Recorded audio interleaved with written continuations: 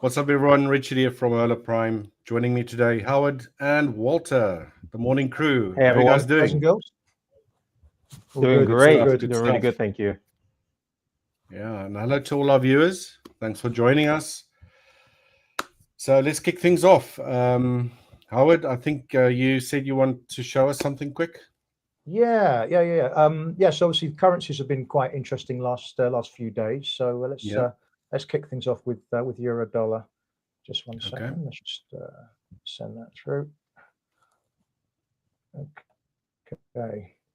So trading wise, so today I basically went long on my one of my intraday systems. It Nice. it took me long around 114.32 or so, and it's literally just hit the target. 114.51 I believe was the target, which I've used to bank profits on half of the trade. I'm running the rest of it. I've got a target up approaching 115, the figure, which may or may not happen, because obviously we've got payrolls coming up tomorrow. So it might be one of these things. There's a bit of a time window for this thing to extend a little bit. But should we get up towards that 115, then I think people will be a bit hesitant to sort of carry it much beyond there, because we have the recent swing high above it. So this is kind of where we are on euro dollar. Let me just show you the system which I used. So I stop that and present on the other one. Let's have a look. That's not the breakout one you showed us the other day, was it? It's actually there's two different components to it. Just one second. Let's just whack it up there. One is kind of breakout. Actually, can you see it? Has it come through yet? I can't see your screen at the moment. There we go. Now it's loaded up. Not yet. Yep. Gotcha. Okay, cool. Yeah. So Beautiful. this one. Okay, cool. So this one, it's got a few different components. One of which is a what I call a price magnet, which when it approaches a key level, it buys or sells in anticipation of a breakout and a kind of a stop hunting move. And that wasn't the one the component which I used today. The component I used today really was a kind of a false breakout of early range.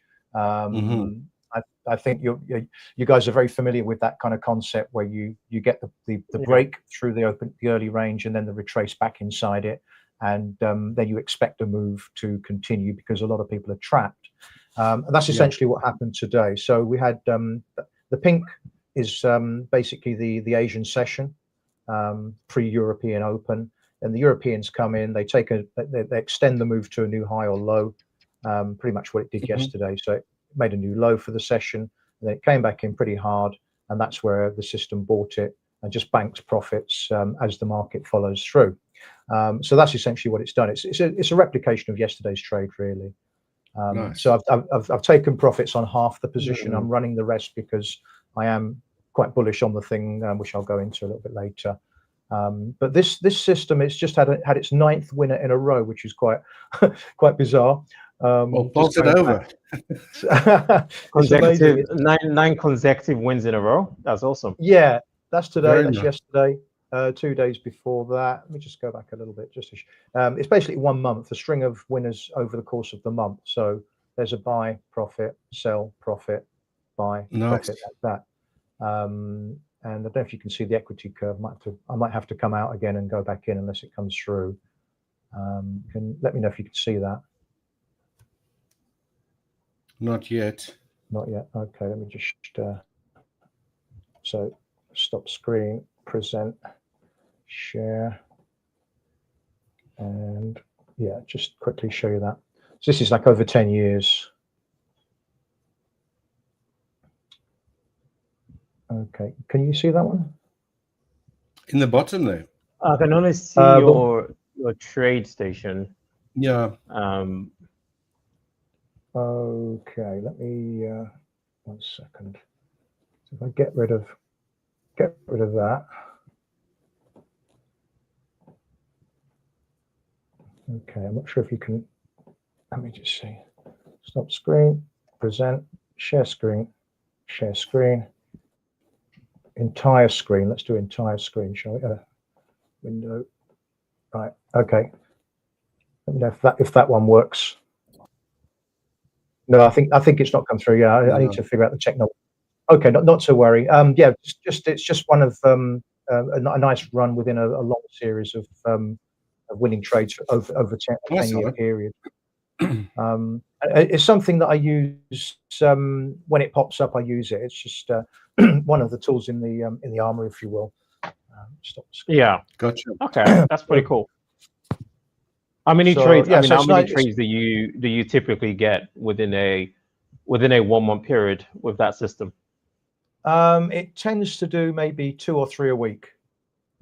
Oh, nice. So it's not. I wouldn't. That's good. Yeah, I wouldn't call it high frequency. So you're looking at around 12 trades a month. Yeah. So it's literally if the setup is there, it'll put the pending orders in, or I'll put the pending orders in manually. And if it happens, then I'm all over it, because it's not. It's got a good kind of methodology behind it, as you know, Richard. That kind of opening breakout thing. Yeah. I've not really I haven't really developed anything for crude or for S&P and NASDAQ, but I think I will at one point. But I've been focused on foreign exchange really for quite some time. Don't break something that's working, right? No, exactly. Exactly. If it's working, do not break it. No. So that's that one. Let me just take a step back and go over some of these majors, then I'll hand it over to you all. Okay. Okay, so there you go. Okay, so just so euro dollar first of all. I guess as most people know, I've been bullish for a long time. The big picture for me really is bullish in that using Elliott wave analysis, we made a major low back in 2022. We saw the first leg up, wave 1, an ABC correction for wave 2, and then we've broken through the high of wave 1, and we are in the midst, I believe, of a big third wave, which should take us much higher on a multi-month view. So that's my big picture. So consequently, I'm trying to do as many buy trades as I can, and perhaps be a little bit careful on the sell trades. But if a system sell trade pops up, then I have to take it. So that's that. More kind of zoomed in, shorter term within this sequence. So the wave 1 for me topped out at 115.73. We saw a 4 or 3.5 week kind of correction of the this whole move up, I believe. So wave 1, wave 2, nice hammer on the weekly candlesticks to mark the bottom of wave 2, and then 2 weeks ago we broke through the high of that hammer candle, and that for me confirmed the bottom of wave 2, the start of wave 3.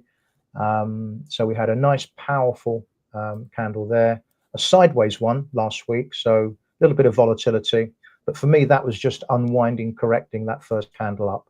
So if you will, a mini 1 and a 2, and here we are breaking through the high of last week's candle in the acceleration phase, wave 3 of 3 kind of thing, which should take us up to and through this swing high. So I'm obviously still, so even if you're not using Elliott wave analysis, I guess if you view that the trend is up and that is a correction within the trend, then this all looks to be kind of continuation stuff, I would say. So what do you think, guys? Any strong views up or down on that? No, I mean, euro dollar is for me, it's been very clearly bullish. Especially if you look at the DXY as well. The DXY is still looking very weak, and as long as the dollar is going to keep declining, we're most likely going to see a stronger euro in the coming days and weeks ahead. So that next recent high is the most obvious target for where price is heading to right now. Yeah, sorry, I was talking to I was chatting to to Jannie yesterday, and his kind of area of interest would be that high in terms of thinking about maybe taking a short if the market does kind of stall there. So that's an interesting one. That could be the next trade. I guess many people would think that perhaps we're in no man's land at the moment in terms of key levels. So it might be a case of see what happens when we get towards that high if we do it. Will it be one of those situations where it kind of breaks the high and fails and then gives you an opportunity to go the other way, or will it just blast straight through? So that'll be interesting should we get there. So moving down to the daily. Into the daily. So this is obviously the same thing, but zoomed in a bit. So this is the big second wave correction, I believe, of that whole move up this year. And then we've got this kind of 1, 2, most likely some kind of third wave unfolding here. Now, I don't know whether we come back and before we blast higher, or whether this is a kind of an accelerated third of a third situation where we go through the high. So it'll be interesting to see. At the moment, purely based upon obviously the system trade which I took earlier today, and the fact that just on the more recent stuff, we had this kind of breakout candle here, pullback, quite a strong pullback, and I think that was the opportunity for the bears to really have a go at it, because it potentially failed above this high. There was that kind of potential failure, like a trap, but obviously it didn't start breaking down through these lows. And yesterday we saw a kind of a new low for the session, and then a snapback and a close into the mid. So, and then today we're seeing follow through to the upside. So it looks very, very positive to me. Just how that system of yours, will it take you out of the trade as well, or do you have to now manually manage it? It's all manual. It's all manual. Although in the past I've had it hooked up to. It just gives you the signal and then you enter yourself. Absolutely, manually. yeah. So I'm placing the orders myself. I had a program which hooked it up to MetaTrader, but I've got some bug in the thing, so I'm kind of in the process of trying to get that fixed. But it's nice to come in and have it work when you're sleeping. Gotcha. So obviously you can't be awake all the time, so you're going to miss some of the trades in the Asian session for me. But if I'm awake, then I'm doing the system trades kind of thing. Nice. So you know what a good solution to that, Howard, is? A good solution will be to move to Asia, because when you're in Asia, you have access to the free sessions. You have access to Asia, London, and New York, all in good time. You know. Yeah. No, actually, that's an interesting one. It really is, because a lot of particularly on the yen, I've got my systems are kind of, they work pretty well on five pairs. Euro dollar, sterling dollar, dollar yen, euro yen, and sterling yen. So I've got three out of 5 are kind of yen based, and awesome. Sometimes they kick off in the Asian session. So I'll have to think about that. An expensive move, though. So yeah, there is that. But I'm a big fan of Asian food, so. You and I both. That's what's keeping me here for the past 3 years. Cool. Oh, by the way, I've got my my take profit on the second half of that position, just as we approach the 115, the figure. So I don't know whether we do it. There's a bit of hesitancy at the moment. I probably should raise my stop. Yeah, I think when I'm off, I'll raise the stop just to manage the position better. But hopefully we can just have a crack at this figure before payrolls tomorrow, and then I'll be out and wait for the next trade kind of thing.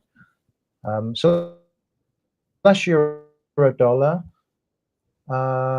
Sterling, let's just go back to that. So sterling, as always, is very similar to euro dollar in that big picture for me is still mega bullish based on that major bear market ending in 2022, wave 1 up. It looks like a kind of an irregular, almost an irregular flat, or maybe a running second wave where we get a marginal new high in wave B, and then we get a C wave. Usually it would take out the A leg low, but it didn't quite do it. But I'm quite happy that the action since then is very impulsive, in that the corrections are very shallow and the buyers are really in control. So I think this goes much higher on a multi-week, multi-month view as well. Zooming into the shorter term action again.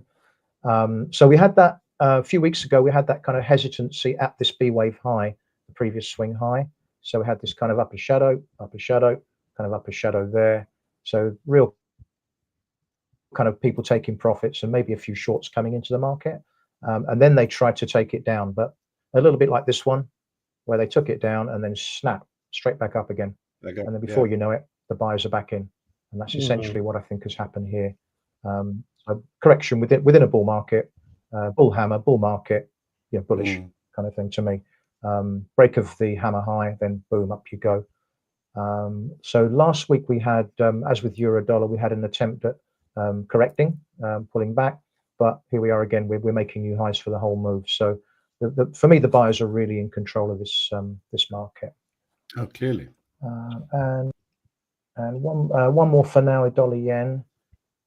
So this one's been similar, but the euro yen has been, or the yen crosses have been a little bit strong on balance. So it's been a bit more, I guess, choppy.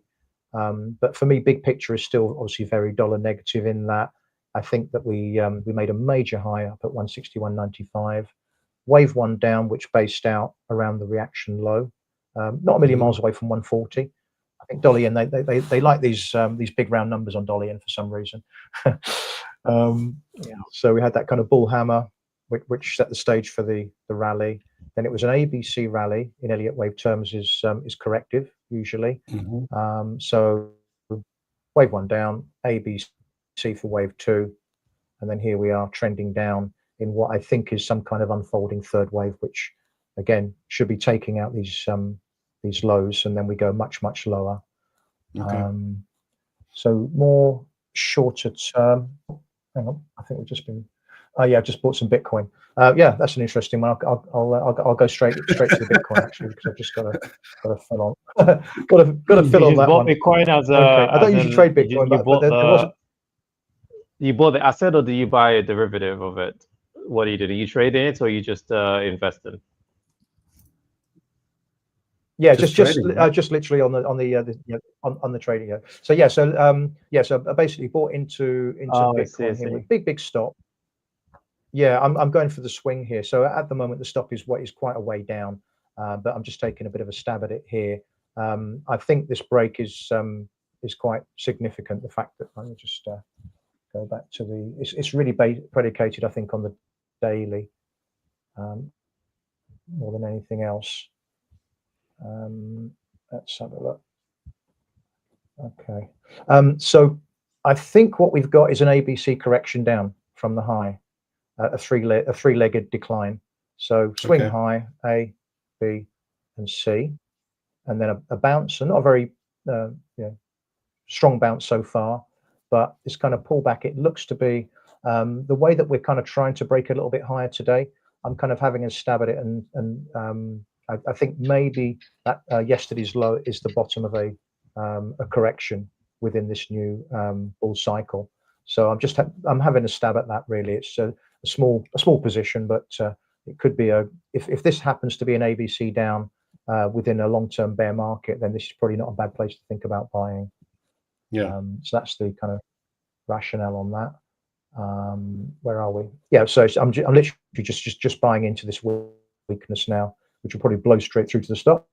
But it seems to be a fair place to have a stab at it, and then I'll think about maybe adding if we can break through the highs, then I might want to add some. We'll see how we go. So that's Bitcoin that I'm doing right now. Yeah, just back to dollar yen. I'll hand it across. So dollar yen, we've got this kind of topping situation on the big chart. And I think this defense of the same level here around 140, same bullish engulfing on the weekly as this one, and I guess to some extent that one. But we had, but 1, 2, 3 weeks later, we got this big bear kind of shooting star or upper shadow or whatever you want to call it. So this has kind of taken out all the buyers, and now we're starting to gravitate back down towards these levels. So for me, I think again dollar negative on this one, but maybe not quite to the same extent at the moment as euro dollar and sterling dollar. I think there's a little bit of latent strength coming through the yen crosses. Let's just put euro yen up there for the time being. Yeah, that's euro yen. So on the weekly, so euro yen is it has been in this range for a good several months, but unlike on these two occasions when it kind of hit the resistance and came down pretty hard for a number of weeks, it hasn't really done that. So if I were bearish based upon this range, I'd be a little bit hesitant now because every time it tries to go down, it snaps back up again. Tries to go down, snaps back up again. So that's why I'm perhaps not quite as bearish on dollar yen as I'm bullish on sterling dollar and euro dollar. Gotcha. So yeah, so that's my story for the time being. I'll hand it across. Nice. And we'll come back. Thanks a lot for that, Howard. Interest in your buying Bitcoin. I can share my thoughts on that as well because yeah, I mean today I had a beautiful trade on gold, but I'm actually waiting on a setup on Bitcoin. I'm just going to share my screen now, just a second. So I'll just talk through briefly like what I traded on gold and sort of like what I'm waiting for right now. So today was a buy day for me on gold. So again, like every day there is a predominant move I'm looking for. It's either going to be bullish or bearish just based on what's happened in the previous days. And for me with gold, it's been a very, very nice trajectory of price this past few days. We've seen a predominantly bullish price action. And last time I spoke, I think, Richard, you were on the call on Tuesday. That's right. You know, I was like, yeah, so this is potentially going to aim for that daily buy side target as the next draw on buy side liquidity. And today, price basically, you know, took out that high. So that was my aim for today. The reason being is because, of course, after price took out this prior high, you know, we had a down day. That down day basically targeted a sell side liquidity pool on the 4-hour time frame. So you can see down here. So the market took out this major drawn sell side pool. And after that, I was like, okay, now we're going to see a potential run towards that daily buy side. So that was like one of the things I was looking for. But in terms of today, so today's move was pretty obvious because yesterday the market basically towards the end of the session, so this was like we're talking about afternoon New York session, the market gave that bullish break to the upside, you know, because we had basically a whole day of the market holding its level in Asia and in the London session. And then like the end of the session, the market gave a break to the upside. For me, that confirmed a new bullish cycle, a new break of structure to the upside. So with this being that initial move, initial high, and there's a secondary high, and the area of interest that became on the 30 minutes time frame, this bullish order block, right? And then the 15 minutes time frame played along with that very nicely today because yes, like in yesterday, the 15 minutes gave a complete bullish cycle. So we had the initial high, the second leg, and then we had that third high that was created. And then after that, the market accumulated for the beginning. So it's a very classic AMD model. So AMD's accumulation, manipulation, distribution is a very classic model that you find in price action. So we had an accumulation, manipulation to the downside right into that 30 minutes bullish order block. And then my entry basically came after the market gave a bullish break of structure to the upside. So this happened right at the start of London session. My area of interest for entry was the most recent bullish order block. So you can see down here. Right, so the most recent bullish order block, pending order went just at the high of the order block. Stop loss went just below the low of the order block. And I simply took my profit at the daily buy side target. Like, yes, I did anticipate the market could potentially push even higher than that. But again, I was just playing it safe today. I just wanted to get in and I wanted to get out at a very good price. And that's what I did. So that move is now done. That move to the daily buy side target is now completed. Of course, from tomorrow onwards, of course, I'll be anticipating some sort of move towards some like either the daily sell side, which is the next one is obviously this imbalance, right? But of course, there is no like just because price is taking out a daily high doesn't mean it will go for the next daily low or the next daily imbalance. There is a likelihood it will simply go for a 4-hour or a 1-hour sell side target. So obviously that's why I always like to mark out these intermediate highs and lows on the H1 and A4, because a big part of today's confirmation as well was the market basically traded into H1 sell side targets before trading into that imbalance. So for me, there was a lot of confluence to buy in this general area. So now as we're obviously going into New York session, right, we've seen that the market has given a new break of structure to the downside. So we have that initial low, and then we have a clear break to the downside, right? So at this point, there's one of two things I'm anticipating, because the 30 minutes right now is still bullish, right? So even though the 15 minutes is now bearish after taking out the daily high, the 30 minutes is still bullish. However, there is a very good likelihood that price could potentially tap this last up close candle on the 30 minutes time frame. So we could see a retest of this higher price level, and then we could see a continuation to the downside, and that would obviously lead to a potential 30 minutes break. So this setup that I'm now looking to take in New York is based on the 15 minutes time frame, not the 30 minutes time frame. So what I'm anticipating is a bearish continuation trade setup in line with the 15 minutes bearish break to the downside. And of course, my area of interest is going to be the most recent bearish order block that was created on the 15 minutes time frame. And then the way I'm going to do this, I'm going to execute on this live. 1 second, I'm just pull up my account as well.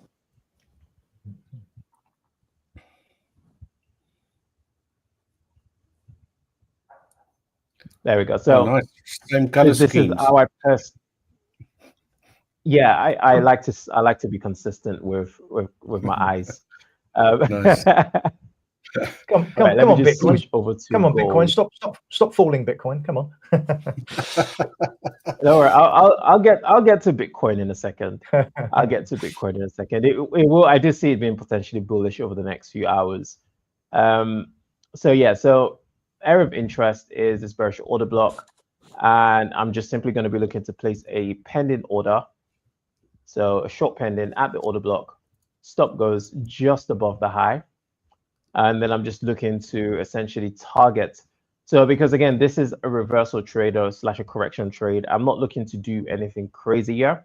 So there's two things to mark out. First is the next draw on H4 sell side target, which is going to be this low that was created during London session. And then the second thing is, of course, the most recent low on the 1 hour, which is the same low as the 4 hours. So I'm simply going to aim to take a reversal trade towards the low on the 1 hour time frame. So again, that's a potential risk reward of 1 to 3, which for me, it hits the criteria of what I look for in a trade. So I'm just going to go ahead and basically create a limit order, just going to risk 1% on this trade as per. And there we go. So that's that sell limit order now done. So now the next one to look at is, of course, our beloved Bitcoin dollar. So this has been a very interesting story this past few days because, again, last time I spoke on this, there was a few targets that I identified. So the first was the fact that the market had recently taken out a key area of sort of buy-side liquidity by obviously trading into this fair value gap right there, right? And then obviously after the market traded into this fair value gap, I anticipated price to obviously go for some sort of sell side pull. And there were two targets. One was based on a 4 hour, so 3 targets. 2 were based on the 4 hour and the 1 hour time frame. And the third was based on the daily time frame. So of course, the next draw on daily sell side was this low, which price hasn't taken out. But what price did take out, so if we go down to the 4 hour time frame, after the market obviously took out this high, we can see that price came down, traded below this sell side swing low. So this is an area of sell side. Why? Because again, anyone that would have been buying into this sort of bullish move would have positioned their stop losses below this low, and those stop losses would have represented, of course, buy orders to the downside, right? So, and again, people obviously potentially anticipating a breakout would also have had sort of sell limit orders below this low as well. So this is an area of like that we could have seen some sort of a build up of liquidity pool. So for me, this move to the downside was very aggressive, right? So it indicated that there was sufficient liquidity in this pool that put price action. After this, what I'm now anticipating, of course, is a run for a new sort of buy side pool. So the next draw on buy side liquidity, I'm not sure where my line went to because it's meant to be there. I don't know if I deleted it. But the next draw on buy side liquidity on the 4 hour time frame is this swing guy right there, right? So this swing guy basically represents where I'm anticipating price to trade into within today's trading session. Again, yesterday price took out sell side. Today I was anticipating it to be a buy day, and that buy day was triggered after basically earlier the session the market came down and took out the 1 hour sell side liquidity pool. It's a beautiful move, and then gave a bullish break of structure to the upside. So this was a trade that I saw, but I didn't take it. I was already committed to my gold trade, so I didn't want to overexpose on this. But this took out sell side liquidity pool at the start of London, gave a bullish break of structure to the upside. Entry would have gone. So it's exactly the same setup that I took on gold. entry would have gone at this bullish, at the most recent bullish order block. Stop goes below the low. And then, of course, my target would be the H4 BST, which price hasn't yet hit, right? So this would have yielded a potential 1 to 4. So what I'm now looking to do, because price hasn't yet hit that ultimate target at 106,058, what I'm now anticipating is a continuation trade. So in terms of target level for this continuation trade, because right now we've seen, obviously the 30 minutes is still in a bullish cycle. There's still that second high. I'm still anticipating one more bullish expansion from here, right? So again, my area of interest would go at the most recent bullish order block, which is right here. I know some traders would obviously aim for this down here. They'll be like, okay, price could potentially come here. And there is a very good possibility that obviously price could retest obviously this lower block. But again, don't forget that all of this is just one single move. So the market basically gave this bearish move to the downside at the start of the session. So this was the manipulative move, and then accumulated, and then gave that bullish break during the end of London session going into New York session.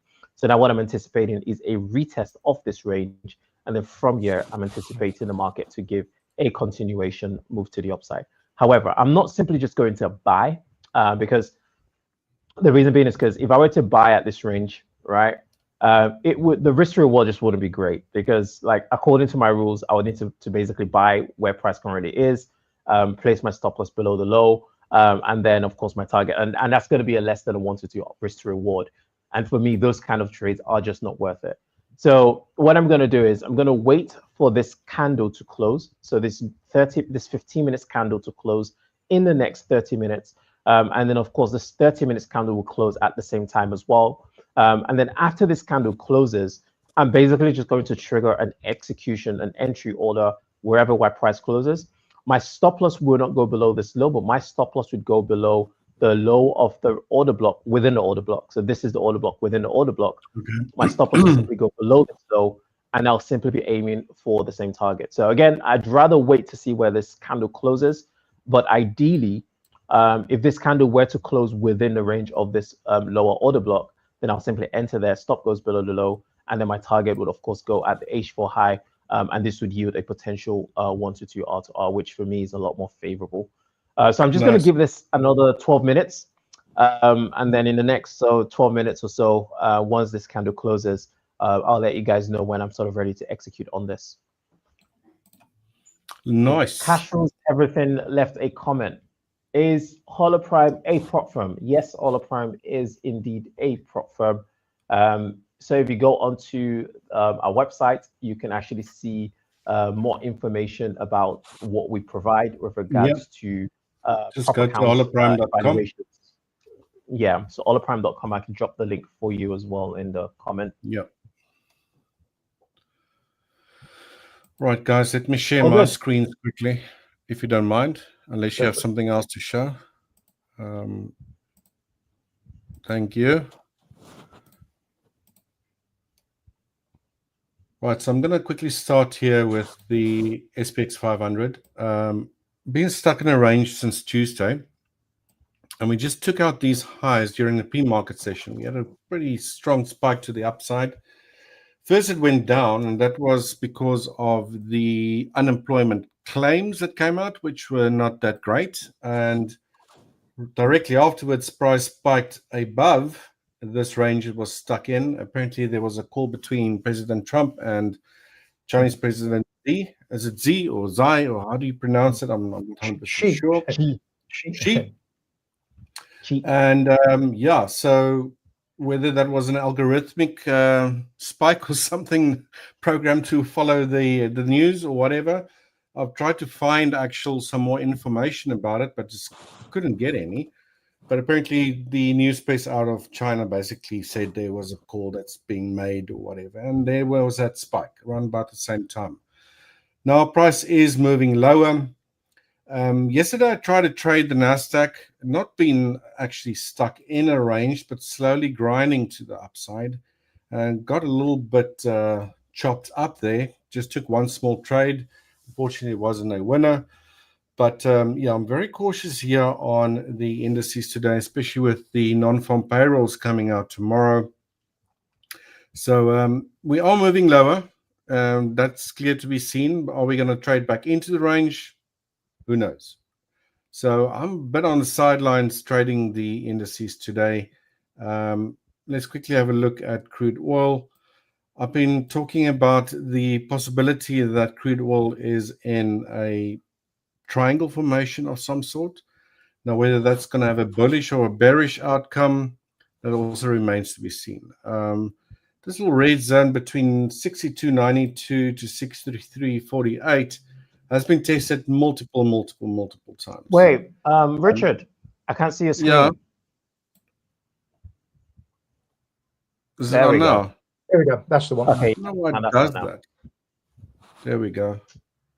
Sorry about that. All good, all good. Here we go. My triangle formation on crude. What I still think is a triangle formation, right? The only question is, like, is this coming to an end? Will it have a bearish outcome? Thus far, it's been a lot of bullish pressure right into that zone, 62.92 to 63.48.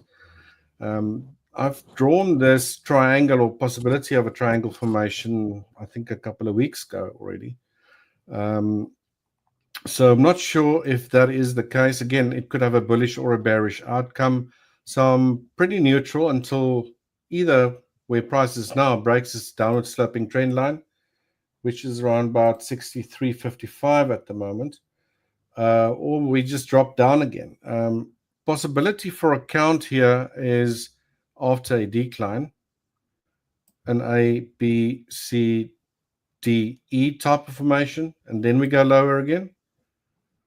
Or everyone thinks that is the end of an E wave. So it's a 5-wave formation within a triangle, as with all triangular formations. And everyone gets caught upside, and potentially we had a 1 up, then an A, B, C, D, E type of vibe, and we have a bullish breakout instead. So again, with these markets I'm following, crude oil, NASDAQ, and the S&P 500, I am pretty neutral today. With crude oil, just been testing that zone too many times. It's like a punching bag, right? If it's probably going to fail at some stage, unless we get a really strong decline, breaking below the sort of this previous day's low here. So just a quick interruption. I'm out of Bitcoin. That's gone too far too fast. So I'm. Are you out? Yeah. Okay. It's just quite a feisty move. So I'm out. So. Feisty. You know, Bitcoin's the best entries in Bitcoin are when it's moving, when there's velocity behind it, right? So that's why, but the timing has to be right. So I'm still bullish on this, but I'd rather wait for this 30 minutes candle to close in the next 6 minutes, and that for me would present a good entry opportunity. But don't be scared of the velocity for Bitcoin. It does do that to shake people out. But I do see long being the most appropriate direction. Yeah, just looking at the NASDAQ on a 1 minute, a very fast time frame. We just broke out of the 15-minute range after the open. There was a little bit of a fair value gap. I don't know if you can see that here, a bearish one. And then as price broke, we basically had a bullish formation that broke above that fair value gap, trading back into the range. So I won't be surprised if a lot of traders try to go short here, especially the ones that are closet bears, and they just get washed out and immediately get a trade back into the range. So it could potentially be a long opportunity, but as I said, guys, I'm going to be sitting on my hands today, unfortunately. I want to see what happens with tomorrow's NFP numbers and then plan accordingly. Maybe trade tomorrow afterwards when the dust settles. Maybe it's a non-event, nothing happens, who knows. But yeah, I've just been chopped up yesterday in this sort of range. Wanted to go short when price broke below yesterday's range and basically got chopped up again. So I'm a bit neutral on all of these markets, unfortunately. Not much to report on at the moment. Here we go. We got that range. Price breaks below it, breaks back in a range, chops me up a little bit, goes up, down, and then finally after our morning session, a pretty mediocre sort of side move upwards and a bit of a sideways ranging market again into today's session. So yeah, a bit kind of choppy and hesitant before tomorrow, I guess. So. Very choppy and hesitant. Yeah. I mean, yesterday's the ADP numbers were pretty bad. The unemployment claim numbers now were not brilliant. So I don't know how the market's going to digest things tomorrow if those NFP numbers are pretty bad as well. So we'll see. Right, guys, you got anything else to show there? Walter, that price, you're still waiting for a few more minutes, right? 5 minutes. 4 more minutes, and then we're good to go. So Okay. it's so price basically has come down to take out. So I'll just present this actually. Una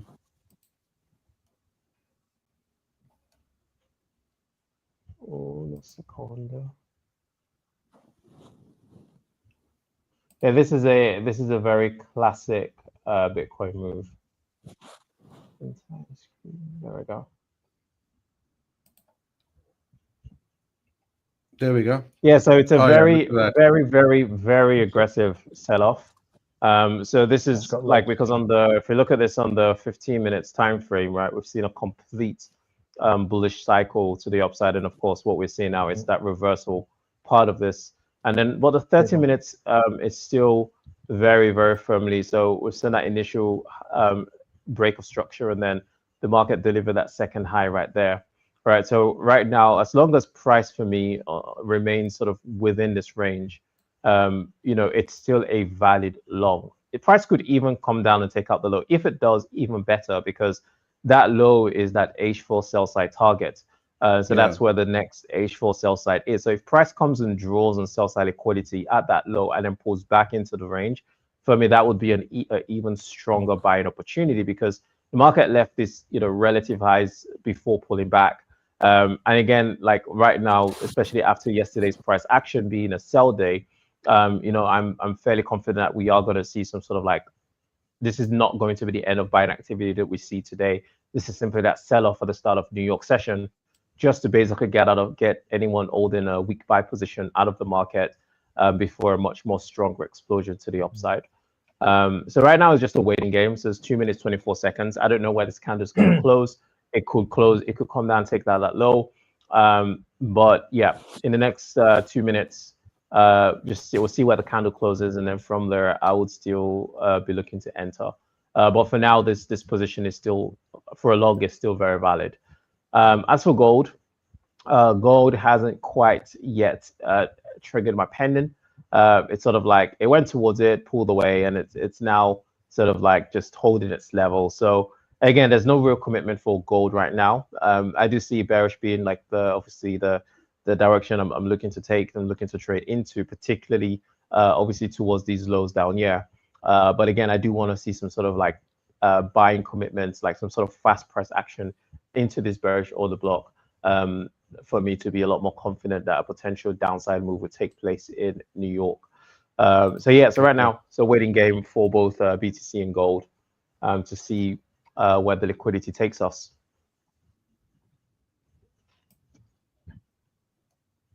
Nice. Yeah, all of it a bit choppy ahead of tomorrow by the looks of things. I see a question from Andre there about dollar index. Yeah. Let's just have a quick look at that. I've got my screens freezing up here. It's something to do when I share. Is that a question or a statement? Probably a statement. On irrelevant support. Or is DXY on a relevant support? Yeah, the Dixie is on a relevant support.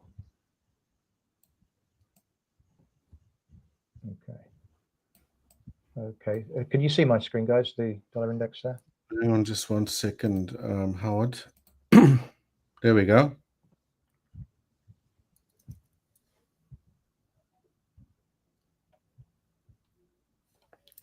Where did Howard go now? We just lost him, Walter. Yeah, I think it is having some issues with connection, probably. Yeah. Yeah. Okay, I'm about to execute on this trade on Bitcoin. Nice. All right, let's take a look at this. So let's go to Bitcoin and dollar. So this is going to be how I would execute on this, because now price has basically, so again, just to go to my main analysis, right? So price is traded back, taking out the low in London session. So this is the low of the day, right? This is the initial low of the day that was created, and the price came down and has taken out that low. So at this point, there's one of two ways I could enter. I could either enter this as a market execution, stop goes below the low. Wait, I'm just going to put this on my Hola Prime account.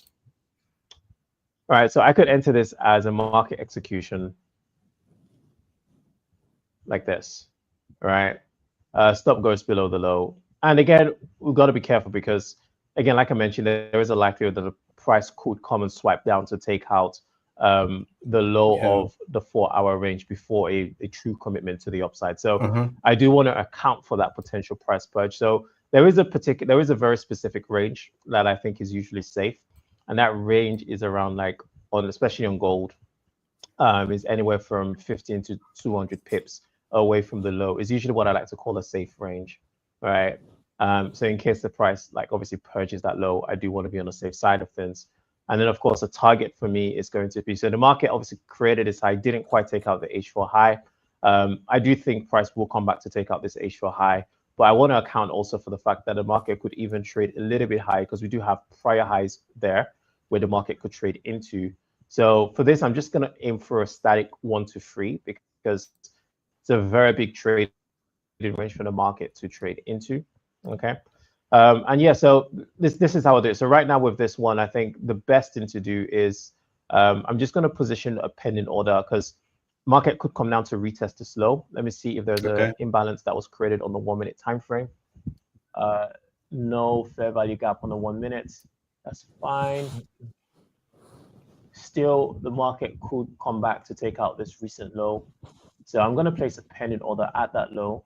I'm going to risk 1% buy, and then my stop loss going 200 pips, so 20 pips below the 4-hour low, in case the market comes down to also take out that low before any sort of true commitment to the upside. So so that's my trade setup on this, right? I've already executed on this right now. So it says that it's rejected because of probably, I mean, this needs to be 0.1. Yeah.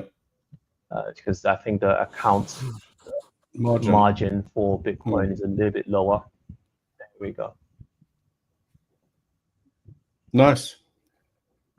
All right, so that's that on Bitcoin. I'll keep you guys updated. Oh, Howard is back now. Awesome. So Howard, I can hand it over to you. I'll keep you guys updated as this progresses. Cool. Sorry about that. I think I hit the wrong. So that's now been button. executed.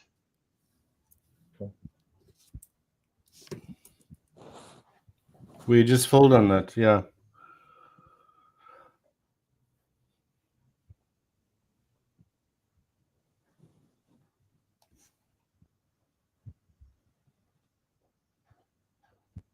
Oh, Howard, are you going to share screen? Yeah, let's do it. Okay. So I guess the question or statement was about key support. So really, it depends on whether you thought that the key support was kind of this this low here or this low here. Either way, or even the low that I guess the comment probably it refers to the fact that we're kind of approaching the lowest point for the dollar for a good year or two.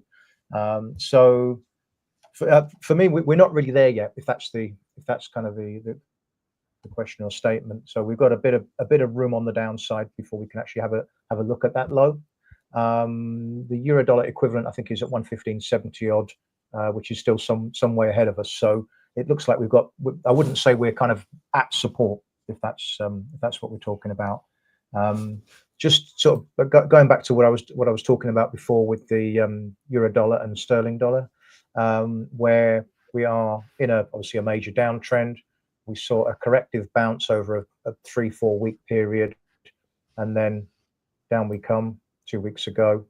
Sideways move on the weekly, which corrected that last move down.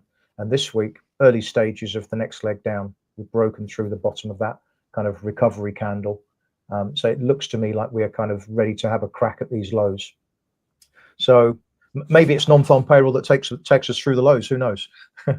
But for me, the risk is certainly to the downside. We've literally completed the correction, and we're starting to move. Maybe we're at a similar stage to where we were here after breaking through support on the weekly. We're kind of pushing through. So maybe there's a bit more gas in the tank to take us down to new lows for the downtrend. So for me, the bias is still very much short. Okay, guys, I just decided to go long on NASDAQ. I said I'm not going to trade, but I was lying.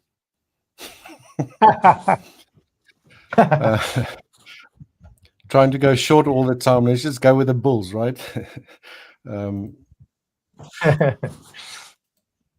I think I talked about the setup.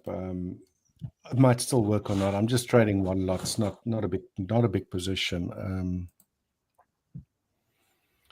But basically sat with that scenario where price broke out of the 50-minute range from the 930 mark to 945 mark.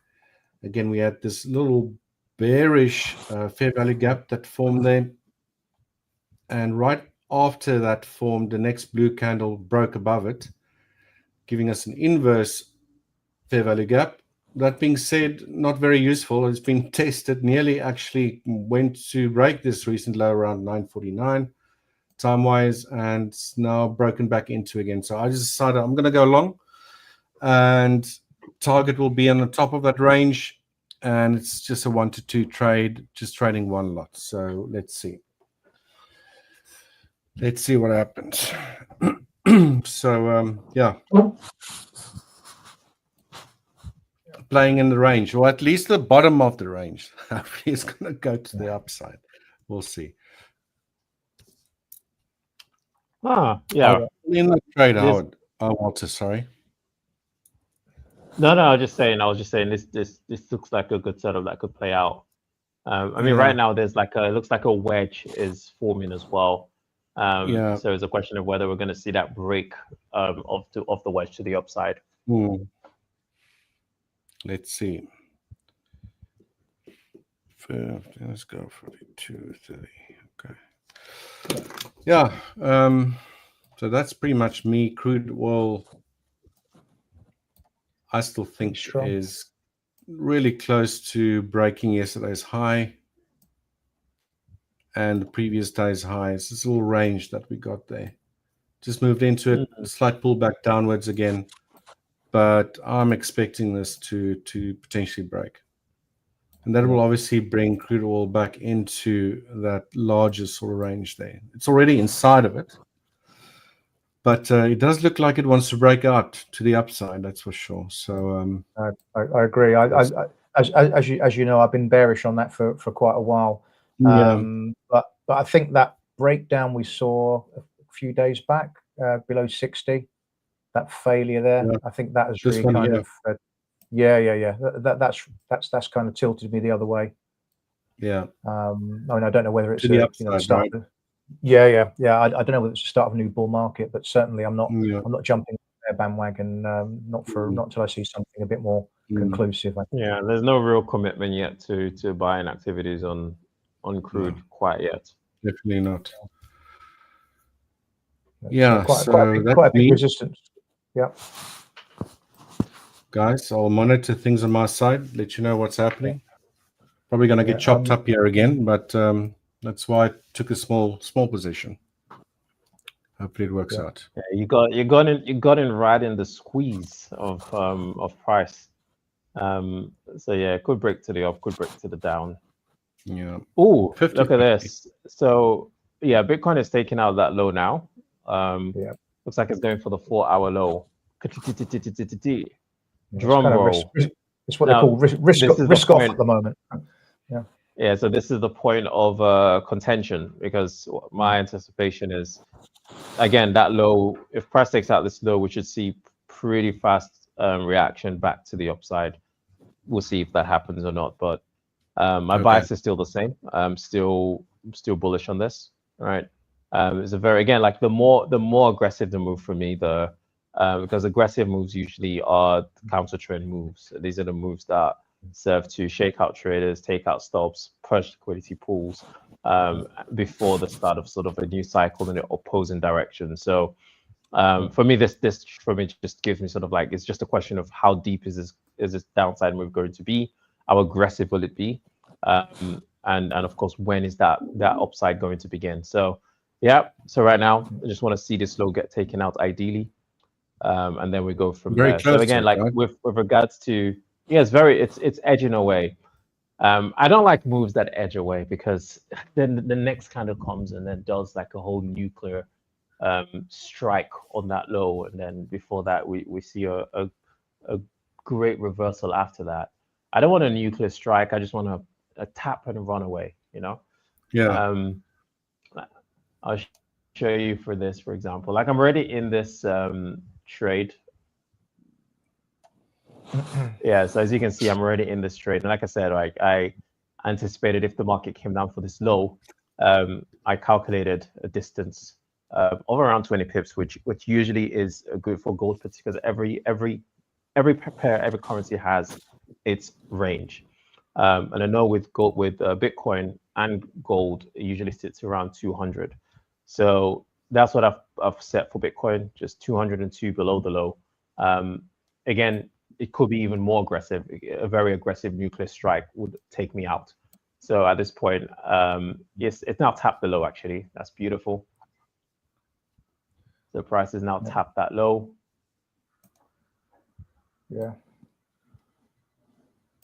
So yeah, we're not gonna wait. I'm not gonna have to wait very long to see how this trade runs. Let's see how gold is doing.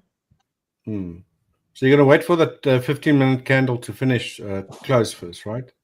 Complete.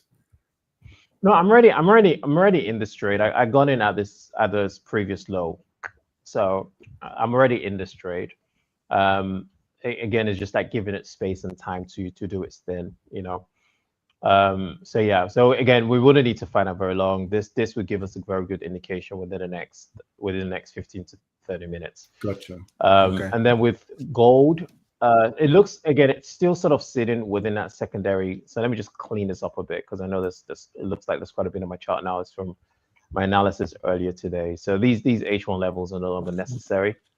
Price has pretty much taken out every single one of them, even closed in on this previous 1 hour imbalance. So as you can see, there's an imbalance that was open from a few days ago, well, Monday specifically. The market came up, traded above the high, closing on that imbalance, and traded right back into the range. Such a, I love moves like that. Very, very clean, nice follow throughs. So the next H1 buy side is this imbalance. I'm just going to update that for tomorrow. The next H4 buy side was obviously going to be the swing high. And then now the market has taken out this daily high. The next target for the daily time frame will be the high of 3453. There we go. So now that's updated. Looks a bit cleaner now. And then for the 1 hour low, of course, I've already had these levels predetermined. So the 4 hour and the 1 hour low are pretty much in the same place. There we go, down there. All right, so that's a very clear trading range for now anyway. So right now, of course, what I'm anticipating is very simple. I'm anticipating the market to trade back above this high, potentially trigger my pending order at the order block, and then from there, continuation to the downside. So this trade is still very much active. So it's just about waiting to see if price were to pull back. Gotcha. So yeah, that's it for me on both gold and Bitcoin. Yeah, I love the aggressive moves. I live on that. It's just got to be on the right side. Yeah, I'm glad I'm out of it. To be fair, yeah, I was kind of buying that dip, but I said I'm glad I'm out of it. To be fair, it's one of those. It was looked pretty good, that breakout, and it was a nice place to buy the dip normally, but it just kept on going, so that was me out. So fortunately, it was a small position, so not the end of the world. It's good. It's good for your heart and your blood hopefully some. Yeah, hopefully somebody makes money on Bitcoin today. Yeah. Yeah, it's The- I mean, I mean, Bitcoin is going to toy around for a bit. I think it's going to toy around for a while because I know a lot of Yeah. people are anticipating price to essentially trade back to this high. This high has been created. It's been created, and it will probably hold for maybe a few weeks to a few months. In the long run, I do see Bitcoin being bearish to, at the very minimum, 103,653, and at most, I see it dropping to around 102,000. And if we do see a very aggressive break below 102, then it could potentially fall to 100,000, back to 100,720. But so that's the way I see things happening over the coming days and weeks ahead. But of course, like even despite that, price is still like the reason I love trading Bitcoin alongside with gold is that they move in a very similar way. They spend most of their time in small ranges, just sort of accumulating, and these small ranges are where a lot of my day trading opportunities lie. And then every now and then it will break out of these day trading ranges, creating new highs or creating new lows. So you can see like a lot of the time, price just stays within a very defined range. And this is where I find a lot of the good trades. And it's exactly the same with gold as well. Gold spends a lot of its time in ranges when it's not doing something funny. Like as you can see here, spends a few days here in this trading range. And then it did the same year as well. So right now it's already in a trading range. So it's already taken up the high of the range. So it's very easy to anticipate what price will do afterwards. And then again, same thing down here as well. So Bitcoin and gold are very similar. They like to move in ranges. And then every now and then it'll break out and give a very nice sustained run towards like a new daily high or a new day or a previous daily high or a previous daily low. Yes, Bitcoin is now really taking out that low. That's nice. All right, so now let's hope I don't get stopped out on this one.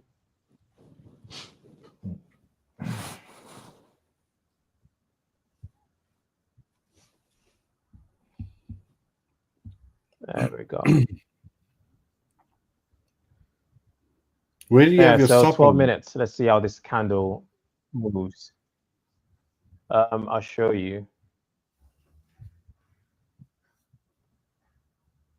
There we go. So my stop is sitting at 103,981.22. Gotcha. It's a decent range. Could still trigger, but it's still a decent range. It's enough range to find out if price is going to play ball or not. Yeah.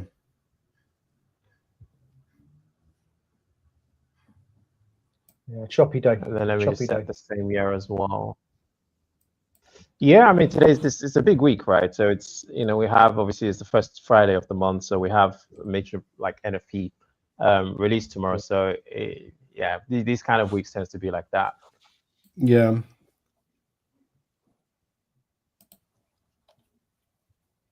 Yeah, that's an aggressive downwards move, but yeah, let's hope it bounces for your sake. Yeah. Well, I'm pretty chill whether it bounces or not. I'm just curious to see what price does. I have a theory. Let's see if that theory upholds. That's the way I trade. I trade like a science experiment. So not a biggie. You have your hypothesis, and then you do your experimentation to see if your hypothesis is going to be true or false. Well, as you can see, my hypothesis has been invalidated with this big move to the downside, so it stopped me out. But I'm still waiting. I want to see if the market pulls back into the range because it's an aggressive drop below the low. But now I want to see how this candle closes. If this candle pulls back and closes in the range, I will take another re-entry on this trade. But of course, if this candle closes outside of the range in a strong bearish fashion, then I'm not going to attempt a re-entry. But for now, I'm just going to wait and see how this this next candle closes in the next 10 minutes. Cool. Yeah. How's your Euro-US dollar trade, Howard? Yeah, it got very good, close good. to target, right? Yeah, exactly. It stalled just shy of the target. I think it was around, just ahead of 115, the figure. So I've cut the thing out. I think 1485. So I got 50 pips on the second leg of that position. So nice. it looks like it's a little bit struggling a bit ahead of this this round number. Let me just present the screen there. second. Okay. There we go. Yeah. So many Okay. screens. Does that come through okay? There we go. Yeah. So yeah, so obviously we got that acceleration higher, and it's stalled at 14.95 or so. Yeah, literally, I'm out basically. Obviously, there is a bit of a risk of some kind of pullback after this, and knowing that we've got non-farm payroll tomorrow, I'd be happy rather than sit the thing out overnight and worry about it being stopped out on a pullback tomorrow. Yeah, I think give just everything take back. the money and run kind of thing. Mm. Yeah, no, don't want to do that. Don't want to do that. And it might be one of these things where you come in tomorrow and once you've seen the number, you can have another go at it from a different place. But for now, I'm happy about that. So let somebody else have a go. Yeah.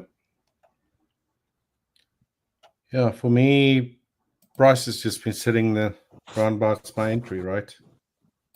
Hopefully it's not sort of some triangle that's going to break to the downside, but let's see. Exactly what happened yesterday. Wow. Got into a trade.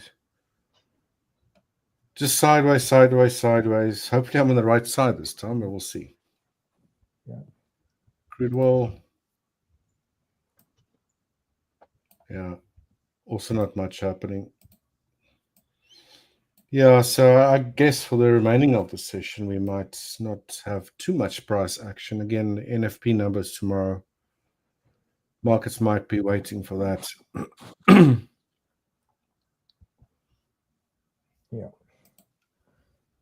Yeah, it's always good if you get a big move on the day before, because often you don't get much. I guess the theory goes that you don't get much of a move the day before because people are concerned about what can happen next day. But obviously, if you do get a move the day before, then maybe it's good to think, well, perhaps it's not going to follow through into tomorrow before the non-farm. So there will be a point at which they will take profits. Yeah.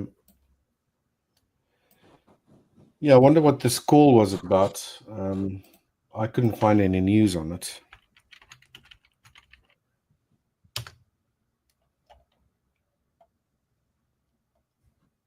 I just saw a small snake try to get into my office. Goodness of life. Oh, really? Catch it. Show us.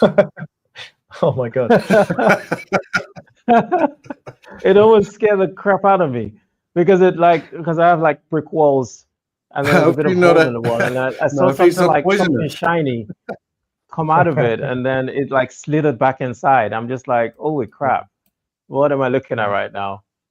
It's like a James Bond, a scene from James Bond, you know. Yeah, poisonous snakes around there, Walter.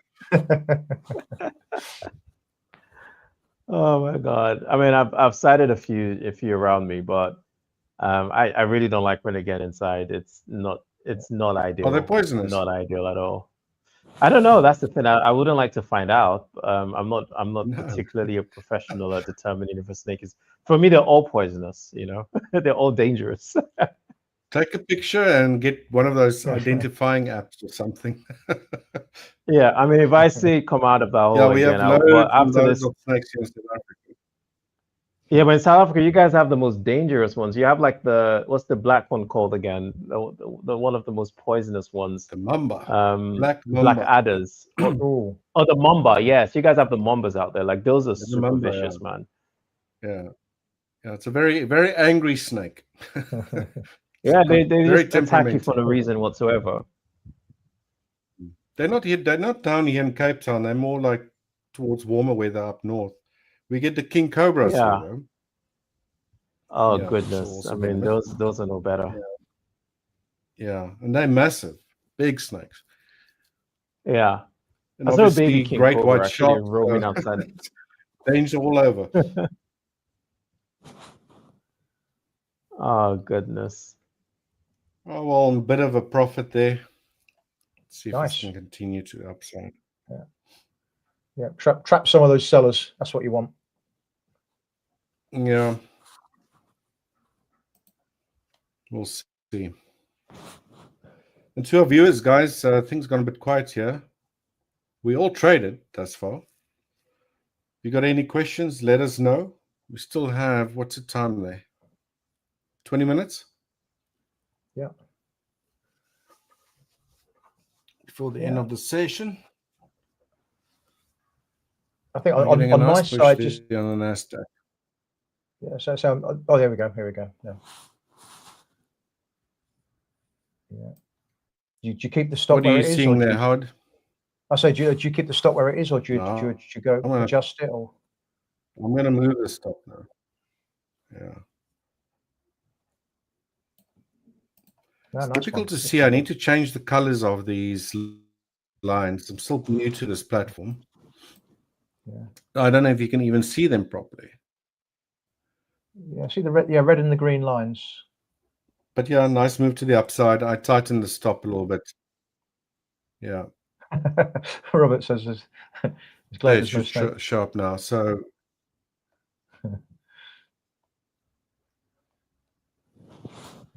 yeah, Robert, aren't you supposed to be at work already? It usually is gonna go very soon.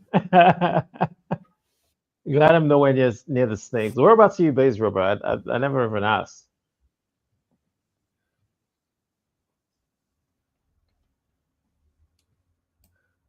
I think Robert's in the States, isn't he? Ah. Somewhere. It's a big place.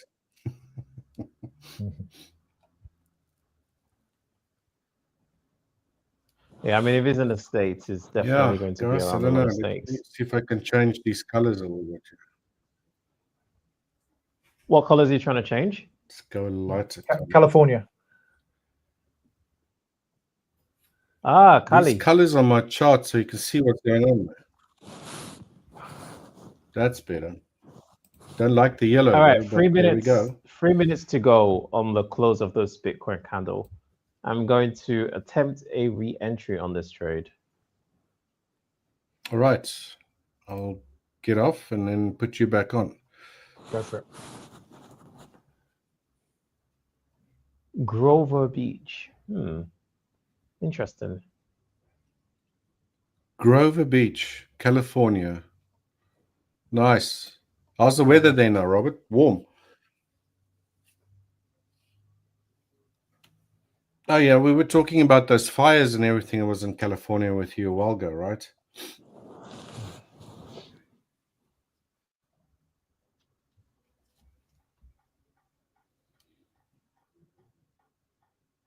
All right, all right.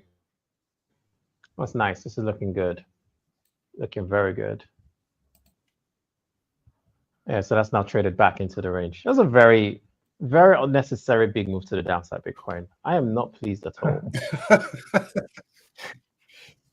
It was does coming whatever after it can Howard. to, yeah. It's a conspiracy, I'll tell you. as soon as I touch They the shitcoin, really yeah, here we didn't go. want to have any mercy on anyone that No. was a bit in too early. So- None whatsoever. It's what you call search and destroy. Search and destroy to the max. Yeah, Bitcoin can do that, right?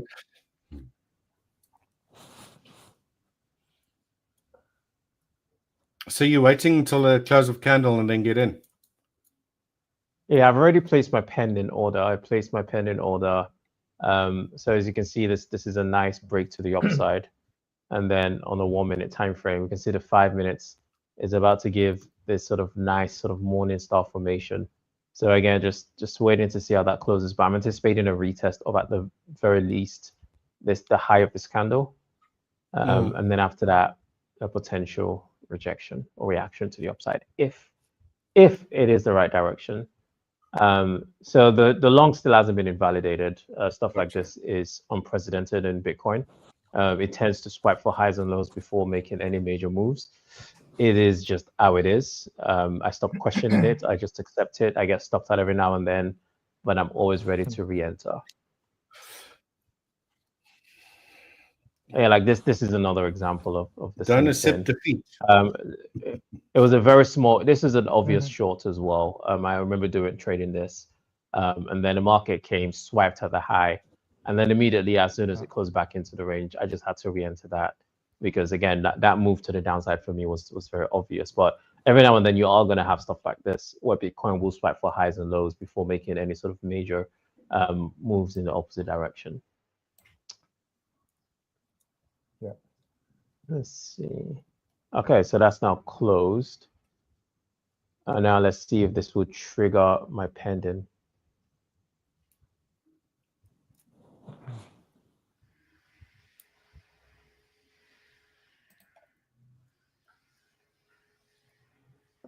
Just adjust that ever so slightly. It's the high of this candle. And then my stop loss just below the low. There we go. Beautiful. It's just a couple spread as well. There we go. All right, so that's now retested. And that's now been fulfilled. So now I'm in the straight again. So again, we'll just go back here. So again, that high of this candle, I'm anticipating price to retest. And then from there, I do want to see a fast reaction away from it to the next two candles. So where was your target on that again? I'm targeting, so I'll just go back to the 15. I'm targeting, so there's 3 targets on this. The first is this 4-hour high. But ultimately, I'm actually, my final target is, because if the market were to break above this high pretty aggressively, it will very likely trade towards this, the high of the week. So this is a high of Tuesday. Okay, cool. So in terms of risk to reward, what we're looking at here, because I entered with a stop below the low, in terms of risk to reward, we're looking at a 1 to 7. I could be conservative and just go for the 4-hour high. That would give me a 1 to 5 on this. But yeah, if price, just given the nature of this move to the downside and how aggressive it's been, I'm anticipating the market to do something very similar if it were to move back in the opposite direction. But if it doesn't want to commit to the upside and it keeps falling and I get stopped out again, then of course that means this long is just not going to happen. Price is potentially just going to be seeking sell side liquidity below the daily lows, which is down here. Gotcha. Yeah, tough one. Yeah, it's a waiting game. It's a waiting game on this one. I've just got out. How is your trade going?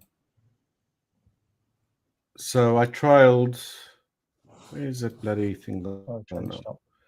I got out around about the where's this? Around about here, 61,750-ish.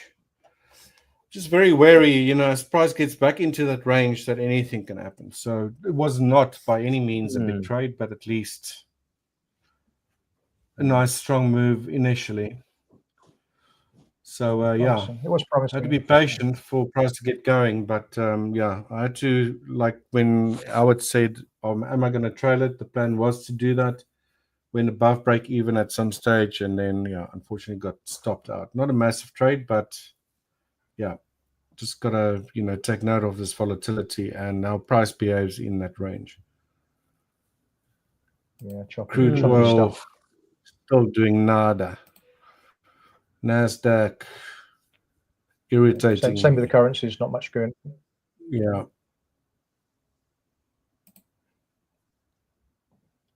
So yeah, that's pretty much it from me on the trading side today. I'll probably go buy a chicken burger or something with that money I made. Ooh. I mean, is that your favorite? Is that your favorite takeaway? Is that your favorite takeaway in South Africa? A nice chicken burger. Yeah, not so much KFC. There's this new place called Freebird, and you get this huge burger with this nice crunchy sort of like free range patty that they make themselves. And I've just the other day had that and was like, now it's my favorite, but got to watch the belly, which you can't see underneath the screen here, but there's definitely a bit of a pot belly going on there. Oh, tell me about it.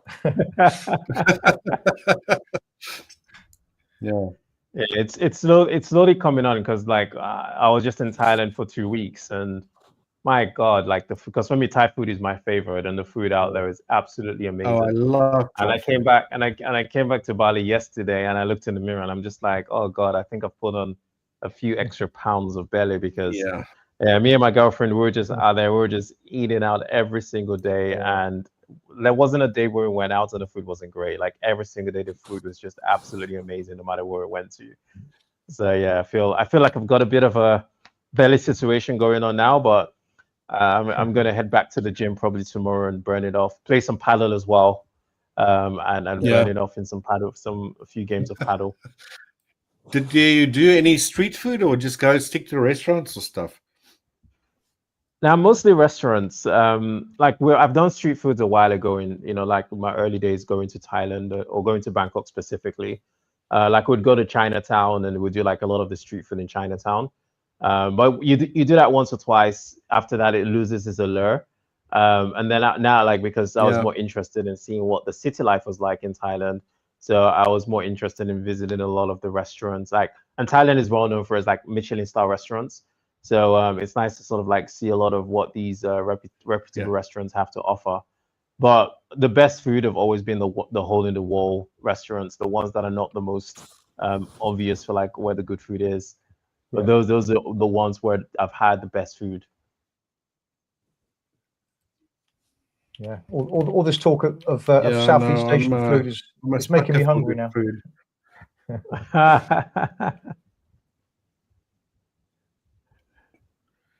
I would normally watch that guy from Best Ever Food Review Show on YouTube. I can't remember his name now, but he wears a bandana. I don't know if you ever checked him out. He's an American, but he visits mostly all these like Asian countries and stuff, and like eats a lot of funny food. But jeepers, I would love that guy's job. Go check it out. Best Ever Food Review Show. Oh. I bet is it a guy that does like eats, because on the roads they also sell like roasted scorpions and roasted like worms and flies and all that kind of stuff. It's not him. Who's that guy? Yeah, he eats a lot of like crazy stuff. This guy actually goes out, let's say, with a budget, and then goes and eats, street food, and then he goes from the lowest budget to like the most expensive restaurants. So he's definitely living it up. That's for sure. Yeah, I don't know how people's stomachs can handle that. My stomach cannot handle that at all. It will cry for me, and it will be like, Walter, what are you doing to my life? But ruin your whole stomachs are very strong, man. Oh yeah, 100%. You spend the rest of it in the toilet. The NASDAQ would have stopped me out at break even if I didn't move it up, and now we're back up again. So yeah, good luck trading that. Yeah, probably best sitting on the sidelines. Wow, that's a pretty strong move. Yeah. So you got out of that at break even, or you got out of that with a nice with a nice small win on that, didn't you? Yeah, small win, but $50 or so. Almost a 1-to-1. That's not bad. Currencies have died a death, so quite much so. Yeah, it's probably all. Yeah, it looks like Bitcoin is about to commit to this long move finally. Okay. Yeah. Only time will tell in the next, let's say, half an hour. Well, it's definitely. So now that's in profit. That's moving. Yeah. So I want to see how this. I'd like to see how this 15 minutes candle closes. If this closes as a bullish candle, forming a nice morning star formation, like Mona Lisa morning star formation, closing back above this sort of like low, this is the 1 hour low, then I could go to bed and leave this running overnight and dream good dreams and not worry.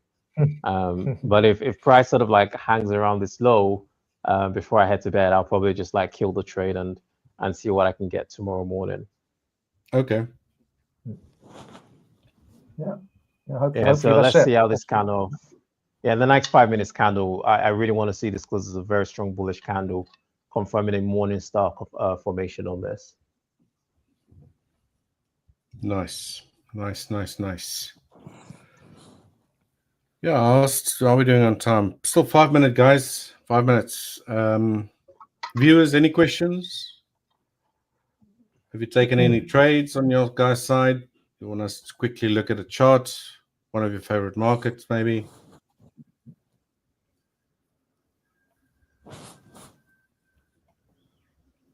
Yeah. Robert's probably gone to work already. Interesting.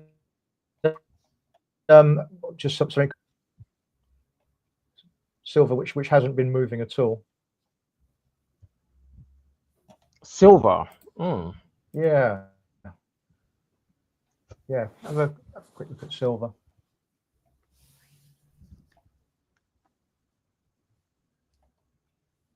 It's Who's been, looking at silver? completely Sorry, I missed ignoring that. what gold is. Yeah, it's been, there you go, gold.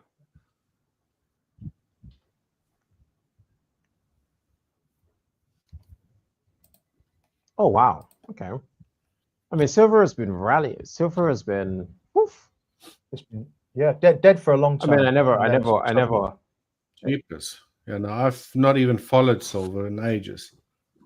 Yeah, I don't follow silver at all. But this is a very sporadic move to the upside. This is outperforming gold in this past few days. Yeah, it's been underperformed for a very long time, That's obviously. interesting. But now it's starting to see a little bit of movement.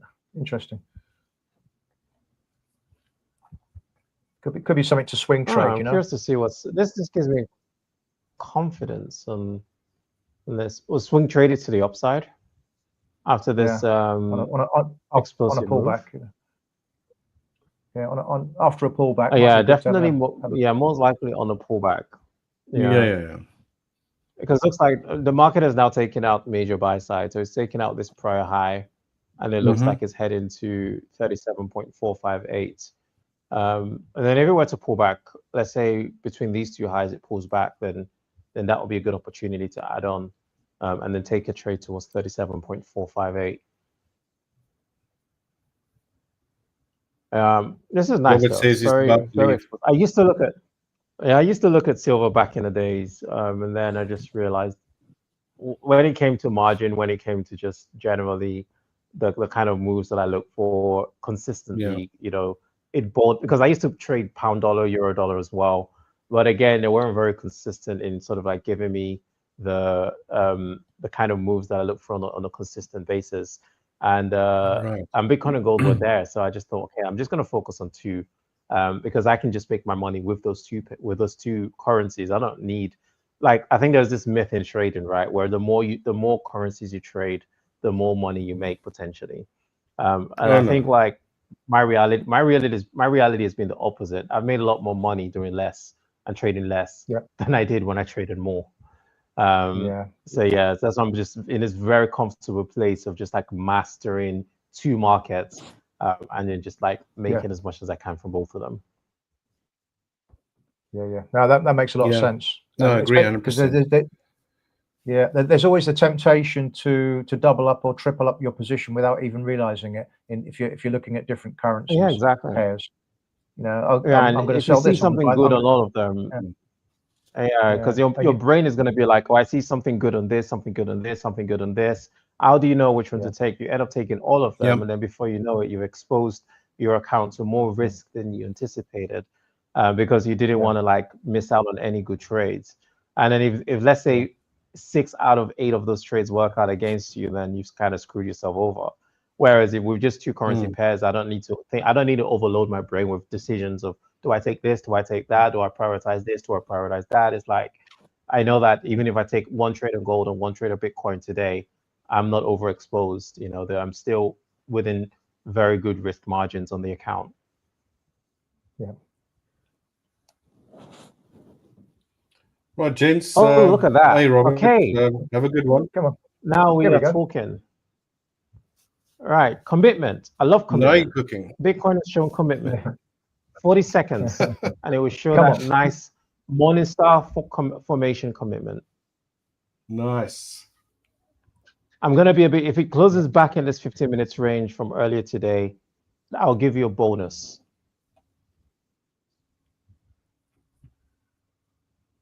Oh, look at that. What's the bonus going to be? Just give us a nice a nice committed close above the H1 sell side in that 15 minutes range from the Asia Open. Yeah, this would be very, very nice. Let's see. Good stuff. Looking good. There we go. It's a very strong close. Very strong close. Nice. Couldn't get any stronger than that. All right, now we just have to wait. So yeah, so now it's a waiting game. At this point, I could potentially move my stop loss to break even. I could potentially even take a few more trades and see what works out on Bitcoin.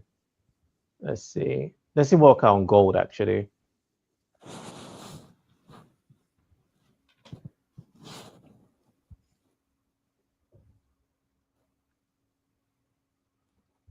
Yeah, stop loss to break even could be done at this point, but I'm not a stop loss to break even kind of guy. I really don't believe in that. You're gonna leave it. Yeah, I guess it depends on how far you go, doesn't it? On the move. If it's too close, then you'll be taken out before you get the move you want. Yeah, that's the thing, right? So yeah, exactly. Because again, price could come down, spike that low, and then rally again. But at this point, it's just not worth trying to find out what it's going to do. It's just better to just hold and wait, because price will show you shortly. Nice. But yeah, that's it from me on my end. I mean, with gold, Awesome. this never triggered today. It didn't trade into the entry zone. So with this one, it's just waiting to see what happens. But yeah, tomorrow it's going to be most likely a sell day. So if this just holds this level into Asia, then the best thing is to wait for the market to take out this buy side pull, trade into that order block, and then you should be looking to take a sell trade from there tomorrow morning. Or well, if you're in New York, then it will be later this evening for you. Nice. Well, nice for trying again. Good job. Robert says he's got to go now. All the best, Robert. Enjoy your day. And guys, we've reached the end of the session. Nice seeing you guys again. I'll be back next week though. Got to try to get rid of this cold. Cool. Have a great weekend. Yeah. I wish you better. Thank you. I don't feel too bad. I wish you all the best, Richard. Get well soon. Cheers, guys. Have a good one. All the best. All the best. Bye-bye.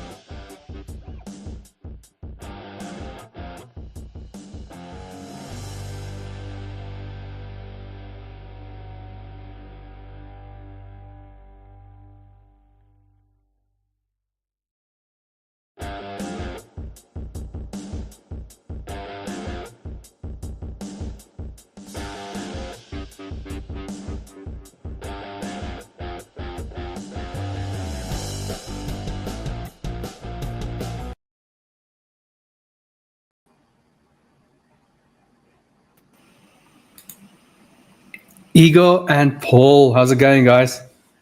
Hello. Hi, Igor. Good to see you. Hi, Jannie. I was wondering who's going to join us today, because they always surprise us with a guest, one of the coaches. Yes.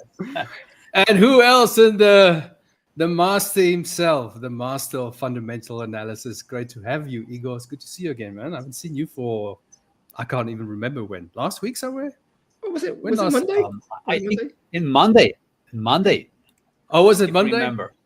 You Monday, missed him so yes. much. It felt like an eternity. Yeah. My trading is just not the same without you, Igor. It's not the Yeah. same. Great to see you. Mine too. How Mine did too, you? We had like a bit of an interesting day, right? With all the news events. Yes. and It's really beautiful, just beautiful. I mean, the pound Yes. US dollar like moved to a resistance area. I decided not to get out. I'll quickly probably have to show, the people. Quickly close all the irrelevant platforms. Okay, let me show you quickly.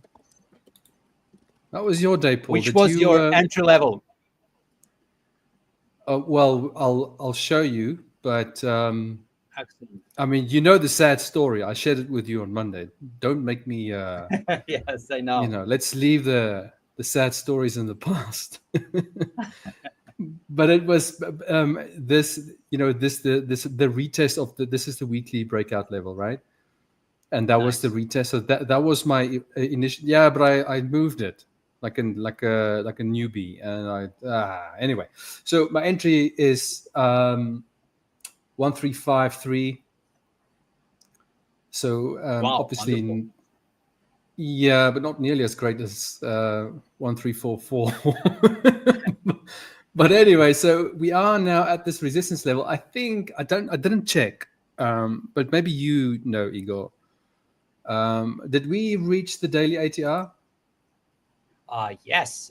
I think that actually we are not because we didn't have Asia pullback, and the problem is that we didn't catch that, but we reach almost the level 1.362, which is institutional level.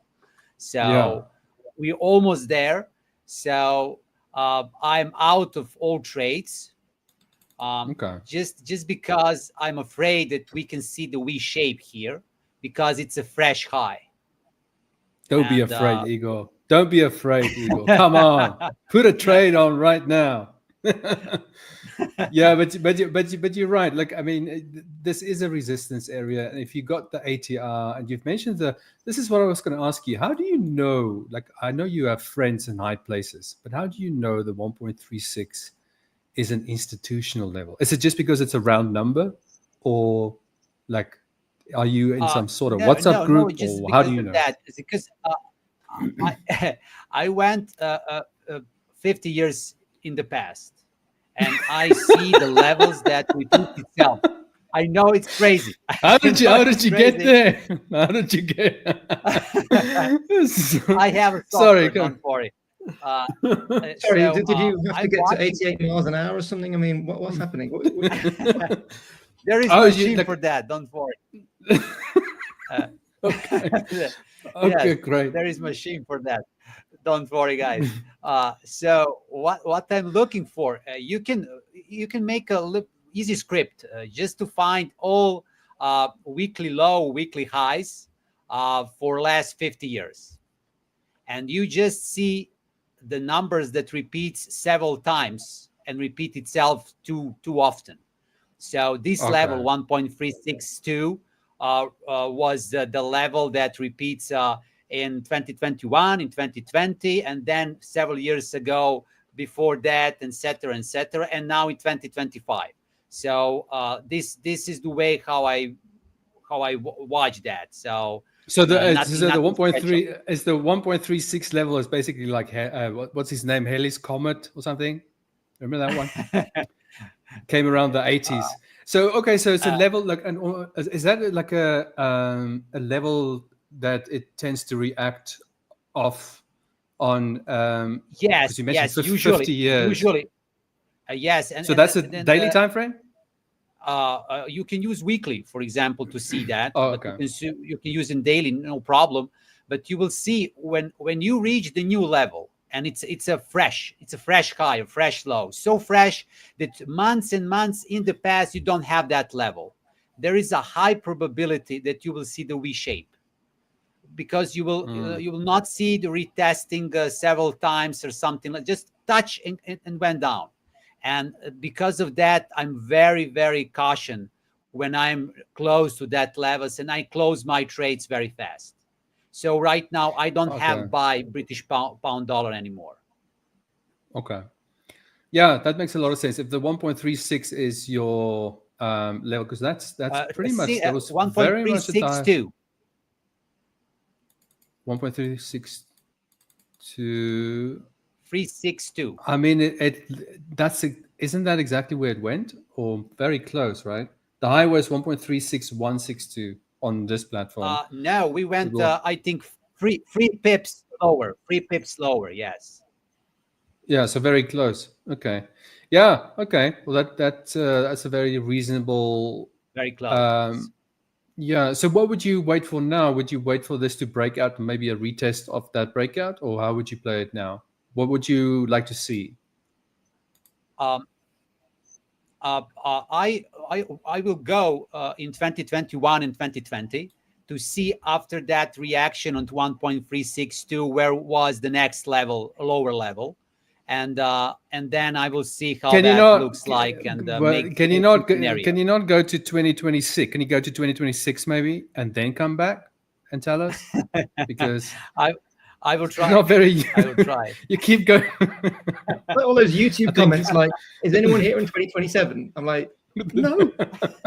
No one is. 2027. Yeah. Okay, but you can see like that. We definitely finding resistance there, and tomorrow we have NFP, but I do think there's a lot of support.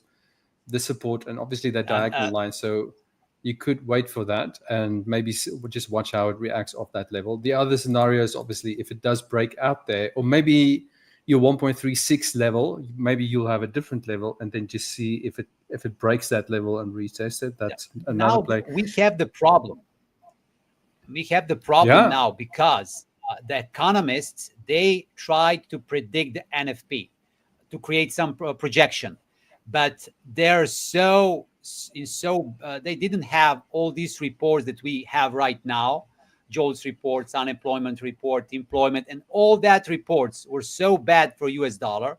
So I think that tomorrow there is a chance that we get another very, very bad report for NFP and for US dollar. And then we can really see the new highs. So it's a really tricky what to do. And just because of NFP. Yeah, I suppose it depends on where you got in, because I don't think the level that I'm on this chart is great. Like if I still had this entry, I would not have worried one bit. So yeah, I'm a little bit exposed, but I do feel there's a lot of support. So even if the NFP does push this lower, because that level, this support is 1.354. Okay, and we are now at 1.358. 8.7, so that's about 40 or 50 pips. So yeah, I'm not too worried, because I think I don't even know. You see, I don't have the other platform. I don't have that indicator that tells me how many pips we've moved so far for the week and the month. But I did look at it earlier. But I think there's another 150 pips in this move. There's another 150 pips to the upside, and I'll show you what I'm talking about. So this is the weekly time frame, and so we are at 1.358 whatever. This is the next resistance level there.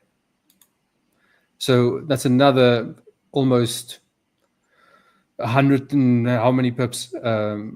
Nearly 200 pips away. Okay, this is the weekly time frame. Obviously, we can have that pullback, but if you really want to, without struggling to get in constantly in and out of trades, if you can get a swing trade and leave it open, you save yourself a lot of headache, but you have to be right at the same time. If you have a bad entry, it can be, it can, you may have to have, 2 or 3 different tries before eventually, like one of those lighters and the flint is not working or whatever.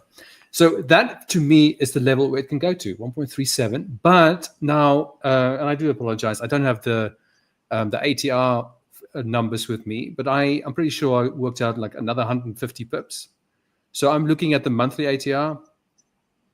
And so what I would do is I would look which one comes first. If we reach the ATR, but we haven't reached that resistance level, then I'll probably get out. It's still the beginning of the month. I'm not sure if you have noticed this, Igor. You can sometimes you can get the entire ATR in the first 2 weeks of the month. Have you seen that?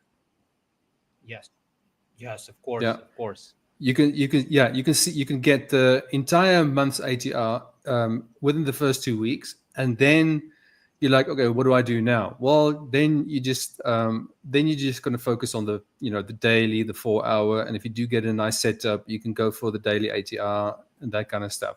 But as soon as you get right back to the max of the monthly ATR, then you don't want to take positions to go long, okay? Because the probability is really small then for a big move.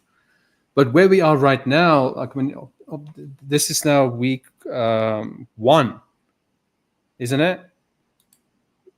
Yeah, it's week 1 with a very strong. You see this? You can't. Let me just make it a little bit nice and fat. So we took out that high of this inside candle, so it's still very bullish. And this is just week 1. Now I know NFP can just turn this around, but it's definitely very, very bullish, mainly because of this. This is the weekly time frame again. You see, we struggled here. You'll remember when we struggled here at this resistance level. For a number of weeks, and we had the double top, the head and shoulders formation, and the weekly resistance above it, and there was a lot, the confidences, and this is where it gets tricky. Even though the trend is up at resistance levels, it usually that's when it gets tricky. But we broke out of it now, and we did have that beautiful retest, which is very clear on the 4-hour time frame, and we are just we're clearing it now. So the probability is very high for this to go to 1.377. Right? Yes. Do you agree with that, or do you disagree? Yes. Paul, are you shaking your head? Are you not agreeing? No? I am not shaking my head. I'm not shaking. So yeah, I think it's probable, but now these news events can obviously shake things out, and that's why it's really important to get a very good entry. Yes. Right? If you have a very good entry, like something like this, which is a weekly breakout retest, you don't have a lot to worry about. If you get something like that, this is in the previous month. This was last week Thursday, right? So this was still in the previous month, and then the new month, you are positioned really, really well for a monthly ATR. I have mentioned this before, but this is how, especially when you get a retest of a very strong level, like the daily or the weekly is even stronger, obviously. Okay, but you're in a very good position to catch that 300-400 pips. But they come around not very often, and that's why I was not very happy. Right? It was So I'm not going to talk about that. Today's the last day. I have told all the coaches now that's been on the show with us that I've made that mistake, but I'm not going to talk. But it did bother me a lot because it was a mistake, But anyway, so yeah, I think the pound US dollar, and obviously I don't look at things like the fundamentals as in as much detail as you. I mean, I don't even look at it at all. I find it extremely boring, and I'm not interested in any of that. I feel you can read what's going on the charts. Whatever they are doing, they can't hide it from you. The charts don't lie. Okay, it will be plotted. Whatever they are doing or thinking will be plotted on the chart, and you can just follow that. That's what I think. But it's always very interesting to get your insights. It's for me, it's more for entertainment purposes. No, I'm just joking, Igor. No, it's impressive the amount of stuff you know about the fundamentals. But yeah, so anyway, so that's the pound US dollar. And then let's move over to gold. I had a look at gold today. Very interesting. This was the level that I didn't think was a good entry. I did enter it, but I got out right after the session, pretty much. I just didn't like the structure. Probably don't need to go through all of that again. But obviously it did move all the way to that high. And then we rejected of that level. So I think that's definitely a very bearish sign. But I still, for the same reason in yesterday's session, you know, this kind of zone, this area, it's very difficult to trade here when it looks like this. That would have been a lot easier. I didn't even see that. I didn't watch it. So, you know, if you did take a short there, you see, this would have made sense. Maybe a little bit more. No, nothing, not really that clear. Onto the 4 hour, it's not that clear. Let's see on the smaller time frames if there are any patterns. No. Okay, so but this is also a news event, right? This is the news event kind of reaction. So yeah, so on gold, I think right now I'm still. You see, if you look at where price action is right now, and you just look to your left, and you see all this mess. I can probably delete this now because it's what is not relevant in your mother language, Igor? Not relevant. How do you say not relevant in your language? Nije važno. Nije važno. This is nije važno. Okay, it's nije važno. So I'm going to delete all the nije važno lines. But it's okay. So I'm looking. It's very difficult.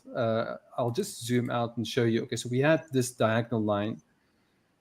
With that third touch, and this is a trade I took, and I didn't do anything since apart from that trade I took in the session.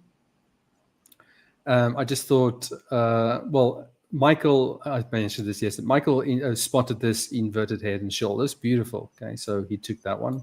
That was not on my cards. And now where we are right now, I think it's a bit of a mess because we are in this. Let me just delete these lines because they are nivajma. Right?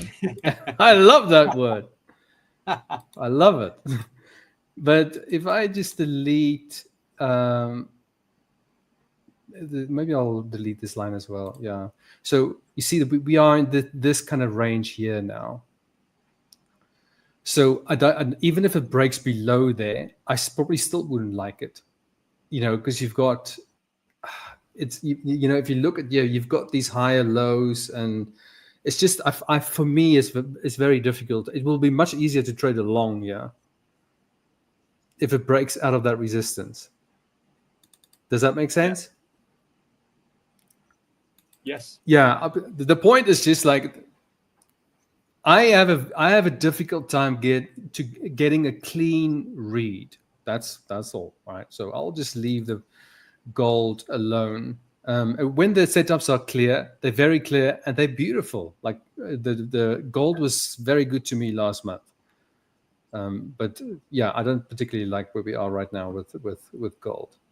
And then the NASDAQ I saw earlier this morning at a very strong rally. That was this morning. Yeah, that was the very strong rally I saw this morning. This was the news event. And now we're pushing higher. It does definitely look like, and I mentioned this yesterday, we are heading to the all-time highs. We are heading to the all-time highs. So this a potential play now is, we are breaking now that resistance area. So maybe a little bit of a retest, but you see, we're too close to that breakout. You know, I like to see, it needs to be very clear. I can go to the 4 hour time frame. very similar to, I'll just show you what it needs to look like. It needs to look like this. I always talk about the space. You want to see space between the breakout and the retest. Not, some people think that's the breakout and that's a kind of like one bearish candle and that's a retest. That's not a retest. It needs to break out. Like, it needs to look like you've completely missed the move. Not the move, the move. That's what it needs to look like. And then it comes back and retest it, right? That's what it needs to look like. So maybe we can find something like that on the NASDAQ. But yeah, we're definitely moving higher. But I haven't, the same, the NASDAQ and Bitcoin, they were two markets that I haven't touched for some time. And on the longer time frame, I'm talking about an intraday or even swing trading. I just haven't placed any trades for some time now on both those markets. So, but anyway, it's very clear that we are kind of aggressively moving towards the previous highs. Would you guys agree with that? Yes, it's clear. Clear. Sounds like we're in the army, right? Clear. Okay. So, and what's the other one? The other one is obviously Bitcoin, which is pretty much exactly where it was yesterday. I'm pretty sure, isn't it? Yeah, it's slightly lower. We're still in that range. It's doing nothing. Bitcoin is it does nothing. We did ask for a few more candles, and it's doing that, right? Yeah, but it needs to reveal a few more, I think. Like, oh my goodness, like this range is just doing nothing. But it does that, right? Like Bitcoin is, I think, it's very different to the other markets like gold or even the pound US dollar, even though we've been stuck in in some ranges on the pound US dollar for sure. But at least like say on the pound US dollar, when we were at that resistance level, that weekly resistance, it was forming patterns and you could like still kind of, trade off it and so on. But Bitcoin is a weird one. It can just like range to the side and do nothing. And then you get a move, right? But it does more ranging than trending, I think. Yeah. It's like 80% nothing, 20% action. Yeah. So yeah, we're still there, but like I think this consolidation below that neckline, we're not really getting anything, but it definitely looks like if you like it could go lower, but yeah, only time will tell. Maybe we get like a diagonal touch there and go lower. I don't know, but all I know is we're ranging, and I'm not interested in it. Not interested. So I'm not interested in anything at the moment, apart from the pound US dollar, really, that I'm currently in. And I think that one is the only one with potential out of the four markets that I'm currently watching. So, all right. So over to the master. Igor, please do us the, Thank you for introduction. What is the word? The honors? Now let me start from the economic calendar for today. So today was a little bit interesting day related to the economy. But what I'm looking here is that all these reports, you are completely right. Very small impact on the price, and usually I'm a little bit.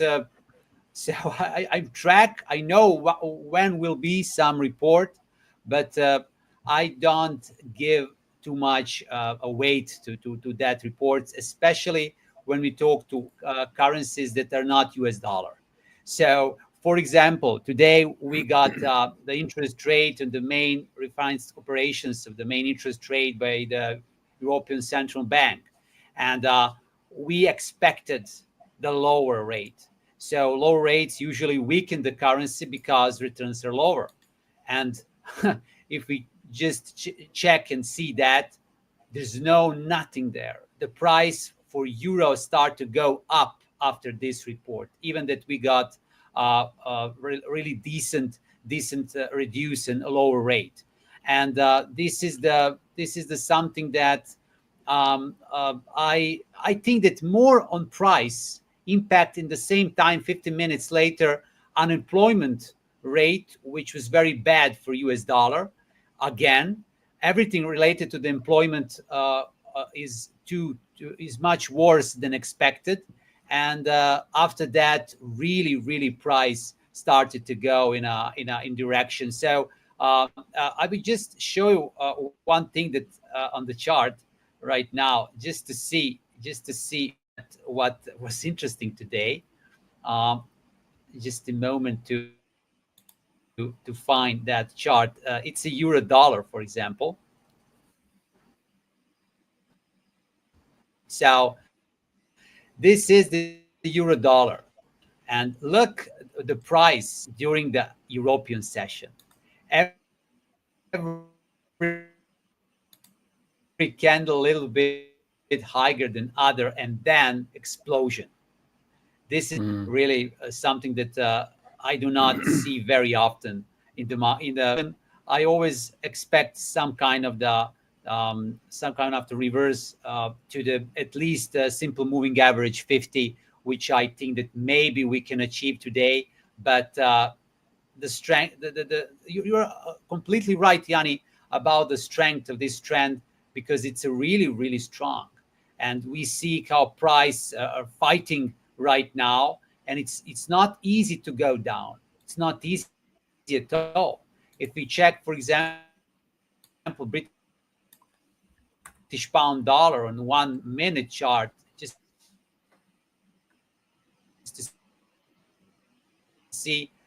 to see this struggle, price is fighting all the time here. It's not easy at all to go up, and this is the something that I monitor right now, and what is interesting for me.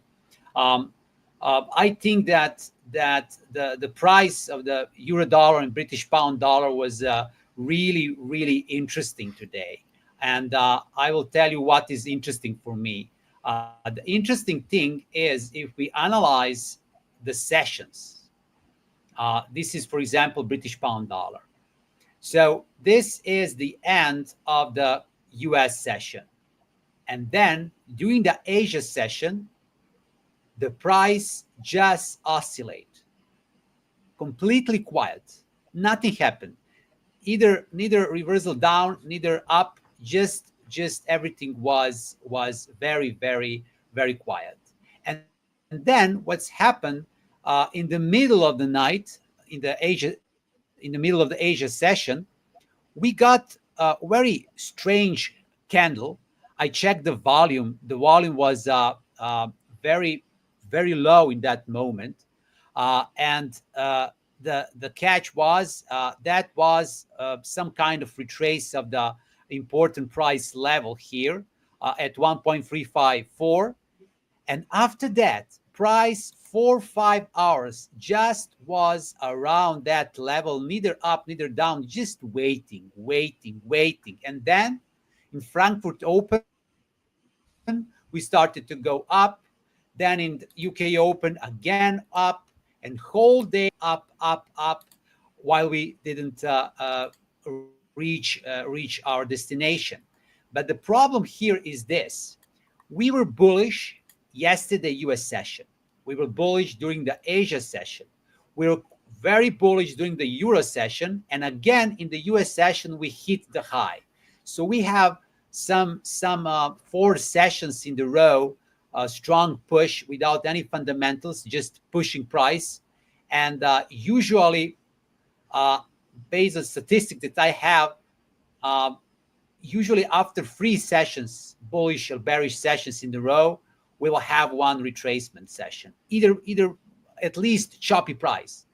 And I hope and I think that we can see right now some kind of the push downside, just to Whoa! Hang on with that. Hang on with that wish. Don't wish things like that. I'm just still in the trade. I think yes, but your trade will survive. Your trade will survive, in my opinion. Thank you, Igor. I will tell you what I think that can happen here. this is for you. I asked the trading gods to be on our side, so don't worry. I will just show you. I want to put this indicator on the chart, moving average. Yes, Yeah, there but is. you are Okay? right. So can if definitely I move up. go and change in settings and okay, so what I think that pullback should be somewhere here up to 50 level. It will be maybe 1.3550 or something there. I think that this simple moving average will hold this trend. Only small pullback, the price will go up as crazy after the. I think that unemployment rate will be decreased, will be increased there, and I think that will shake the market for sure, because all these employment reports we had 4 till now, it was insane with low numbers. I think one of the reports, I think employment yesterday, if I remember, it was usually about 150K of new employments, and yesterday was 32K, only 32K in the country of 350 million people. So it was insane, so small, and this is why I think that can be a problem. And I think that price, I think something will happen tomorrow. It will be very huge spike. And if I need to trade, look this, if I need to trade tomorrow, I would like to be in your position to have the trade very low. And if you are maybe 40-50 pips before the NFP, there's no slippage for you. That can be insane. You can be really high. So, yeah, that's I exactly wish what we, I wish that you have some beautiful trade. Well, to be honest with you, like if it doesn't work, it doesn't work. But there's just there's reasons for the trade and reasons to leave it open and that kind of thing. But you're right. Like we spoke about this yesterday when Howard was on in the same session. Like if you especially with swing trading, well, just with swing trading. If there's a high impact news event and you are, you're looking at a longer time frame, and there's your target is, very, it's like 200 pips away or something like that, and you are up, like say halfway or so, and the structure is holding and everything else is still intact, then you can sit through a high impact news event because you can absorb that move. But if you are entering a trade, or even if you entered the previous day and you very close, price is very close to your entry, that's very dangerous because it can just whip you out. So anyway, I agree with you. I think that's whatever. Back to you, Igor. Over to you. No problem. Can you hear me? I just wanted to. I want to just so this managing of the trades. I think it's the most important skill today, and I'm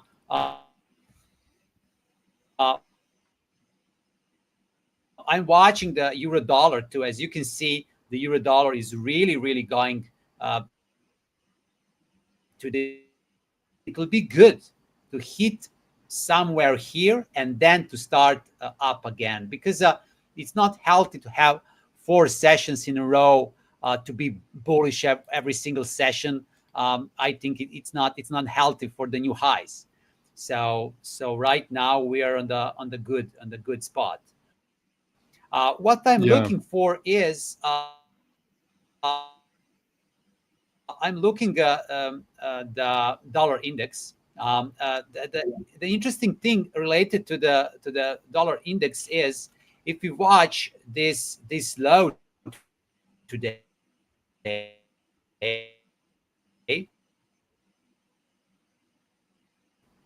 I just go Yes.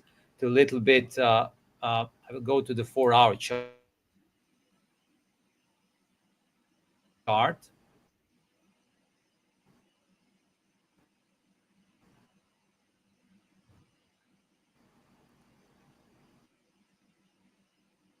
Give us opportunities for new highs for euro dollar and British pound dollar in next days.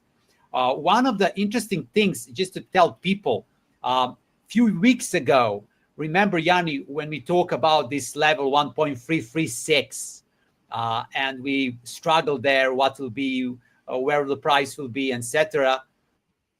I remember those times the US dollar index was around 99.5. So I just want to give an example how right now is not just US dollar weak. In the same time, euro and British pound are stronger. And this gives a special push to these two currency pairs. Because if we go and check Aussie dollar, for example, we can see, I will just show you on the daily chart that we are from the middle of April. So 2 full months we are nowhere here. Yeah. And with Aussie and with Kiwi. Just because here is the US dollar, the king, but euro and British pound dollar, it's a good because it's connection of the strong weak currency, strong euro, strong British pound, and weak dollar, which accelerate the push upside, and it's a really beautiful. Yeah, and I fully agree. What Sorry, I carry on. noticed relating to the NASDAQ, I do not trade very often the NASDAQ, but today I noticed that every single time when we have the bullish stock day for all major indices, S&P 500, Dow, and NASDAQ, the NASDAQ is the leading indicator during the Euro session, for example. NASDAQ is positive and then moves the whole in the indice markets and stocks and everything later in the US session. And this is something that's repeated very often. So the NASDAQ is very important to watch. And I will continue just to catch some good spot, because there is a reversal thing that is true.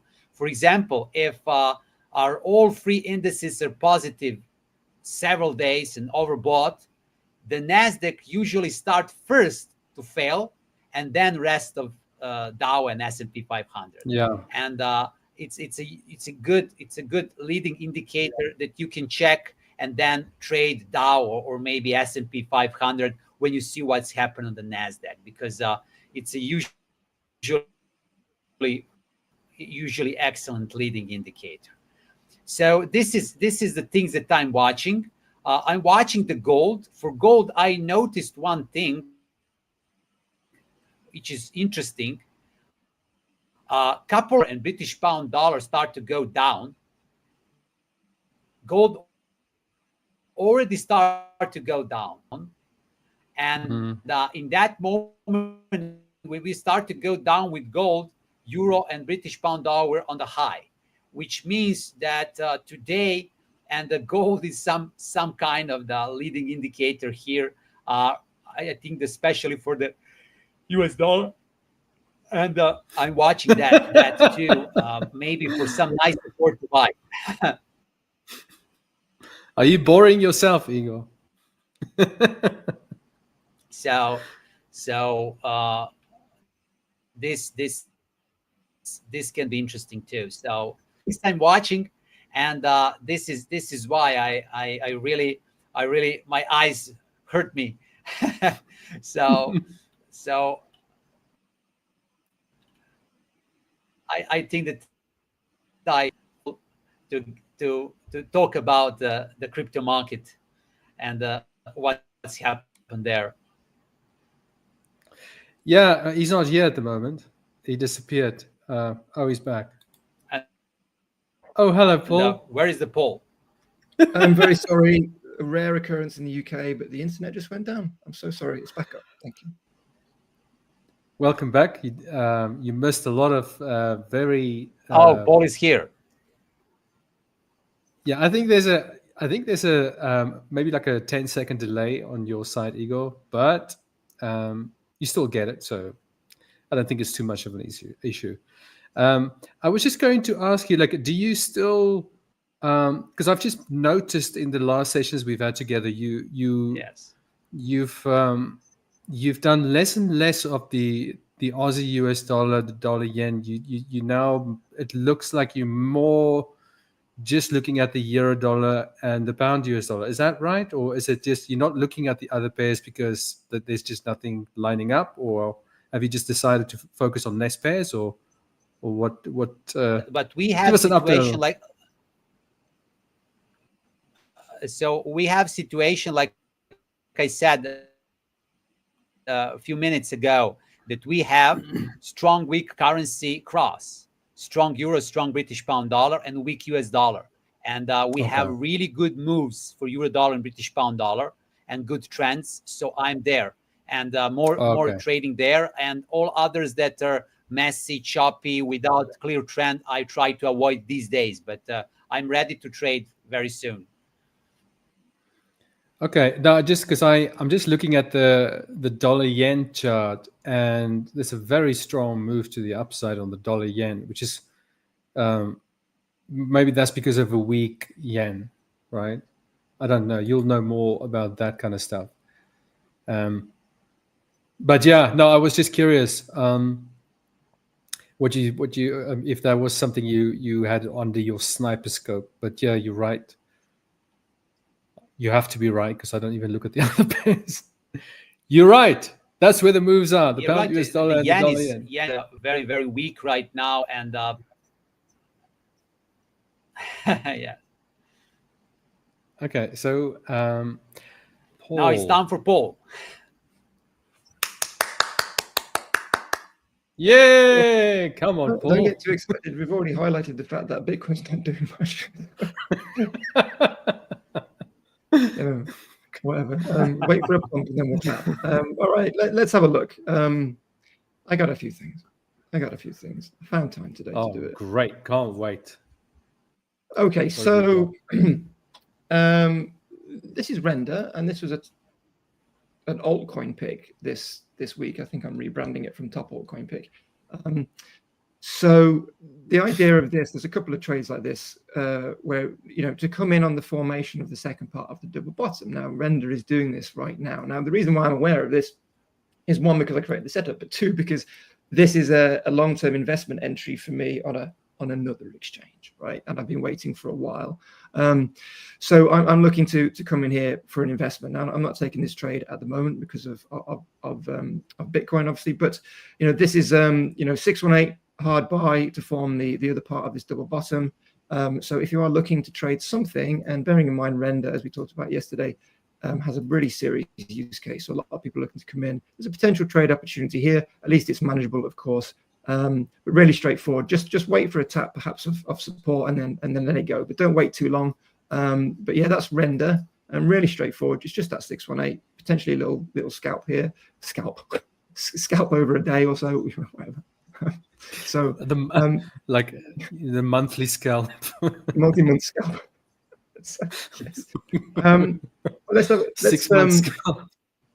But I've got this setup, which is Ape. And again, look, it's not in play yet. You could, obviously, it's got an area to come in on if we get a retrace. Let me just check. Yeah, I was just checking. We do Ape. That's fine. I was just double checking.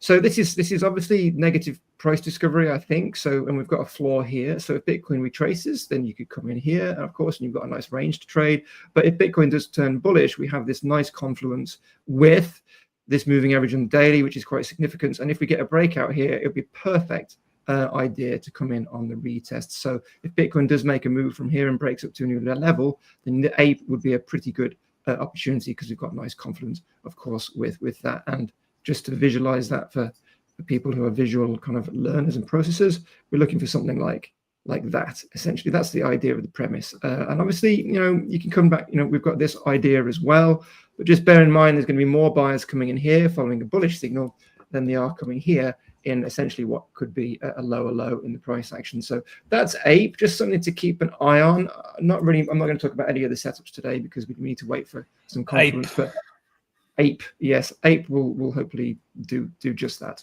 Go Ape. Right. So Bitcoin, this interesting pennant which we were watching, which is kind of messing with my mind a little bit, hasn't broken out yet. So again, these sort of patterns, even though it's the daily, you can trade quite well. In fact, I think this might look better on the 12-hour.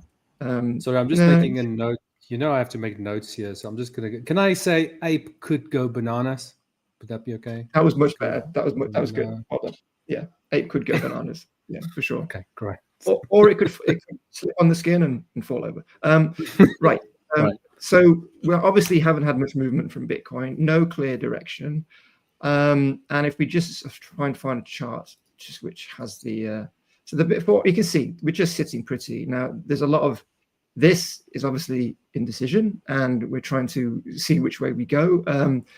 Looking at this candle, it's only got 15 minutes to go over this 4-hour, but you can see there's a bit of a battle going on, and we have eked just below the 4-hour moving average. So it's going to be interesting to what's going to happen perhaps in the next 24 hours.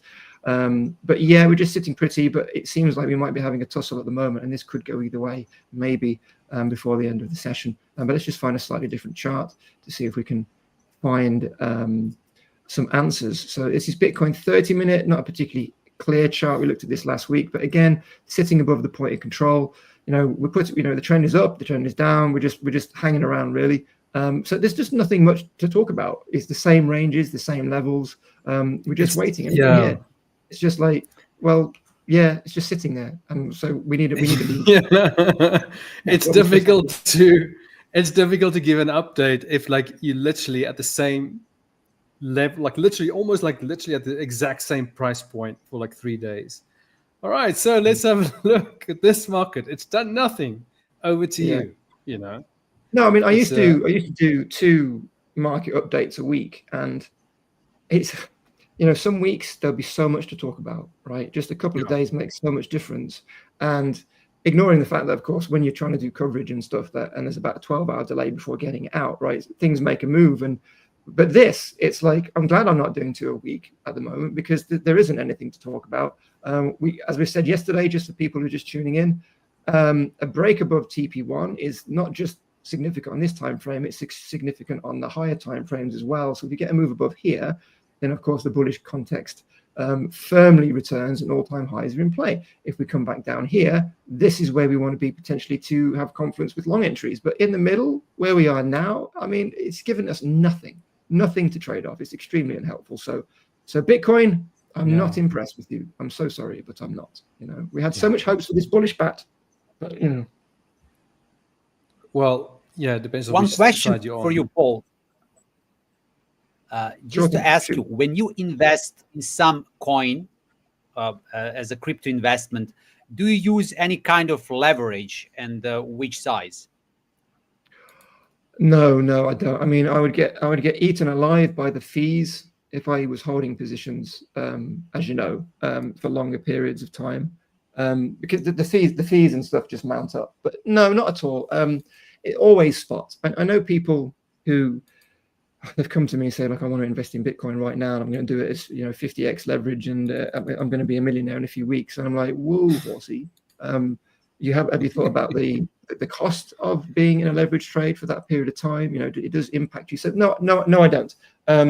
Only for very short-term trades, and obviously, as we know, my short-term is a couple of days, 2-3 days sort of max. But yeah, just spot all the way. I think the advantage of crypto is you do great moves. You get 100, 200, 1,000%. I mean, Render put in 1,000% gains after the rally in October 2023, right? So why add liquidation into the mix? So no. Yeah. No. Good question. Thank you so much. Yeah, I think that is where you draw the line between investing and short-term trading. It is the leverage. You can't call it if you. It's not investing if there's leverage involved. over the longer term. Because if something drops by 10%, then your investment should kind of match whatever's happening in the market. Right? You can't, if there's a bit of a correction in, say, Bitcoin, and you're a long-term investor and with leverage, you can wipe yourself out in a 10% drop on Bitcoin. Yeah, I mean, I know people who like invest in Bitcoin 3x coins, because a lot of exchanges will give you the, Bitcoin 3x coins, Bitcoin short coins, Bitcoin whatever, and they are on an exchange. They're obviously not Bitcoin. They are a different asset, which is very essentially like auto leveraged. Essentially, it's just an asset created with all the stuff done. You don't have to do anything, and okay, some people do that. That's fine, but as you said, it's when you're investing. I still I need to maybe venture out into different ledgers and experiment with different processes. But I want to own the actual thing, right? I want to own the actual thing, right? Because you might be holding it for years, right? Yeah. So, Yes, that's investing. Fully agree with that one. But Bitcoin, if you're a long-term investor, you probably just check it once a week anyway. What's Bitcoin doing? Maybe once a month even. But the money is to be made, on things like swing trading and so on. If you really know how to identify the levels, and that's where you can use leverage. That's really where you can make money. Even investing, if Bitcoin goes from 100,000 to 200,000, 100%. Okay, that's very good. Yeah, but if people had, look, you don't. I'm going to be honest with you, right? All you need to know to invest in Bitcoin and make money off it, and typically the altcoins as well, but we're having a tough time. You just got to look at the cycle, right? You just have to look at the cycle, and when you're approaching the halving, right? Say 6 months before the halving, which was October 2023, right? Which is everything started kicking off, right? This cycle. Just buy it when it was 25K, 30K, and just hold it, right? And why would you care whether it's 100K, 90K, right? You can draw lines in the sand, of course. You can say, well, if it goes below this, I'm going to exit. But just buy it at the right point in the cycle, enjoy your life, and then wake up when everyone's like, did you hear Bitcoin's reached 1 million? Oh, that's nice. I'm a millionaire. Oh, wow. Yeah. As opposed to what we're doing now, which is trying to find an entrance when Bitcoin is really hot. Right, it's really high up, right, to where it was. So, that's the general idea. People trying to look and invest Bitcoin now. There's upside, but you've missed the big gains, because it's 100K now, and if you just move to 250, that's only it's just over 100%, right? It's just like it's 150%. Yeah, but it can do that. So if it moves from say 100 to, let's just say 140 or even 150 or whatever, It's very good, but over what time frame? And then from there, it could pull back. It could take a while. My point is just like, if trading is definitely a skill worth learning, investing as well. But trading is really, it's like a jet ski next to a cruise ship. That's what they trade. Because even this Hola Prime account, like I'll just quickly show you. Yeah, right. Now this, that's just the trades that we analyze here and so on. But if you look at this account here, this 50K account started on the 2nd of May, right? And the 50K account. And it's now standing on 75,000. That's 50% in a month. So that's the difference. Okay, obviously, this is just a Hola Prime demo account, but it's based on the trades I take here, is based on the analysis that we do here, and the strategies that we share here and all that kind of stuff. So that's the point. Like, I'm not saying like last month I did say it was a very good month, and it's not linear. So it's not 50% every single month. It could be a flat month and so on. But the point is just, this is a very difficult skill to learn, but this is really where the money is made compared to investing. But you need both, I think. You need to have different accounts. You need to have an investment account for no leverage, long term, buy the dips, You definitely need that. And even on your trading, you need to have different kind of risk accounts. So you can have one where you take, say, 2 or 3% risk, and the other account you only take 0.5% risk. You need more than just one account, ultimately. But Yes. And prop firms is a very good way for you to get. It's a cheap way, very affordable way to get capital to start, planting seeds in all these other accounts. Otherwise, it's going to be very difficult for you to save money if you just have a regular job and you try to save yourself rich. It's going to be difficult. So prop firms definitely, it's a great tool to get funding to get going. You can cut and shave off so many years because of these tools. But anyway, I just saw the pound US dollars dropping, and we are below that. Yeah, I think you got out at a very good spot, Igor. But you I can this was your plan. show you very fast one trade, guys. Okay.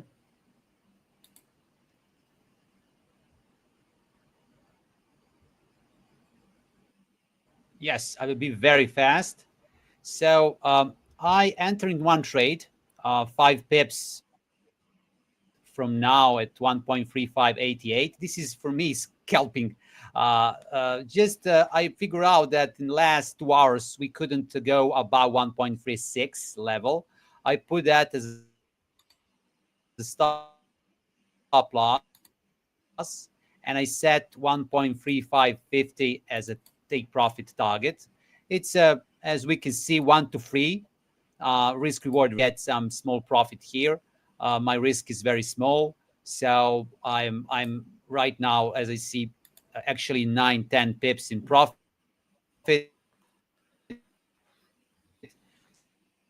So I think that this trade can be interesting. Just had how price can move to the support and then go up again. So this is all. I was very fast. Yeah, but you've mentioned that many times. You're very fast. As long as your wife doesn't tell you that, you're fine. Okay, so what support level did you get that from? Is that the 1.357, right? What did you say about my wife? Sorry. Oh my God. So I'm staying out of this. I said as long as she's not you telling you the that. level. The level, I'm trying to understand the level. Joke, yes. 1.357, right? I'm just trying to find the level. Let me just quickly. I just want to make sure. I entered at level 1.3588. My stop loss is 1.3602, and my target is 1.355. Oh, okay. 1 to 3, something like that. Yeah, I just I see. I understand that. Right? Yeah, okay. But there's if you've got some obstacles. This is the support level at the 1.357. But yeah, I mean, it's not a trade I would take. But you make more money than me, so I'll shut up. Hello. Yeah. Okay. We will see. We will see. This is not my A setup trade. This is something that I sometimes try when I see 4 sessions bullish. I hope that it will be some kind of retrace. So only that. Yeah, but it definitely looks like that. Okay, I was just looking at that's the 1 hour time frame. The smaller time frames, yeah, it doesn't. The 4 hour, that's a very big week. You could be right. Yeah, it could retrace. Where did you say your target is? 1.3 what? 1.3550. Okay, yeah. Yeah, it's not unreasonable at all. But tomorrow NFP is going to be interesting. I mean, we spoke about how insignificant the moves have been from big news releases the last couple of months, few months actually. I wonder if tomorrow's going to be the same, like, because it just rejects, like, even when the data is very strong, it just rejects it. You know, the impact is like, especially on core CPI. Core CPI has been, well, actually many years ago, NFP was the big one. That was the biggest one. With very, like, and it very often had, more often than not, it will just move and in one direction, right? It will just be a big move, and then it will typically, so everybody was trying to, well, they will set these bracket orders, okay? It's like a buy right just before the news event, buy right there or a sell right there, and it's likely to, because the probability was so high for it to just move in one direction that, you know, but then you have issues like you don't get filled because the price was just too quick and that kind of stuff. But that's changed now, right? It's not, the core CPI has been taking over as that I've seen like massive moves, like crazy, just immediate spikes on core CPI. But we haven't seen that for a number of months now. It's all very, I don't know, it doesn't find clear direction. It looks like it's going to go up and then comes down and you're in a bit of a range, and then the overall structure tends to hold, you know? So I don't know what we can expect for tomorrow. Hopefully it will just be not a big reaction, you know, just, or maybe if it's a big reaction, then dollar negative, that would be great. So we can see the pound US dollar going up, but yeah, for now it's definitely retracing. I think tomorrow, I think that it will be really wrong forecast from economists, because there is huge correlation between non-farm payroll and ADP, because the ADP is a non-farm employment change. Where you watch some big payroll processing companies in a private sector jobs, and there, look this. So it's insane. So it should be 111K, and it was 37K. It's a 4 times less. So based on that, there is a high probability tomorrow that we see increase of the unemployment rate, which can be really insane, and that can push the market really US dollar low. So I would like to see tomorrow. I would like to see that push tomorrow, really. Yeah, don't you find it strange? Because what is the unemployment rate in the US? It's very low, right? It's very low. Not the number of unemployed people, just percentages. Is it like something like 3% or something? It's very low, right? Yes. So I always find it like so, well, not fascinating, strange, that the markets can react so wildly.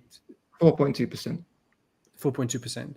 Well, how the markets can react so wildly to, you know, something like 100,000 jobs or something. You're like, really? Is it really that big a deal? Because it's going to change again next month.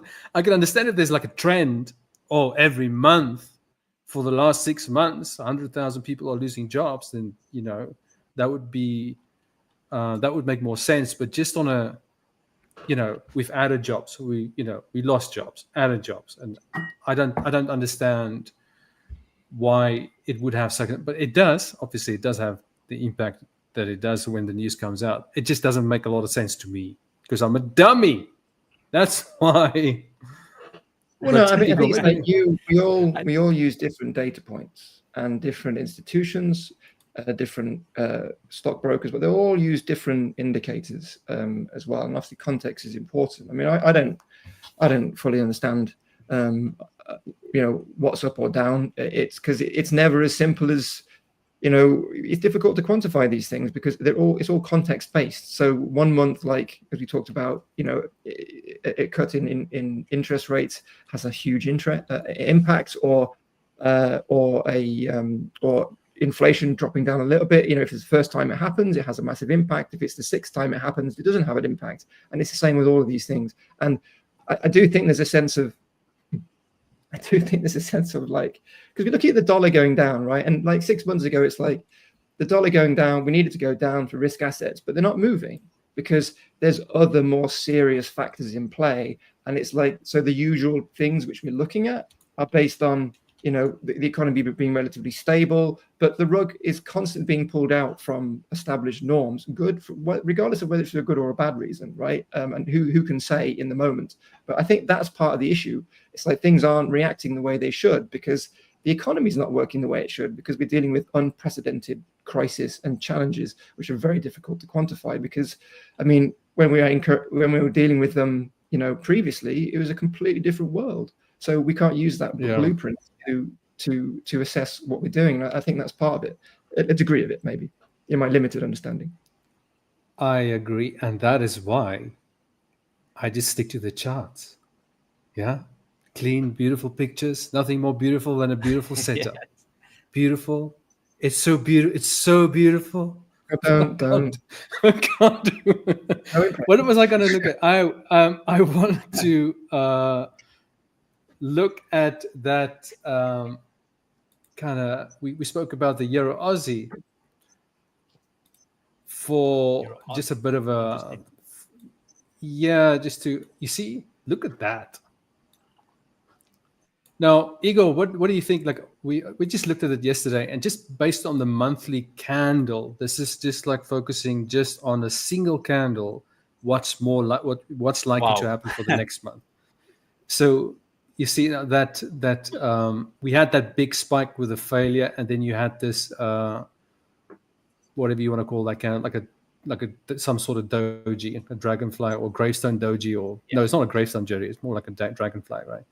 Where then you have this lower wick, so the probability is definitely high for it to trade into that lower shadow. And then we were just looking at like potential. We went to the daily time frame, and we looked at this support level there. That this is the daily, and it did find support, but then it failed, right? So for me, when you lose a very strong support level, then the whole picture is wacky, right? You could get a push up, but it's probably just going to be a pullback before a steeper decline. And you can see today we actually moved. Just interested to see on the 1 hour time frame. Now the target would be that daily support level, but not for long. That's just a target, and the reason for this trade or the catalyst is that single candle on the monthly time frame. But now this is the 1 hour. Not with the news events. Probably going to be a bit difficult, and also this glamorous platform. I mean, I'm just trying to think, like, where would you? This is a bit of a difficult one in terms of finding an entry. Would you agree with that? It's a bit tricky to find an entry in this mess. So you could like miss it just based on that. Okay, well. I mean, it's easy in hindsight to say, yeah, but look at that. But this is the 15-minute time frame. So, I mean, there's nothing on the smaller time frames. I think at the moment, it's probably going to be a case of, you know, like the 3 out of the 4 markets that I typically watch. I don't get a good read on them. They just don't look like, I'm not like, oh, wow, look at this. We're approaching this level, very clean, very clear, want to trade at that level. I just don't get that. And even though I know where my target is, I'm struggling to find a level where I would be interested in taking this trade. You know, like where would I be interested in taking this trade? Like, I don't know. You know, definitely not when it breaks that low, because that's the target. So I don't know. Do you see anything? No?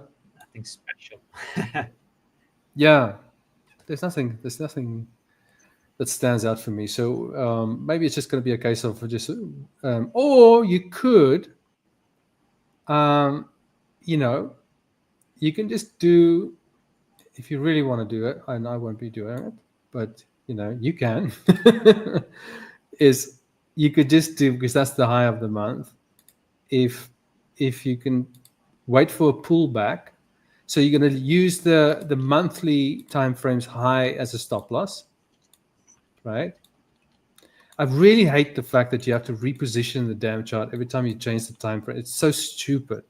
Anyway, so the high of the month, that would be your stop loss, and then you could just like, you know your target, and you could just maybe wait for a pull until there's some edge in your favor. Maybe a 1 to 1.5. So maybe there won't be a technical entry, but you just want to make sure, you know, you get some, like at least a 1 to 1.5. No, that's not that obviously is not ideal, but that's the only thing I can see at the moment for that setup. Yeah. Does that make sense, by the way? Yes. Oh. Yeah. All right, class. Yes. Well, your homework for tomorrow. You need to place a couple of trades. Yeah. All right. Well, that's that was the other one. I actually had a look. I didn't even mention this because I did look at some other pairs as well, and I saw the CAD Swiss was also forming something that I would typically trade on a 4-hour time frame. But if you see that on the monthly time frame, obviously it has a lot of more significance, and the ATR on the monthly is much higher. Oh my God. You see that it looks a bit different on this platform for some reason, but you get that bearish candle, and I'm pretty sure that came off. Okay, there's not a lot of data here. Oh well, there is. That's 2016. Okay, but anyway, so if you see this this bearish candle here, and with that it pulled back roughly 50%, and then you get that inside candle on this platform. It shows like a doji, but the next candle can very easily, now just think 1 hour time frame, think 4 hour time frame, right?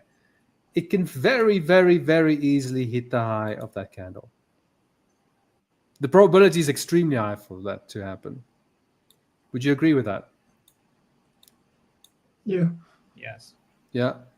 So now this is the monthly time frame, and this could play out over a long period of time. But you see, I actually used to trade that way until I decided, based on my trading journal, that it makes a lot more sense just to wait for key levels. They work out better, and it's easier to time. We just look at the Euro Aussie. You know, difficult to trade. I mean, you can see the monthly time frame and the candle, but like, where do you take this trade? But anyway, so a target would be that was 6060, and maybe we can, if we look here, if we can break this resistance level here. By the way, I won't be trading this on my own accounts. This is just to add some variety to the conversation and see if we can build on this thing we're playing around with that I haven't really played with for a very long time. So if it breaks this, you see, this is would make more sense, right? If you break out of this resistance area, you could play that. What do you think of that? Of that, guys?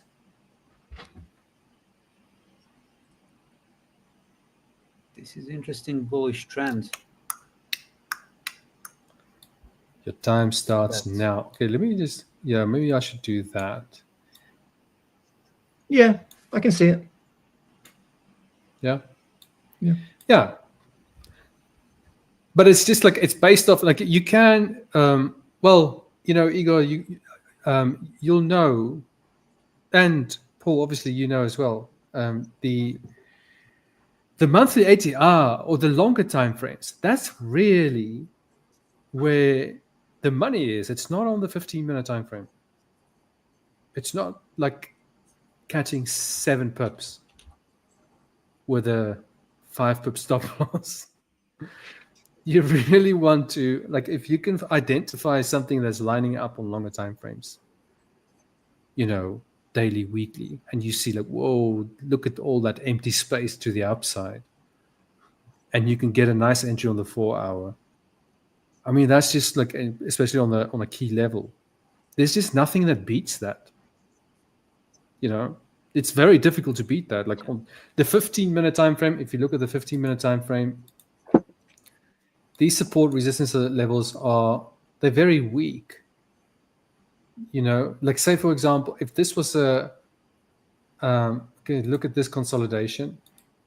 You go, oh, look, it's breaking down, and what you're going to target the lows. The 15-minute is like an apprentice. It's got no say. It's got no power. It's got no like authority. You like, but if this was like a weekly time frame, then even this little move there or to this gap here, this is hundreds of pips. You know, compared to 15 pips. Does that make sense? Yes. Yeah. It's a little bit of a it's a little bit of a sort of cup and handle sort of thing going on as well, right? Just locally. Just locally. Doesn't look like Igor's cup and handle. A little bit. Just on the right. Just on the right. Oh, Far this right. one, yeah? Just a little bit. It's a bit janky. But again, there's no need to share your political views here. If you're far right, please keep it to yourself.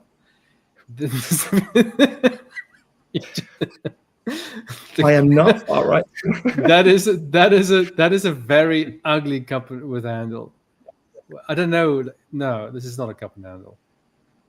Why do you say that's a cup and handle?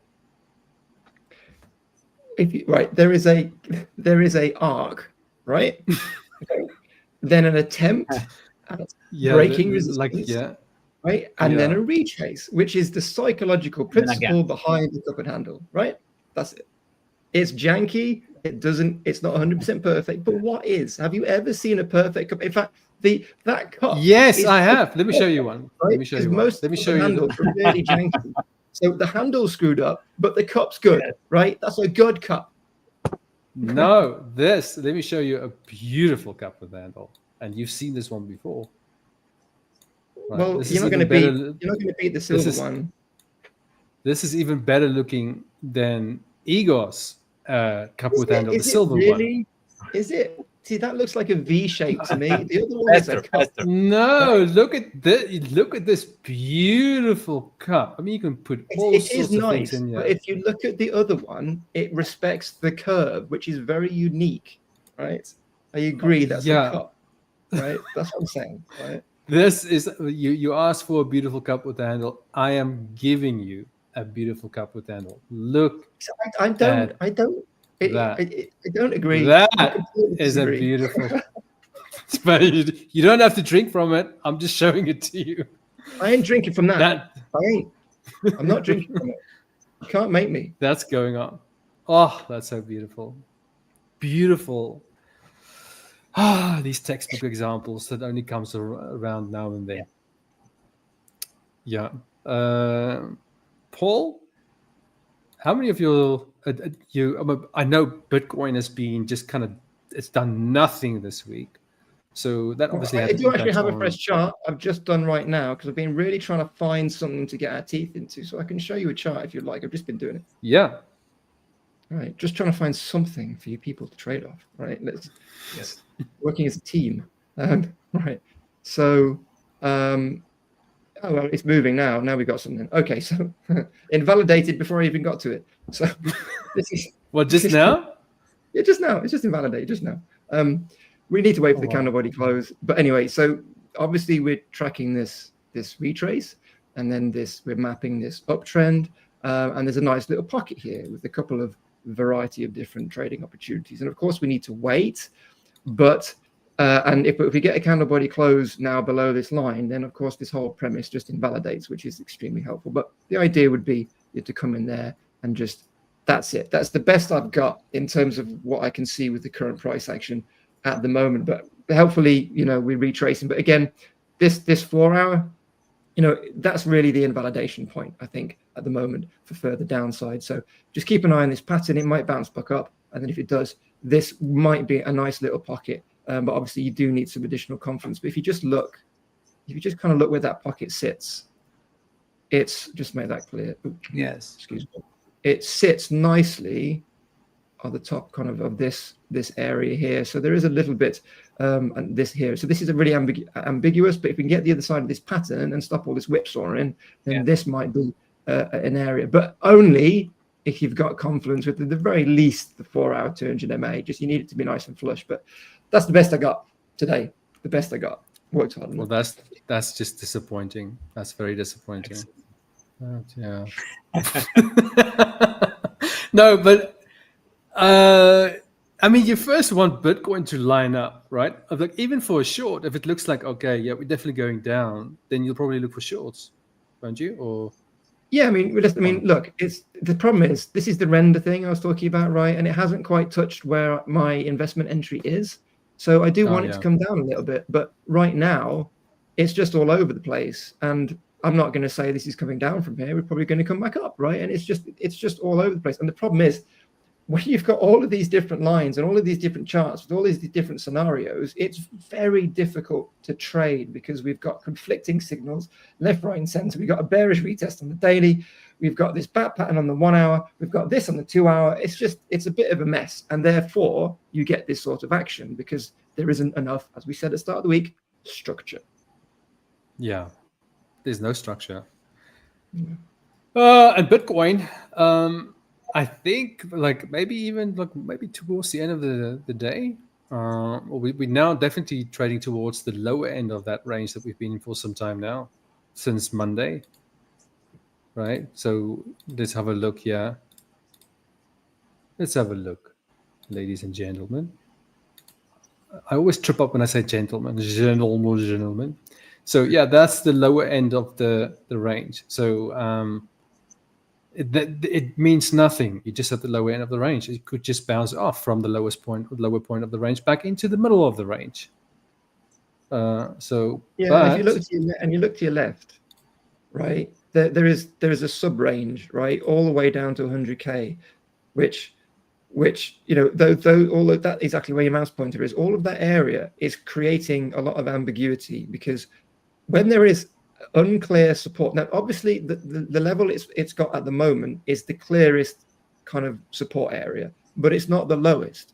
But the lower ones have got ambiguity, which means we're seeing this sort of very hesitant, odd price action because everyone's trying to figure out, well, I'm not going to enter here because there's a couple of ranges, a couple of $1,000 lower, right? But I'm like, and that's what it is. It's like we're all sitting there going, well, am I going to enter my Dogecoin entry? Am I going to enter my render entry here, right? Because there's a couple of levels below, and if there's a bit of pressure, that's where it's going. So it is very challenging, and it would be a lot easier if there was a more definable level below about 103, right? Because what the problem is if we lose the clearest level, even though it's not necessarily the floor, you're going to get people shorting it because they're seeing the chart differently, and then that's why we're getting all this up and down. So I hate repeating myself, but again, we need more structured Bitcoin.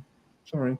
I think for me, if you just look at this chart here, the 98 level, which is this horizontal line here, that to me is a beautiful support level. Exactly. That's a 98 level, right? But not with obviously you've already lost the support level here coming from here, even though it's very messy. It's already lost because you're back in that range, like you said. Yeah. So that's not. There's nothing bullish about that. And you've made here right at the top. You made that lower high. You made another one here. Even though it's difficult to draw the line across these 3 points because they don't quite connect, but it's a lower high nonetheless. And it looks like it's finding its feet, but until we get a move into the next range, it's not confirmed, right? And that's what we need. Yeah. So I mean, the other level is no, just talking about confluences. You see, the 50 level for me, there's not much confluences here. Okay, because you've got the 50 level and there's a lot of support, but this is not nearly as strong as the 61.8. Look at this beautiful level here, and that's the 88.5 level. That's the 88.5 level. Now, I'm not saying it's going to go there. Ideally, it needs to kind of find support at the 98 level. That would be great. But just by identifying these levels, the 98 level is significant. I don't think this level is significant. 93, I don't think that's a strong one, because your price action, you're pretty much exactly in the same position as over here where you are right now. If you go to the 50, it's going to be the same case. Yeah, I agree. I do agree. There's two clear levels below us, and I think we also need to bear in mind that when we, part of this price action is also to do with the institutional adoption, right? And it's just Thursday for me is crypto news, and when I'm going through the news, deciding which news articles to script and to talk about, there's 101 stories. Like there's a coffee chain in Spain which is going to invest in Bitcoin to offset its retail capital issues, right?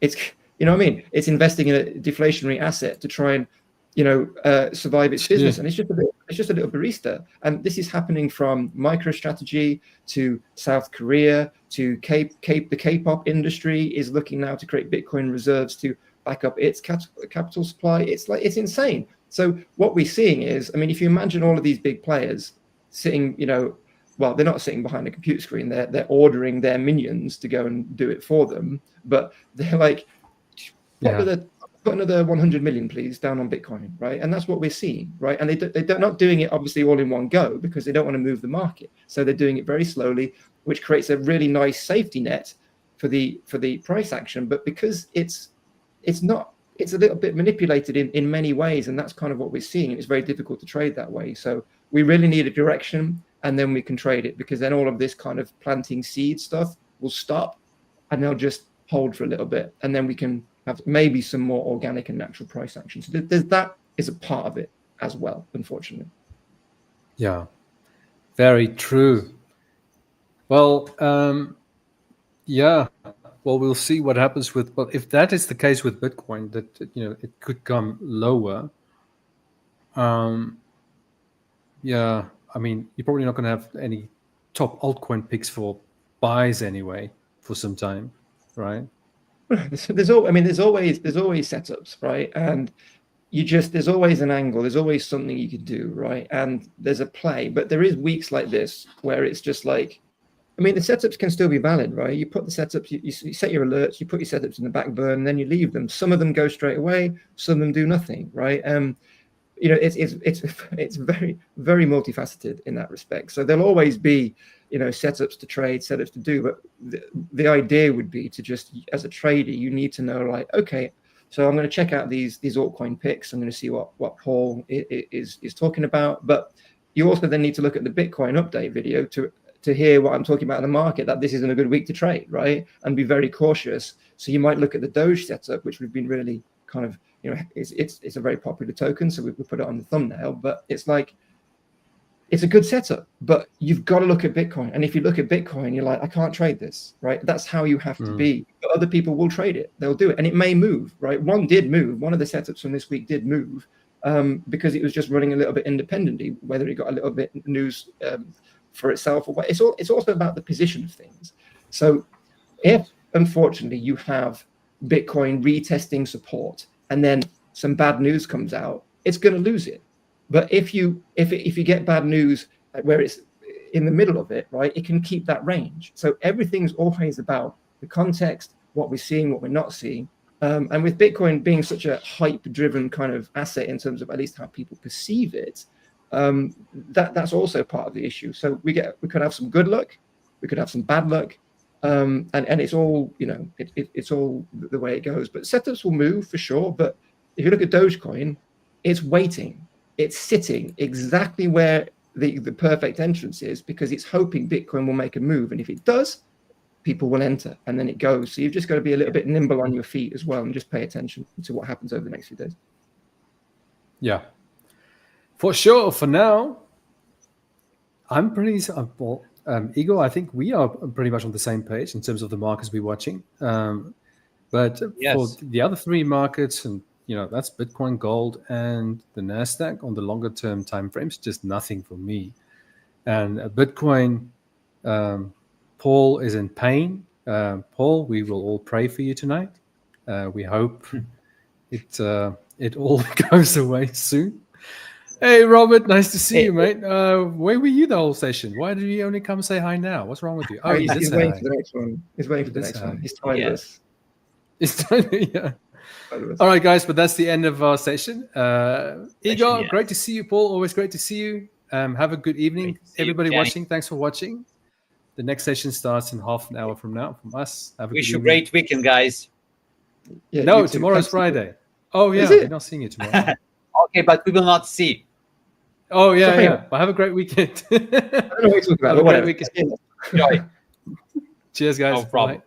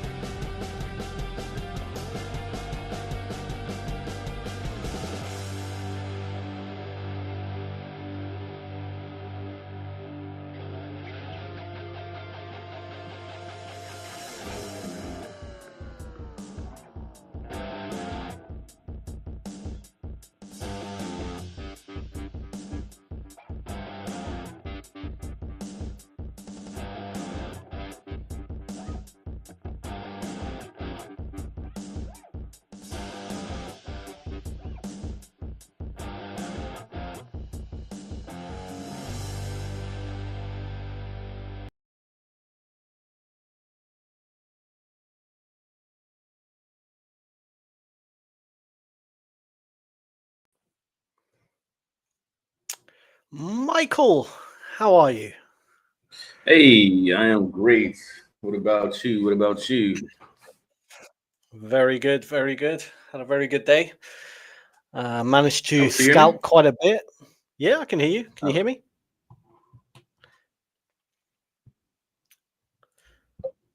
Yeah, I think it's a small delay. Okay, no problem. Aymane.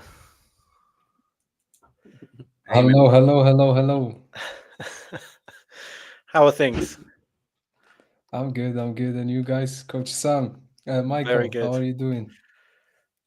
Awesome. Very, very good. Absolutely ES was awesome. very good to me today. Yeah. Robert goes. Market was good too. Team NQ in the house. No, Robert. Team ES. Come on. Thank you, Robert.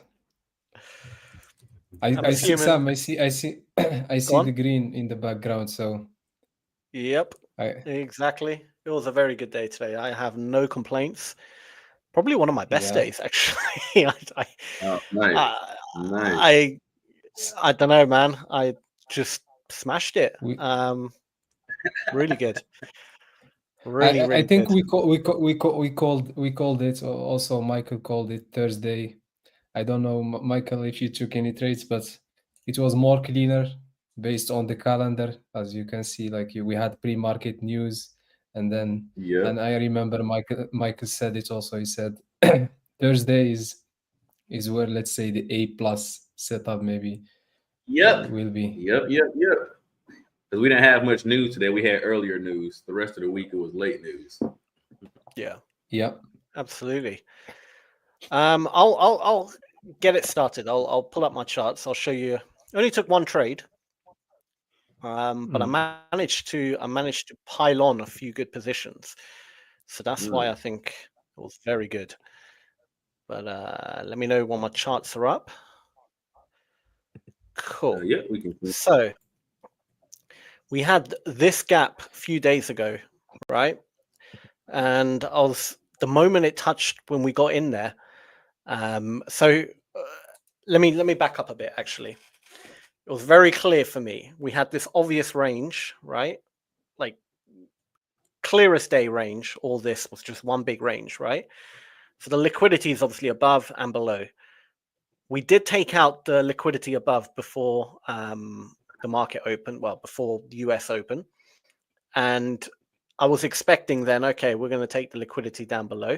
I was very patient because I knew about this gap and I wanted to see, there was two things in my head I wanted to see. Either we reject off this gap or we break through it and then come back and then I can short it back down to this one, right? But in the footprint, saw a beautiful, clear as day, like the delta just spiked, right? Like massively as we hit the bottom. And I was pretty confident getting in for a buy. So let me just get that up. You can see the moment I got the gap here as well on this chart laid out. You can just see that beautiful. This is, I mean, I love when this happens, right? So look at all these sellers, over 1,000, contracts, and then instantly they just drop. They just have no more like power, and it goes bullish. And then I was like, right, I'm buying. So I just bought literally at that gap. Perfect. Oops, wrong window. Perfect entry. And so I bought somewhere in here and essentially rode it up to, I can't remember exactly where, but I rode it up. If I drop onto the 5 minute, I might be able to see. I think I kind of got out around here somewhere. So it was like a really nice exit. I know that doesn't look like that much, but I put on a bigger lot size today.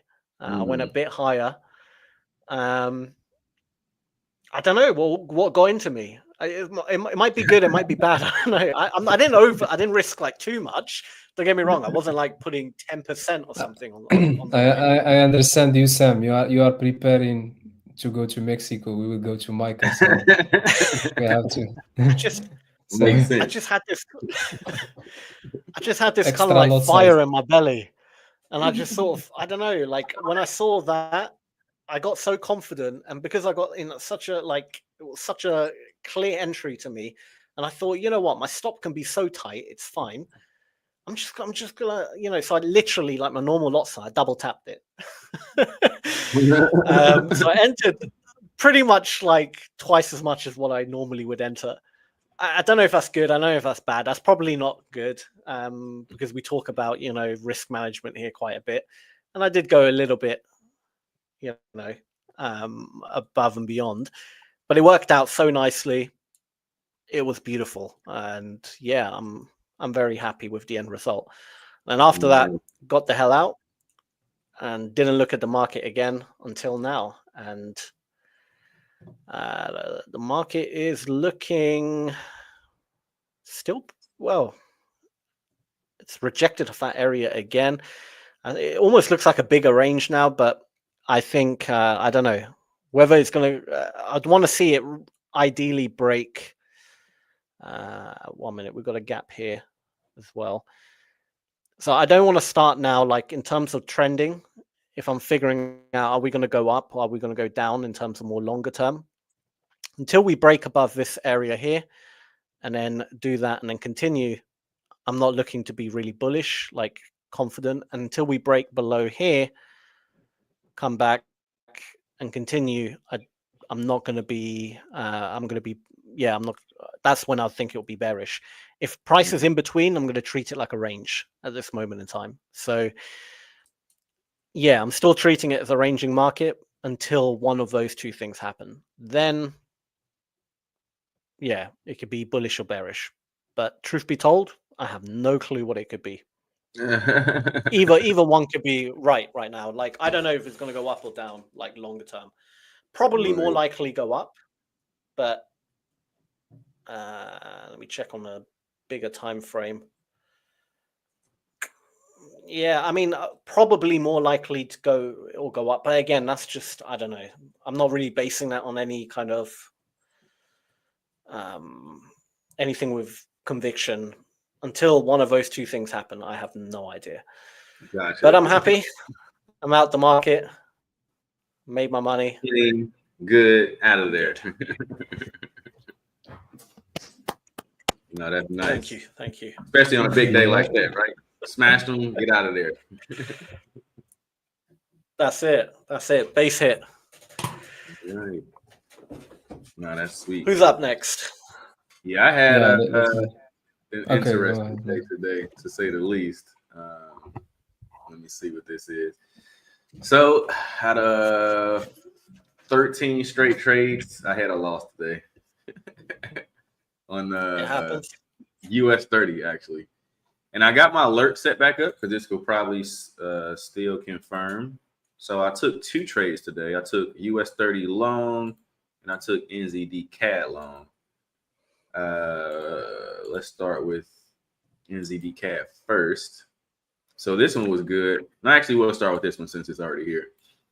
So this was super interesting, right? Because you guys know the cycle, 5,200 cross, right? Then you got the pattern off the 200. This was nice, right? I smashed this earlier this week. This was great. The move after the 200 is first. The next move is this bounce move, right? And I seen this come in. I'm like, all right, this is move number 1. Matter of fact, I'll put it right here. This is leg number 1, right? So I didn't take this, obviously. This is leg 1.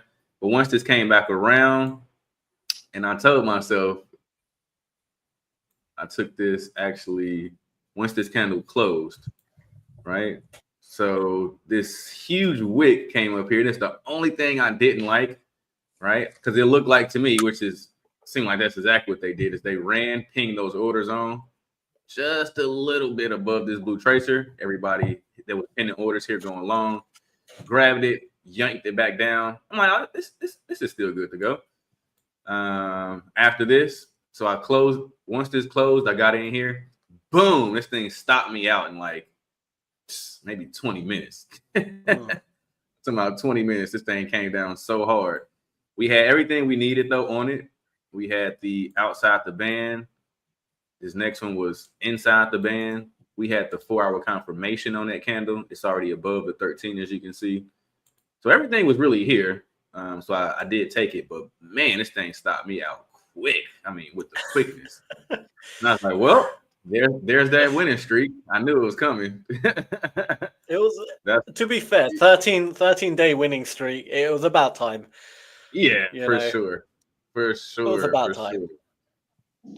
So this came in heavy here, right? And then when it stopped me out here, this very next one, I was a little hesitant to take this. So I said, I want to see. This looks, because technically you can take this because it's just one candle below all of this. So this is like fine.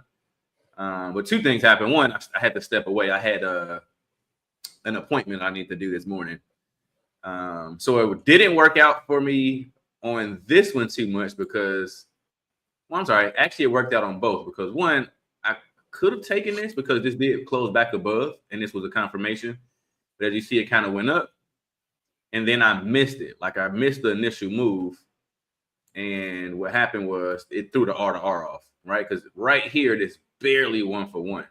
So I couldn't have had taken this up here. This would have made it a little bit lower, right? So I moved it back down. This would have actually been the entry closer to the 1 for 1.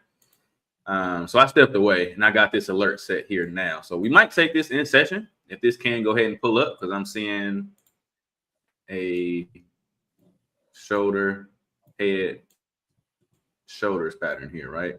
I would ideally like this to close above this and then pull back, and I would take this long. That's ideally what I would like to see. So we'll see how it all plays out. But yeah, this one got me today, and I mean quick. I don't think I've been stopped out that fast in a minute. Seriously, this one got me real quick, and I was like, man, that was so fast. It happened so fast. By the time I had my alert set and I stepped away, and I got the alert. I'm like, that thing couldn't have went down there that quick. Sure enough, it did. I was like, whoa. So they got me with this, and I actually thought it was a really good move too because they did the engulfing candlestick pattern. They closed back above, right? Because this little bit right here, they closed below. So pinged on these orders going short. That's how they grab these going high. And then this next green candle jumped all the way up, closed above the 50, or closed above the 200, the 50, and the 13. Right? And then when I saw this candle here, as I said, I was a little late to the party, so I kind of left it alone. But we'll see if this reconfirms, which it looks like it will, especially since it's a bit early. But what I was saying was we would need this because this is a little too short to take this, right? And we don't have the full R to R here, right, at this particular price. So this needs to pull back just a little bit. I would want to take it on around this part right here, right? And then secondly, this stop loss is a little risky, so we got to see how it closes. I would probably want to take it right here. So got to kind of see what it looks like when it actually closes. But yeah, this is still in play in essence. So we'll see how this all pans out. So this was trade 1 today. They got me. And then we had trade 2 on NZD CAD, which I completely smashed it. So still up for the day, pretty big actually.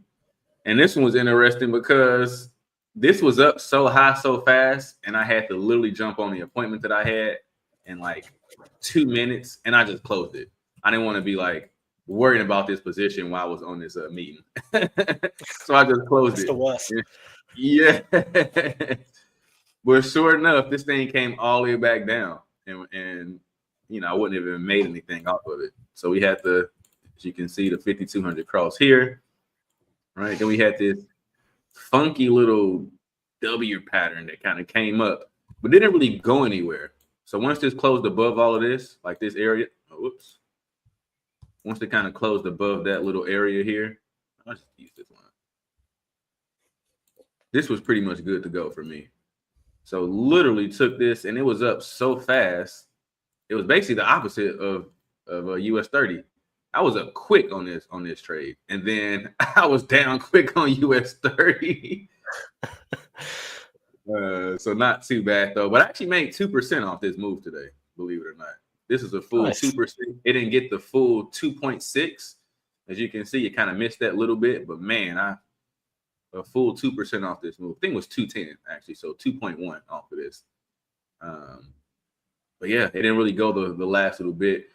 But once again, it's funny how things work out, because like I said, had I held on to this, I wouldn't have made what I made off of it. So luckily I did close it, because I didn't want to be sitting in a meeting while I was in this trade. But that was really it for me. I was looking at two more. If you guys remember, I smashed UF and UJ yesterday, right? So the next move in the cycle, right, after the 5,200 cross, you know, we got the W structure off the 200. The move's supposed to pull down. Next move is bounce off the 50 and drop. But what happened with this move was, and this is why you always got to stick to your guns. We had the candle close was right here. If you look at this though, price is, this is weird now. I don't know why it's like that. But anyway, we didn't have any 4-hour confirmation on this setup. So we couldn't have taken this. Sure. Let me try that again. I don't know why it looked like that. What time was this? It was this one. Oh. No, that's so weird. Earlier today, oh, you know what it is? I'm sorry. I'm tripping. You gotta look at the last candle. So you can see this wiki doji looking candle technically is above this 13 EMA right here. So even though it was close to being below it, it didn't give us the confirmation that we would have needed to take this.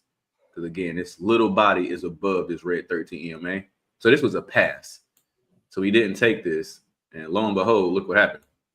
It didn't do it. For me, on these setups, that's my third like confirmation is I need to have the higher time frame, which for me would be the 4-hour chart, agreeing with this 1-hour chart. And yeah, this did close below, but again, on the 4-hour chart, it was still above the 13 EMA. So that's a pass. Everything else about this was really nice though. Like everything. We had the market baseline went above the static, the RSI line and the signal line was above the market baseline for this. Everything else was here. The R to R even made sense. Right? You'd have tried to take this somewhere on the pullback. Right? Target the lows here. Almost a 2-for-1 on this trade. Right? Even if you grab this much lower, no, actually you couldn't have. You would have had to grab it minimum here to get a nice, at least 1-for-1. So once again, for me, the 4-hour confirmation is a hard pass, like a hard rule. Some rules are a little flexible, like, oh, okay, well, I don't have to take off half my position. I can take off a quarter, or I can throw half on this position, whatever. It's a little bit of discretion there. But the 4-hour confirmation for me, it has to happen. Otherwise, I will not take it on my main account, like not at all. Because what happens, end up happening is this. It just doesn't go. So the same thing happened on UJ. Same exact thing. At one point, this was, once this closed right here at, I want to say 9. Yep, right at 9 o'clock. Same exact thing. Right? This candle closed here. Make this red. Yeah, the candle closed here. Look at the 4-hour chart. Look at the previous candle. You can clearly see that this green candle is above this red 13 EMA. Clear as day. So both of these were a pass for me today.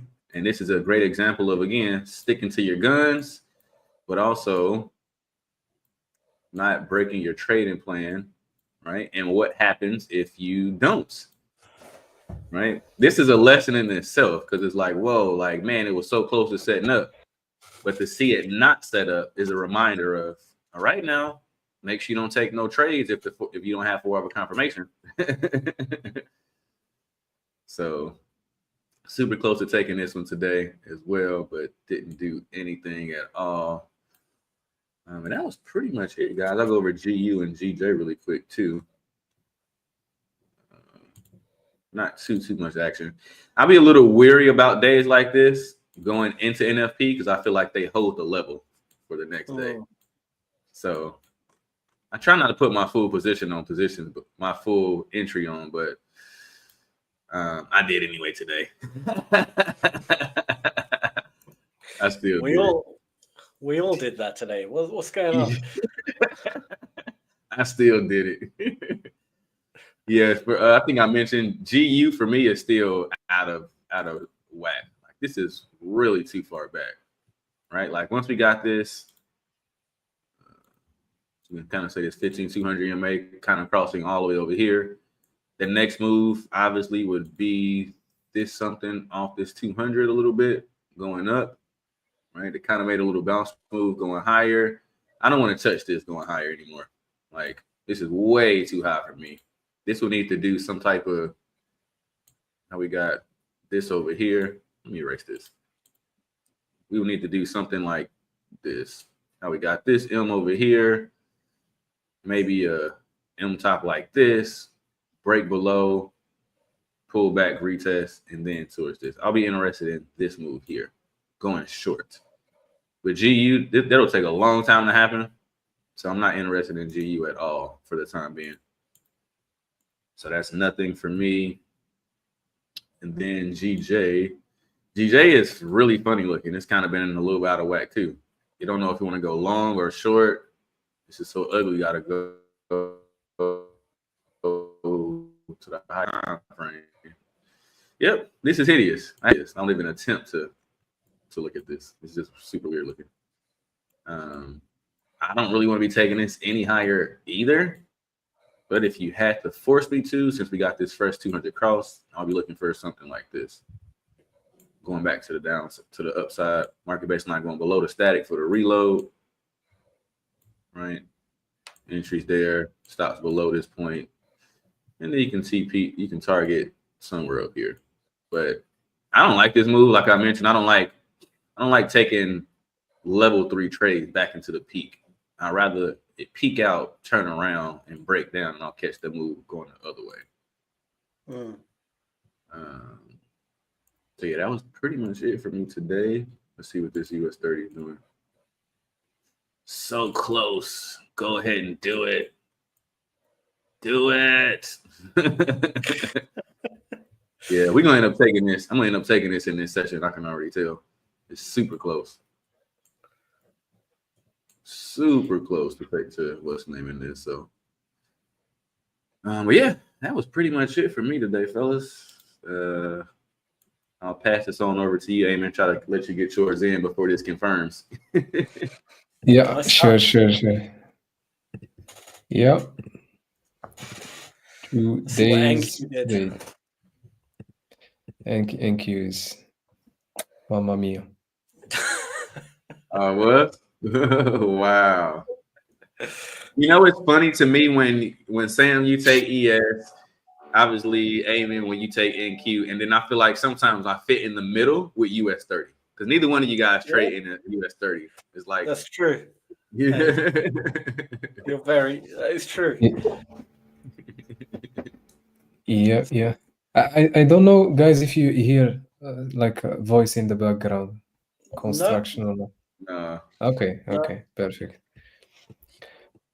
Perfecto. So today's trade actually was basically we came back again to the weekly supply. This weekly supply that we touched last week, we came back to it again. I was saying from the start of the week that we had this 800 point range and we could break a little bit higher and break a little bit lower. Why? Simply because of the two candles here. I'm still believing like we could stay in this range for a couple more days, but we will see tomorrow NFP. Everything is possible. So today, actually, we were still in the same supply. That's, I think I took the trade here live with Sam somewhere here, I think. Yes. We're still in this similar supply above it there is the weekly supply. So for me, when I start the session, I started with, I was biased a little bit, just too short. I don't want to buy inside the I don't want to buy inside the supply. So I was like, let's say the plan was, even though there will be a fresh demand, if I will enter it, I will enter it, let's say 5 times less the contract, just something really small, just to not, let's say, miss the trade, just something really small scalp. But I don't want to, let's say, to buy from here. This is the only zone that I was open to buy from is here, this 30 minutes area. Let's see, yeah, we took this previous the candle low, close green, continuation. So here is the only place where I wanted to buy. So I took the first scalp today, basically. It's this way, yeah. So first trade, we had this. Let's start with the 1 hour. So we had this big push to the supply, and then we created a fresh supply. What we call it, I call it max supply. So we took this previous candle high, close red, and we start pushing down. Here we had the news, but even with news, we failed to close above it. So for me, when the market opened, I was, let's say, more into supply. I didn't want to buy, even buy inside the supply 1 hour fresh one. This is a 4 hour supply that I just showed, and we touched also the weekly supply. To be honest, I was in shock because when we start the live, I checked the price, what the market did, because I closed my laptop and went out, and I saw like we came back again to this weekly supply. So that's good. I didn't decide today to hold the trade because there was a lot of thoughts in my mind to, okay, hold. There is red folder news. It will come at least to this zone, but I just took the base hit 40 point. I took 2 trades actually. So the first trade was here after this candle right here. We took this previous candle high, closed red. I got the confirmation and I sold. And I remember I got out somewhere here, I think for 40 points here. It made 59. I think I got out at 40 points.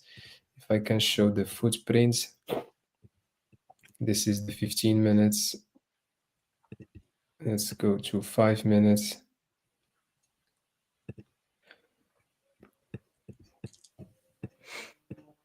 Yeah,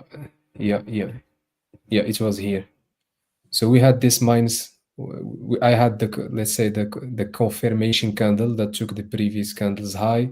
We were pushing strong, and we had this minus 81. Yes, we had a bigger one here, but I was looking for straight continuation. So when I sold, yes, my stop loss was higher, but I was ready to exit if even the candle, let's say, switched to green. I was ready to exit, and I think I got out somewhere here. And then I re-enter based on the 15 minutes actually. Continuation here, yeah. So we had the 15 minutes candle closure, same, took the previous candle high, close red, big cluster at the bottom. We had this big push into the supply. So I had a lot of confluences, 4 hour supply, weekly supply above it, and 1 hour fresh supply also. And we had this invitation for buyers at pre NY session to invite more buyers. So my target normally was to target this low, but of course I took just 40, maybe 45 points. So I trade the 15 minute. When the 15 minutes open, I saw this first sign that I think it was minus 100 in the beginning. At the starts, it was minus 100 somewhere here, and then I short the market directly to target the low, and I think I exit somewhere here for another 40 points. So it was good trades. So I made just two trades, and then I close my laptop, finish the day. So first entry was somewhere here. Second entry was after the 15 minutes closer. I enter here.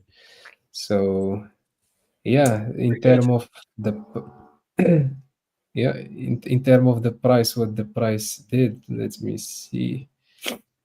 yeah, it's now when I see it, it's choppy a little bit. Like we came back, took the lows, took the highs again, touched the supply, came back to the lows. So like it was tough. It was tough. And seriously, like today, let me just take this to see you guys. Today I had a lot of, when you are a little bit in I said this I think yesterday, like you have this always this thought, okay, you see all your trades is going very well, you should keep hold them a little bit. But thanks God, like we talk a lot about this before, and also I just remind myself, just base hit, but it's really tricky. So it plays with you just with a couple of minutes, couple of seconds. If you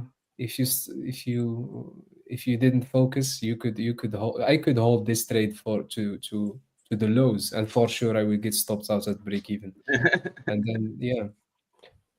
So, but yeah, it was a good day. Let me just share back if there is any trade or not. I can share back. No. It's close.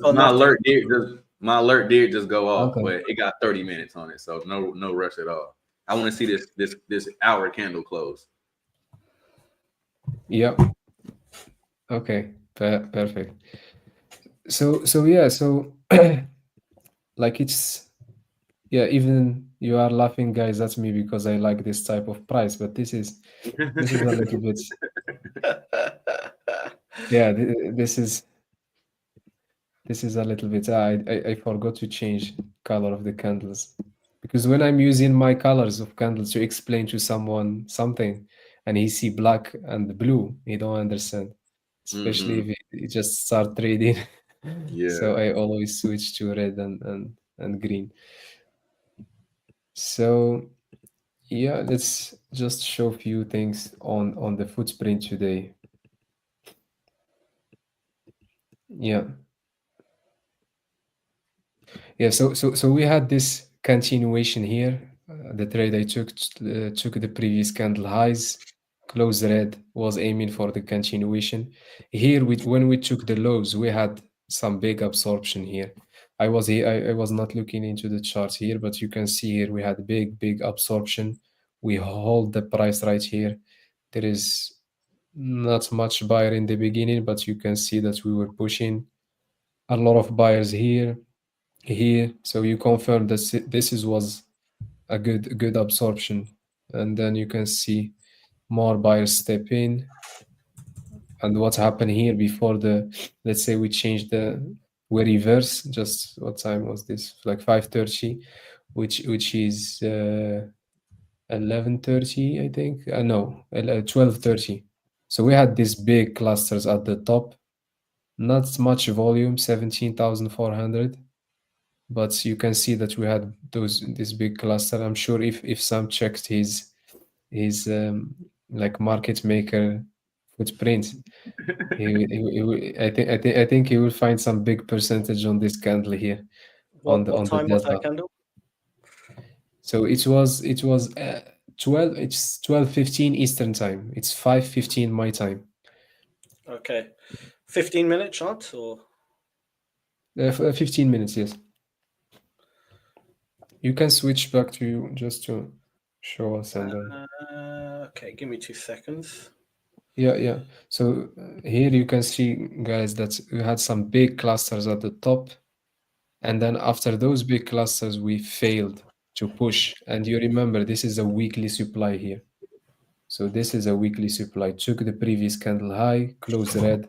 So we were in a weekly supply. And this is actually why I say also, like, sometimes your eye is the footprint, because yes, the footprint, at least the way how I use it, I use more, let's say, the context of the chart, the candles, the daily, the weekly, etc. But in those cases, like especially to see where is the big clusters, if there is a reaction to it or not, it's the footprint that help you to get this confidence. For example, if I was buying here, there is 100%, like when I see like the price still struggling and pushing, I will exit because of those big cluster. Because in all this day, even during the news, we didn't see this 464 in any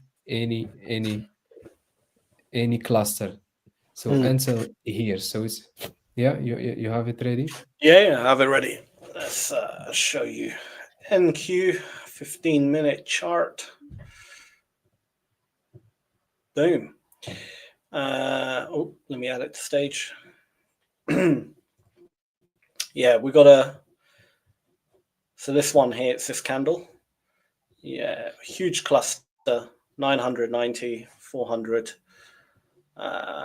So yeah, you're absolutely right. And you can just see the delta itself, 2000, 2.7. Look at other candles. This other two, 800, 700. Yeah. Yeah. And the delta there was then very big. The sellers come in.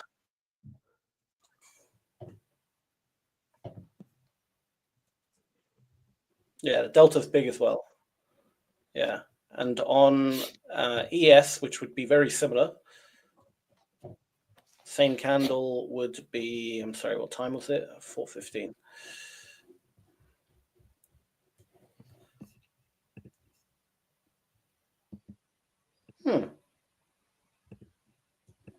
Is Doesn't make it any different? sense. No? I'm pretty sure. 1 minute. 4:15. No, this is NQ. This is NQ.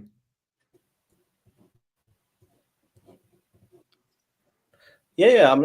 I was looking at NQ. Now I want to look at ES at the same time. ES? Okay. Okay. I was a few days back. That's why on this one. All right, NQ. Sorry, ES on the same. I was wondering. I was like, that doesn't add up. Okay. Yeah, similar thing as well. With the ES, you can see all the clusters at the top, and look at the delta in comparison. I think. Can you see, Michael? Because I can't see. I see still No, NQ. it looks like NQ still. Yeah, I just see that.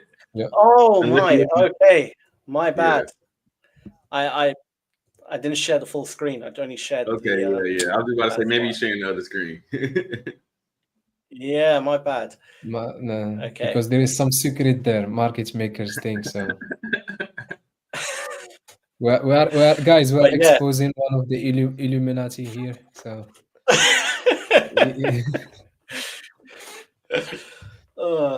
So yeah, this is ES, same candle, and you can see all the big clusters at the top, 900, 700. If I zoom out a little bit, it should, like 1.6K.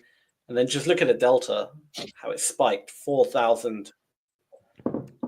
Huge amount. Another cluster at the top on that one, and then goes down. Yeah, absolutely. Very well spotted, Aymane. Very well spotted. Yeah, on for me, cluster. Like, I don't know if it's easier to see.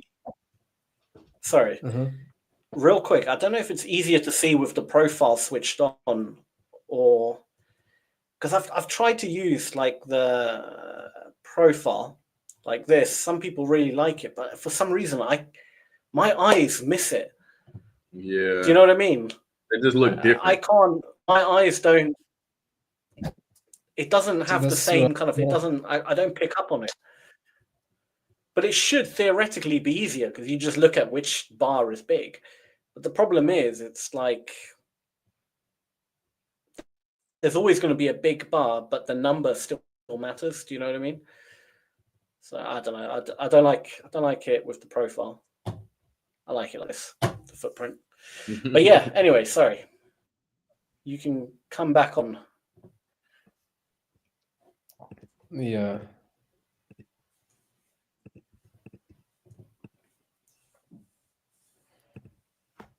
So like this is one of, let's say, the setups that's scalping wise, it's very like have high win rate, let's say, and let's say a risk reward at least of a 1 to 1.5, something like this. So just you see like a clear, let's say, absorption with, let's say, high volume candle, high delta percentage, and then it's tap into a area, and then we hold a little bit, you wait just a little bit for the momentum to come, and you short, you take a 1 to 1 or 1.5. So this setup, like you find at least 5, 6 a day, 7 a day, but you have to wait for the right numbers, because sometimes actually it's not an absorption. So I don't know, when you see, for example, at the low of the candle you see 50, 60, but on the bottom you see more, for example, this is not an let's say an absorption. Absorption is like you see a number that is very, very big than the other, and you have to wait for the next one to see a little bit, let's say, of that it's pushing. It's not a continuation, because it could be easily aggressive sellers, they want to push the market lower. So here we had really good absorption into the weekly supply, and then after that the volume died from 17,000 to 9,000, and then we start pushing. You can see here printing big cluster on the top of the candle, continuation here at the low. We didn't see even a push to the upside, straight continuation down. So it was, this one definitely was a good trade here to take. Yes, I know some, or maybe let's say Michael will consider this a risky trade, because we are a little bit bullish, let's say. So sorry, Michael. It's all right. We all see it differently. Yeah. So yeah, especially for shorts on this. Like, I don't know. Maybe like when it ran up pretty much where you got it at, it might be like the same area, I think, on like US 30. And that's kind of like where it trapped a lot of those traders at. So maybe that what you see. But yeah, I would definitely be long on this, not short. Yeah.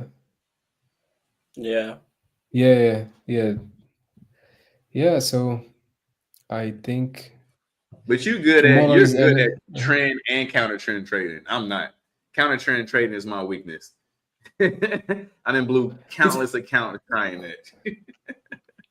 But I think the counter trend is just, you should know when to exit. Yeah. Because like if I will apply the same way I trade, let's say the continuations, I will lose every trade in counter trend, because it's all about the timing of the entry. Yeah. And also it should be a little bit of volatility. I like, if I trade counter trend, I want a little bit of movement, not just slow movement, because all what I take sometimes is just 15-20 points. So yeah, but the timing of counter trend is important. And to be honest, is the footprint that gave you this idea of maybe we will push lower. For example, yesterday I think I took a trade. I think I showed it yesterday. Like it was pushing into supply, and you can see, like, even though we are pushing, but there is big cluster. So also in counter trend is the timing, because if you start to sell, and this is how, let's say, I was trading before. I was trading counter trend, and I sell stopped out, and then it worked 1 or 2 times, but you are still in a loss. So even counter trend is tough to trade, but it's the timing. You should really know the timing. And sometimes using the footprint on 5 minutes to see if you spot some big absorption, you can anticipate like the counter trend. But yeah. Right. I am, let's say, type of trader, Michael, that I just focus on base hits, just 20-40 points, 20-40 points. So it's not much, but it's, yeah. No, you're right. Yeah, you're right. Base hits, and then every now and then, you'll get the full thing. Like, because again, I'm the same. Base hits, but then on like a trade like NZD CUD today, right? 2%. I'm risking 1% on something like that. So, that actually, not only did it go to full 1 for 1, it went a full 1 for 2. So sometimes you hit 2 pointers, sometimes you hit 1 pointer, sometimes you hit half a pointers. But at the end of the day, they all add up. And don't be hanging on waiting for the 2 pointers all the time. It's like being a basketball player and always trying to shoot the 3. It's like, bro, you can lay it up and dunk and shoot some mid-range jumpers. You don't have to shoot from behind the arc every play. That's it. Yeah. Spawn. Yeah.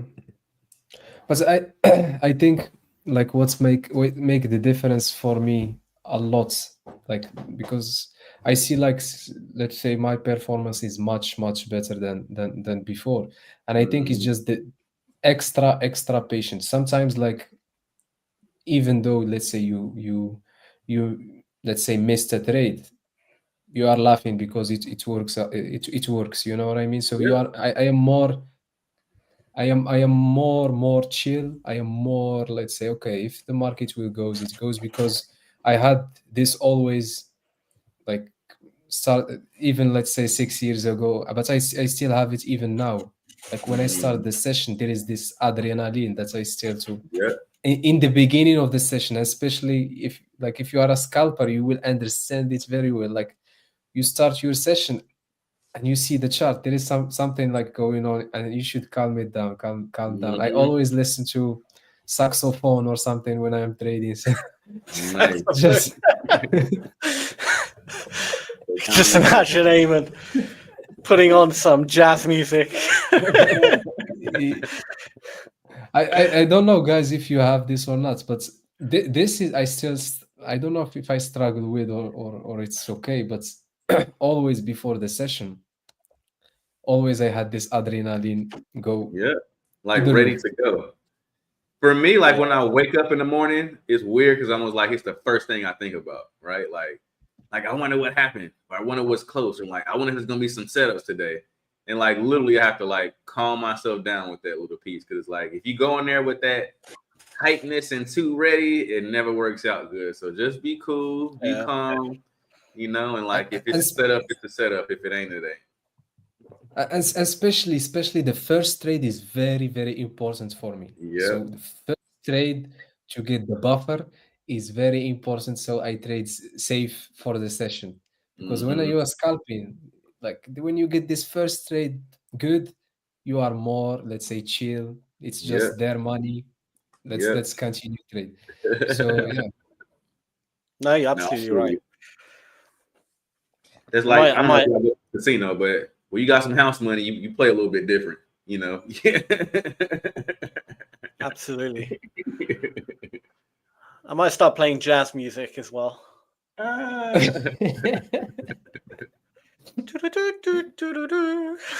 hilarious. I know it's funny. Y'all know what I'll play. Like I'll jokes aside, what I'll play in the morning to get me in the zone sometimes is I'll play Billions clips, like Bobby Axelrod's greatest clips, like seeing him in his dominant mode, like I'm not scared of this, and I'm like, yo, this guy's a killer right here. Like I just like to feed off of that. I gotta be real with you guys. I've never watched Billions. I don't know. You don't know what you're missing. Every time you bring it up, I'm like nodding. I'm like, yeah, Billions. I have no clue to the reference. You gotta watch it. I'm telling you, if you watch episode 1, that's it. That's all it takes. You'll be hooked. All right. I'll watch it. He's really tough mentally. Like to handle what's. Yeah, that's what I like when I watch the Billions. Like the way he handled the pressure, the way he reacts to certain. So I was learning, just watching and learning. I should rewatch it again. Yeah, I love. That's my favorite show of all time. Like seriously, he's the best. And obviously it's fake, but he handles everything great. Like this guy's the hedge fund manager of hedge fund managers, running a $10 billion fund, and he's whooping everybody on the street. Everybody. He's like the god of Wall Street. Like everybody looks up to him. He's the best of the best. But the way he handles everything, the way he handles it is just, whew, you can only wish to be like that one day. Nah, fair play. Like it's true. You have this charisma. Yeah, it's great. Yeah. I'll have to watch it. But So what's your what you think, guys, about NFP tomorrow? It's gonna be bearish, bullish for S&P. I'm sorry, Euro USD. Okay. Well, we'll flip Euro a coin. USD, S&P is same. We'll flip a coin for it. I have no idea. No, couldn't tell you. if you used to go purely off news, I would say up, because you know they got all of this other stuff. That bill just got passed. It's supposed to be really good, you know, for the markets. So maybe some money piles into it. So if I was to guess 60-40, I'd say 60 up, 40 down. Then again, it always seems to do the opposite of what you think. So I have no clue at all. I don't even see how people trade NFP. Like they don't trade all month. They trade one day of the month and trade NFP, and they have a strategy for that. I don't even understand. The problem, NFP is the worst. Like, let's say, news to trade. It's because it swings from both direction. It's not like CPI. Sometimes I was taking some trades on CPI a few years ago, not now. And like it goes to your direction straight away, and just you put break even and you let it go. But NFP, I had some bad memories with NFP. Yeah, me too. But it's it's not consistent, you know, like coaches, and I think you had this also. Like the moment you like it click in that you don't need this one time offer, one time you want something like consistent base hits. You can't build a real strategy around it, and that's the part that I don't like about it. Like a way that you can build a strategy off this. Like the spread widens, like you said, it wicks on both sides. You get slipped when you try to get in. It just makes no sense. I've seen traders take the trade on the right side and still get stopped out before it runs make it. It just makes no sense. Yeah. And you got to remember as well, if you're trading on a prop account, I mean, even if there is news trading allowed, still, like, you can very easily breach what do you call it? Breach your daily loss limit or whatever drawdown limit with something like NFP. It's not worth it. Yeah. By the way, I do think there might be a trade for me, so I'm going to quickly. I'll be honest, I got over that a long time ago. Like that was one of the things I'll say I conquered earlier in my journey as far as the NFP thing. Like it seems cool in the beginning, but no, in actuality, it's not. Yeah, this is a quick way to lose. I think like when I was really like a beginner, I remember not even knowing news was a thing, you know. And I'll be in a trade, and then all of a sudden I'm like, "What the hell just happened?" The moment I figured out what news was, I was like, "I'm never trading that again." Like I am just But I do think I have a trade on pound CAD if it gets to my entry point.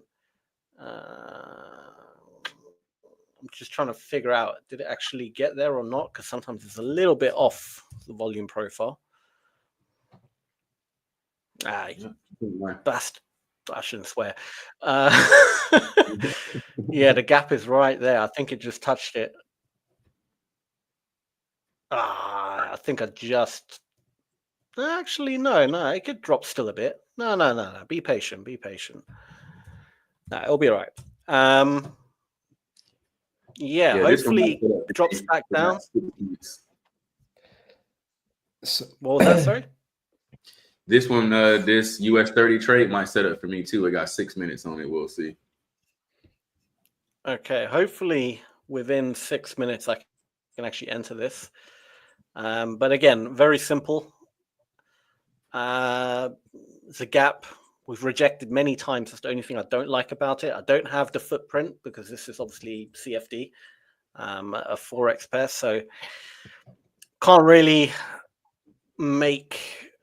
so I'm just going to enter essentially, not blindly, but based on the fact there's a gap. If it actually gets to the entry point, but I think it's hovering about.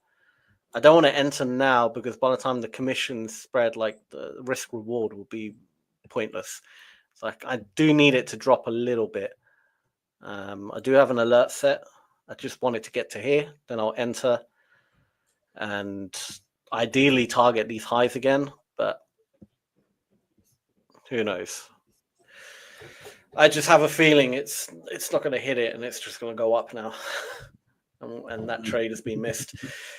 But if that happens, so what? I couldn't find anything on any other, what do you call it?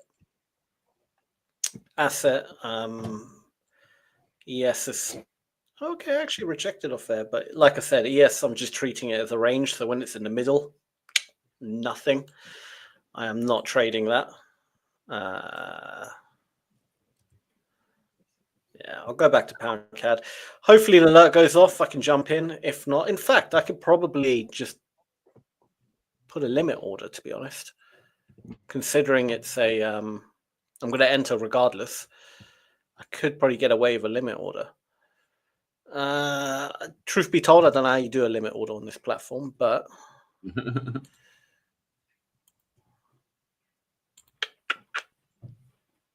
yeah, match trader. I don't know. Chart's not loading. Yeah. Oh, it's Let's dropping see. down now. NQ. Yeah.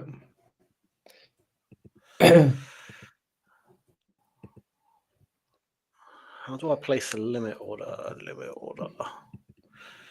Don't go away. Limit Come order. on. Come back down. Oh, here we go. Come on. Drop down. That's it. Come on. A little bit more. Come on. Don't be shy. You can do it. Don't be shy now. Come on. Well, you just got to get there. That's all you got to go. Don't be shy. I don't know what the hell it's doing. Look at that. It's To all being the shy. new viewers, this is just Sam. He always talks to himself. It's something normal. So if you are new here, enjoy the show. I'm talking to my friend Pound CAD, all right? Michael. Yeah. Michael. Mr. CAD. Come on. Gotta read them all. Come on, Pound CAD. Kitty.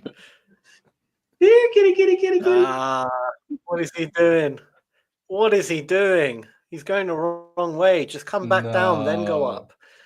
Come on. Are you kidding me? I think this trade's missed. All right. No way. Well, that trade didn't give me an entry, I don't think. It might do. If the alert goes off, I'll jump in, but it looks like it's on its way already. It literally, like, what is that? Not even a pip away from where I'd want to enter? Super close. Let's measure that. 0.2 pips. 0.2 pips away from my entry. Why? Like, come on. You could have did it. It doesn't even matter. Even if I put a limit order, it wouldn't have got triggered in because the spread was bigger than... Do you know what I mean? Yeah, now it's moving so nicely up. And it teases you as well. Do you know what I mean? It like shows you what you could have had. Right. Like, whatever. All right. They don't do that. Well, Michael, I know your trade's gonna. It looked like this. It looked like it's not actually. It's a little too low. I don't like this wick at the top. I'll share my screen. Dang it! The same thing just happened to me. It's so close. It's so close, but it just won't do it. Like, look at this. I don't like this wick at the top like that. Yeah, this looks like a trick at this point. I wanted a nice solid close, right? Like close up here. Even the 15-minute for me, I also try to just drill down to the 15-minute. Still just looks a little funky. Yeah, and it's still just coming down too. Yeah. See, I don't like it when the one I wanted to at least close above here. I would have liked it for it to close above here, but at least above here. So, and it's not going to do neither one of those. About 30 seconds. Let's see. Can it close above this at least? Like bare minimum above here? At this point, closing just above the 13 is not good enough. Come on, just jump up there real quick.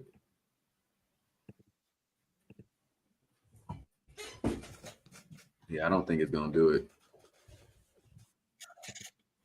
Nah. The market's teasing us today. Nope. It's because tomorrow's NFP. I already know it. Nope. It didn't do it. That sucks, actually. Yeah, that was really lame. Yeah, I had my order on it and everything. I was ready to click this on. I might. Didn't have to do that. I might have. We need to get a live trade in. Aymane, you're gonna have to save the day. We need to get a live trade in. Yeah. Come on, Aymane. Show us what NQ can do.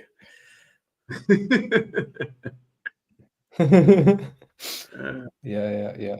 If you get a good trade in this session, I will admit NQ is better than ES. Yes. Could you repeat? I will record.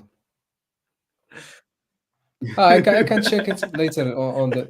Could you say it again, please? Yeah, exactly. Please say it again. I said, Could you say it again? Aymane, if you can get a good trade in this session on NQ, I will admit NQ is better than ES. Okay. But let's wait. For Make now, us there is proud. nothing.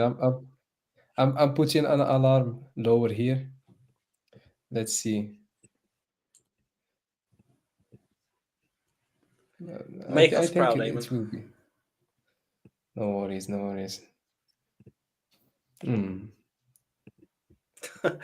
Robert says, if Aymane wins the NQ trade, Sam has to trade NQ next week instead of ES. Oh, oh. Good. Thank you. Okay. You agree, Sam? Okay, I can trade NQ and ES. I have to. I still have to make money, you know.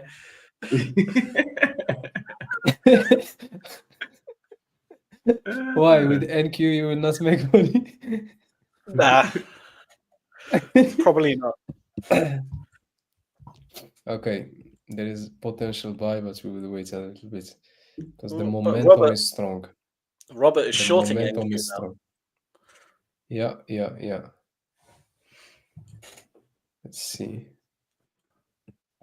Aymane always does the Okay. opposite of what. Yeah, but many of us momentum. do. I agree with the shorts, but there is momentum. Let's see. Okay.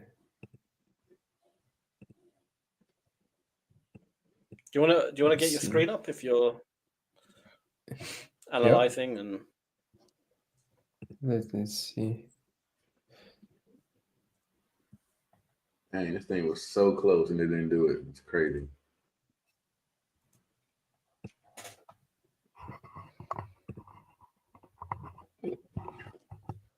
Yeah. Oh, what's up? What happened? that might be it for me. I don't even see anything else close.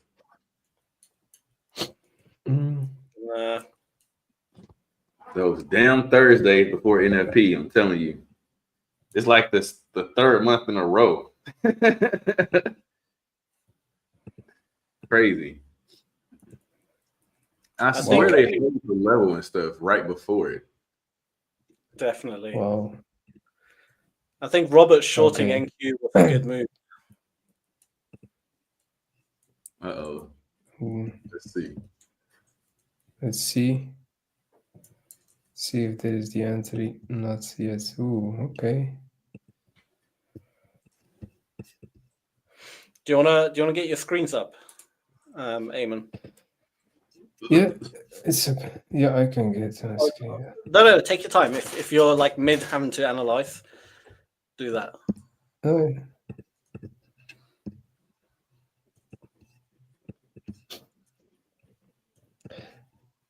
The only thing is, like, for sure we are in this area here. Just took the previous candle low, close green. So, but I'm waiting just for some good absorption. Here is still mixed, nothing.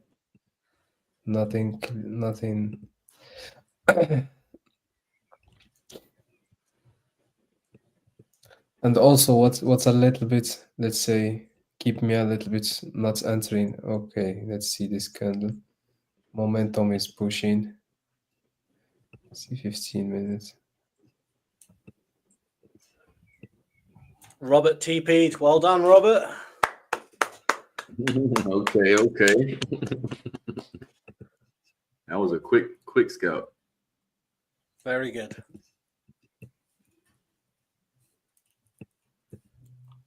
Yeah.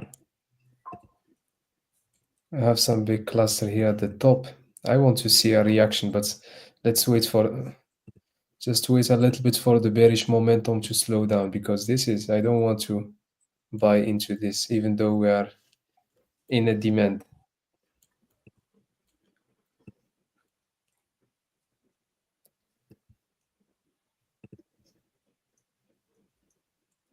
I'm gonna just send me an alert for this bad boy.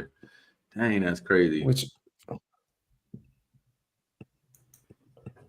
oh wow. It's one of those times Okay. where you got to make sure you do not take it early, because this thing will turn around on you.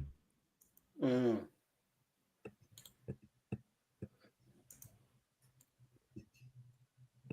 Do y'all remember y'all used to No. jump in trades too early? We all do it. We all do it. I still do it to this day. I jump in a bit early sometimes. And I'm thinking, like, why? No, Like, why did I do that? it's it's not valid, this buy here. You can see this is the 1 hour delta chart. You see it, Sam? Mm-hmm.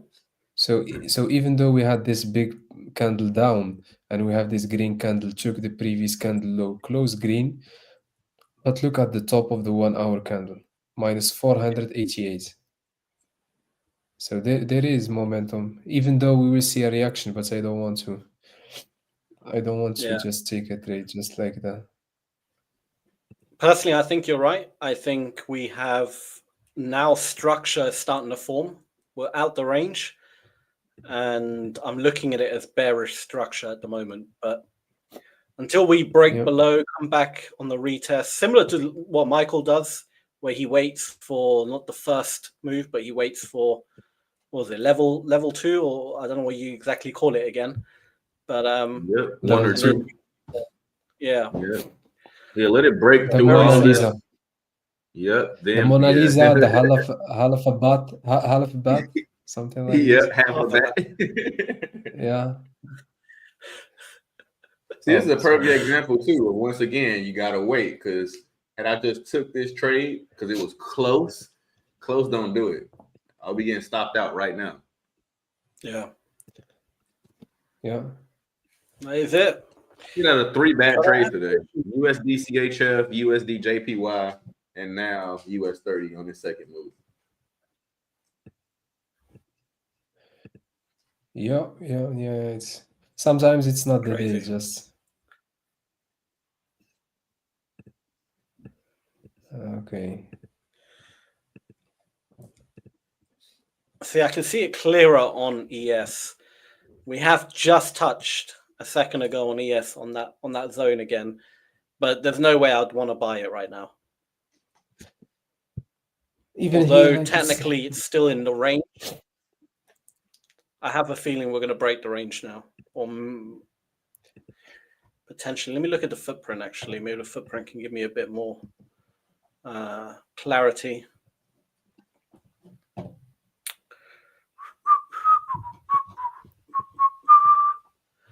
Okay. short, target the lows. Are you shorting it now? Oh. No. I was thinking to short.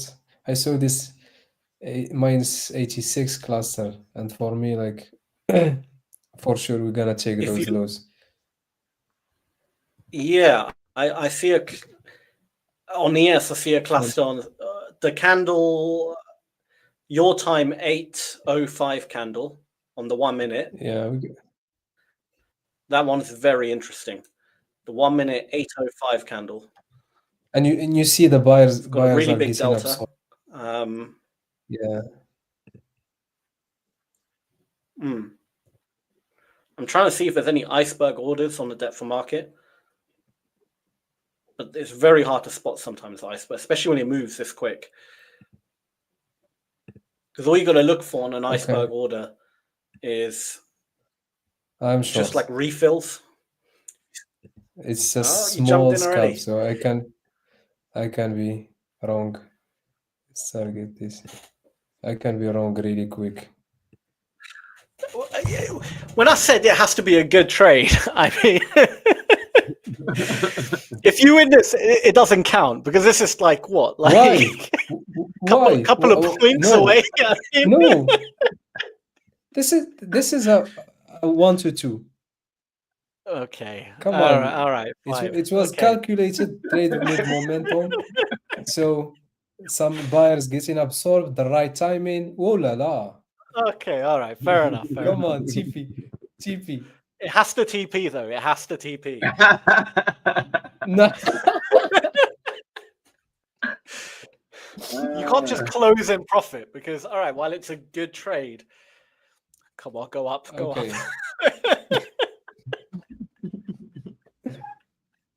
Let's see.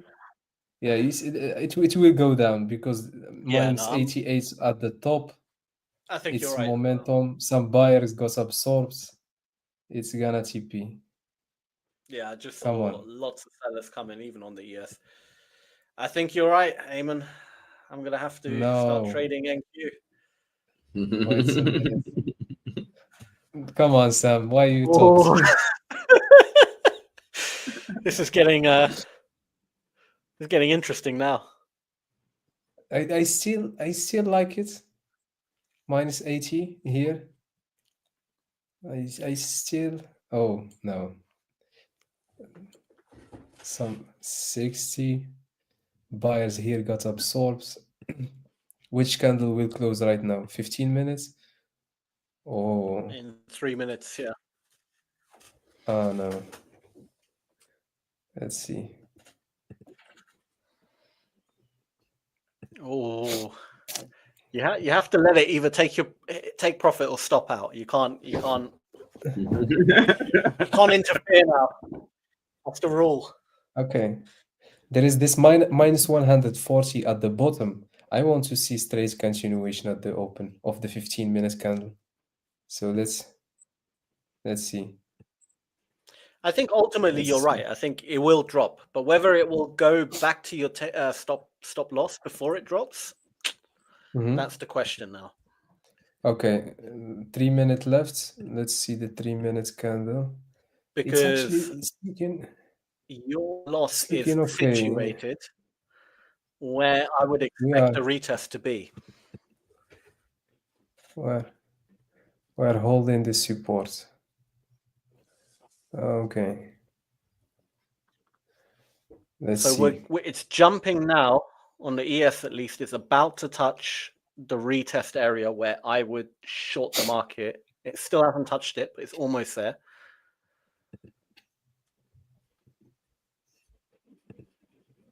Oh, I got there is buyers. There is buyers absorption. So, I still like it. Like it. It will push down. I still like it. Look here. It changed to minus 152. Just I want to see the continuation I'm after looking this. To short it as well. I'm looking to potentially short as well now. And there is what I like also is is the buyer. Oh, you see this minus 103? Oh, it's pushing. It will be TP, I think. It will be. Oh, nice. This is nice. I want straight continuation now. How many minutes? 1 minute left. Come on. This is nice now, yeah.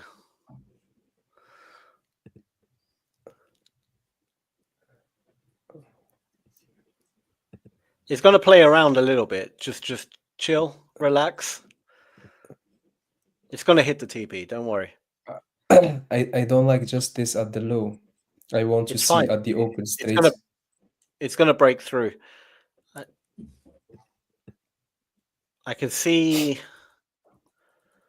Obviously, the depth of market I'm looking at is ES, but very similar. So, generally speaking, whatever occurs on the ES will occur on the NQ. It's close. Very.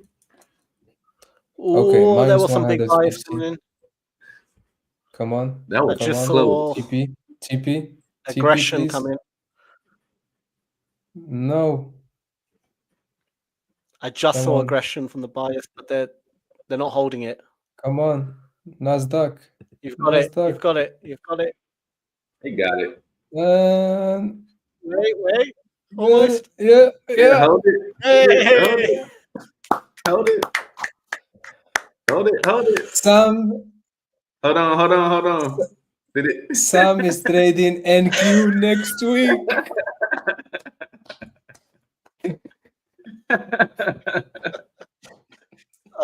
And this, ladies and gentlemen, is what it looks like when you get converted. Why did I make that bet? Oh, man. That's crazy. Fair play. I'm a man of my word, so I will That's trade crazy. NQ only in the live section though. Not in Huh? real life. only in the live session, not in real life. No, but let's make Yes. some rules. Because you will join now our community, it's the NASDAQ, so you should not show any ES in the ES charts. So no, show respect to NASDAQ. So no ES charts. And yeah, other than that, me and Robert, we welcome you to the community. You are welcome. If you need anything, just feel free to ask. Feels Just great. one last thing that I can brother to tell you is in ES all day it moved 50 points. In NQ in 2 minutes move 50 points. So please don't use the same lot size that you use in ES and NQ. Thank you. It's fine. Thank you. Okay. Here's a battle. We'll do another bet for the week after. Okay. We'll both trade NQ. But we're obviously gonna have differing opinions sometimes, right? Okay. Whoever gets the best Mona Lisa trade on NQ, they have to trade. No. If I get the better trade, right, then you got to trade ES the week after. If you get the better trade, I'll do another week of NQ. What is the condition of better trade? Like more points? Highest points, yeah. Okay. Highest amount of points in a live session. So you bring me to your game, but okay, it's fine. I accept. Okay. All right. Okay. All right, live on the screen is locked in. Y'all got a virtual handshake now. We'll do a virtual handshake. There we go. All right. All right, ladies and gentlemen, we've seen it. I'm gonna get you on ES. Don't worry. I'm gonna get you on ES. This is hilarious, man. So NQ ES just broke. Let me just get my charts up real quick. So I missed the trade on ES annoyingly, but there is actually a decent potential trade coming up. Come on. It's all a bit slow. Okay. So just as I drew that thing, what we did have is obviously that gap there. When it came back and it almost stopped Aymane out, it almost touched that area. I was going to short it here. If it got it back into this area, there'll be another short, but it didn't quite get there, so I didn't jump in. But there is potential for when it comes back into here for a short to happen. The thing is, I need to kind of wait for a clear close. I don't want this. This isn't like a clear close below. And there's what, 35 seconds. I don't think it's actually going to close below annoyingly. On the 15-minute chart, that'll be the end of the session already. So nope, there isn't a trade. Almost, but there isn't. Yeah, today was funky. Not just yet. 2 missed trades. What about pound CAD? Alert didn't go off, so I doubt it's okay. It's coming back in for another test, so potentially pound CAD, but it's not going to be within the live session. So yeah.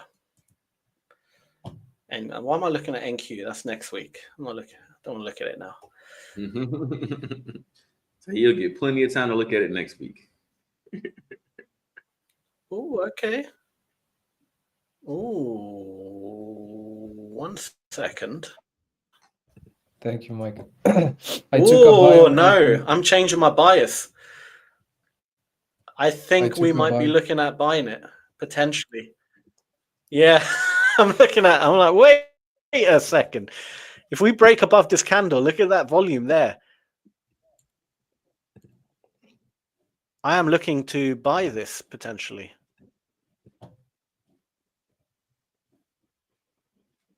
Come on, load. What's going on? Ah, nothing's loading.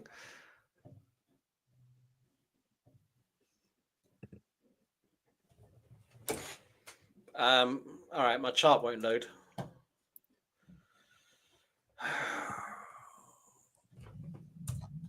Let's refresh.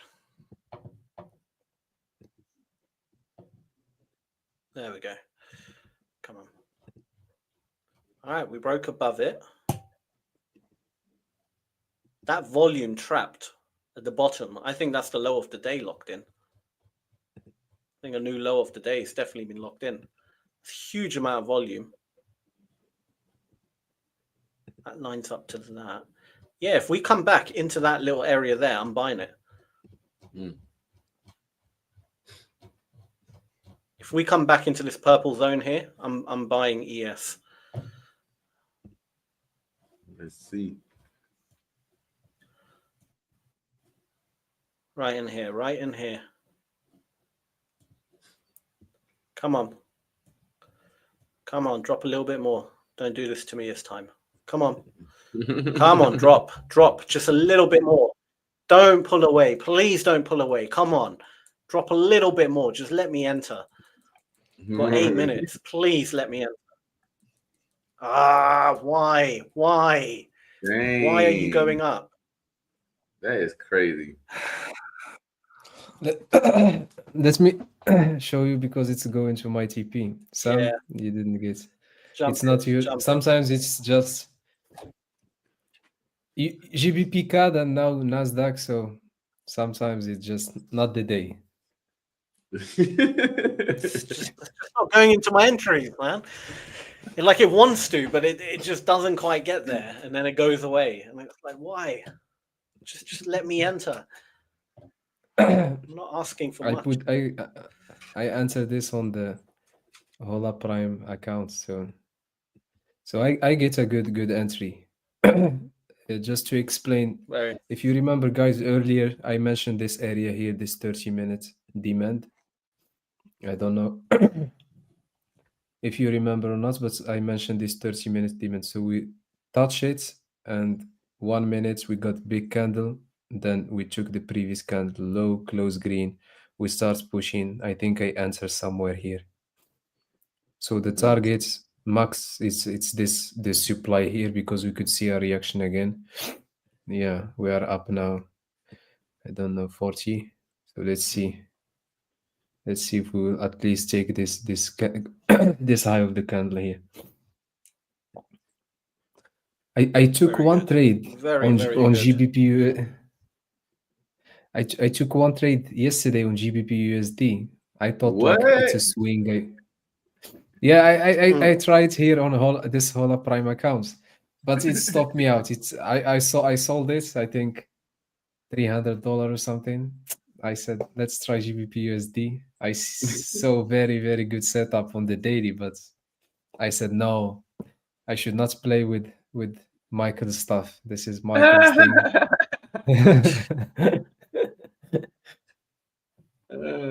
Yeah, you want to share Stepping back on Sam, Michael's or territory. that's fine. No, it's there's no point. It got close to my entry, and then it's lifting off now. So that's it. That's me done. There is no trade for me. Good. So some good orders, some big orders. So there is 30 minutes candle will close in 6 minutes. Let's check. That's so crazy. It's still of course, I think we're not gonna break from here, break higher, but for sure this is the time of the range, and we got this pattern earlier. Took the previous candle low, and here also took the previous candle high. So if we will take the high of the candle, I will be out. Check the you can stay on the trade. No, it's fine. But check the footprint for the candle. I'll give you the time. 1 minute candle at 8:16. What? That, I believe, locked in the low of the day. 8:16 for you. Probably that bearish one. What's the delta on it? And the delta, the volume is very big. Like the volume is 33.08. Delta is negative, not. Yeah. I think that's locked in the low of the day for me. Yeah. I'm looking on ES, the delta spiked so much right there. And instantly the buyers took over. So 230.40. Okay. This is this is unusual a little bit. 240. I think we're gonna push up again. 244. It's just touch the gap. Let's see if we're gonna flip green.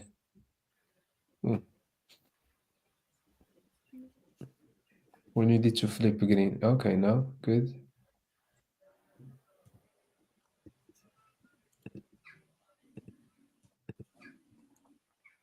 Ooh, there is some big clusters here. Oh, you see some? Oh, okay. Yeah. It's touched the first gap, but I think it will blow through. I don't think it's going to reject it. There's going to be some kind of little bit of movement, but ultimately I think it will blow through. So I wouldn't worry too much on that one. Yeah.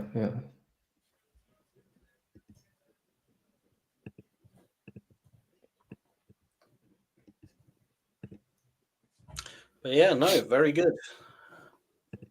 Yeah. Aymane's the man you today. Guys journal? You guys journal your trades? Yeah.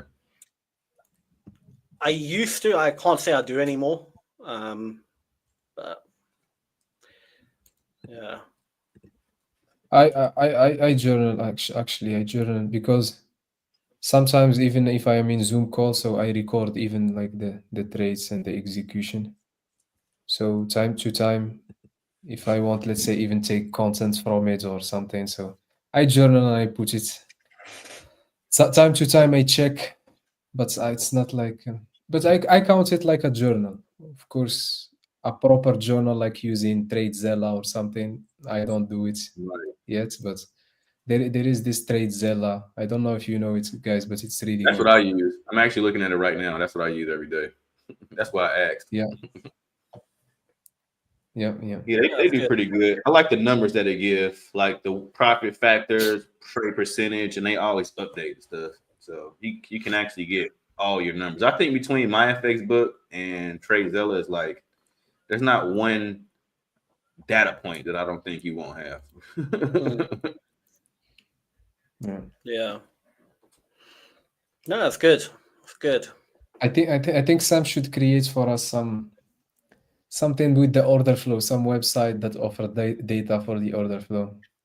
Will be nice, Sam. Or not? You're the market maker. You have a direct line. Sam, I will give you the data, and then you know. You know, there's those conspiracy theories in the trading world when it comes to order flow that like the big banks, they can see like everyone's stop loss. It's not really a conspiracy; it's technically true, and that like, that is Aymane. He has like special software that shows. He can see exactly. Oh, this person's got 2 million on the line here. I'm gonna move the market. Yep. Go get that money, move the market, go grab you, and head back the other way. Yeah. My mentor, That's actually what it was about. When I say market maker structure, that's what he talks about. Those orders, order books. He used to be a market maker, and he taught his protege, and they are my mentors, basically. So it comes from real stuff. Like this guy was the one who went and hunted your stock for real. Yeah.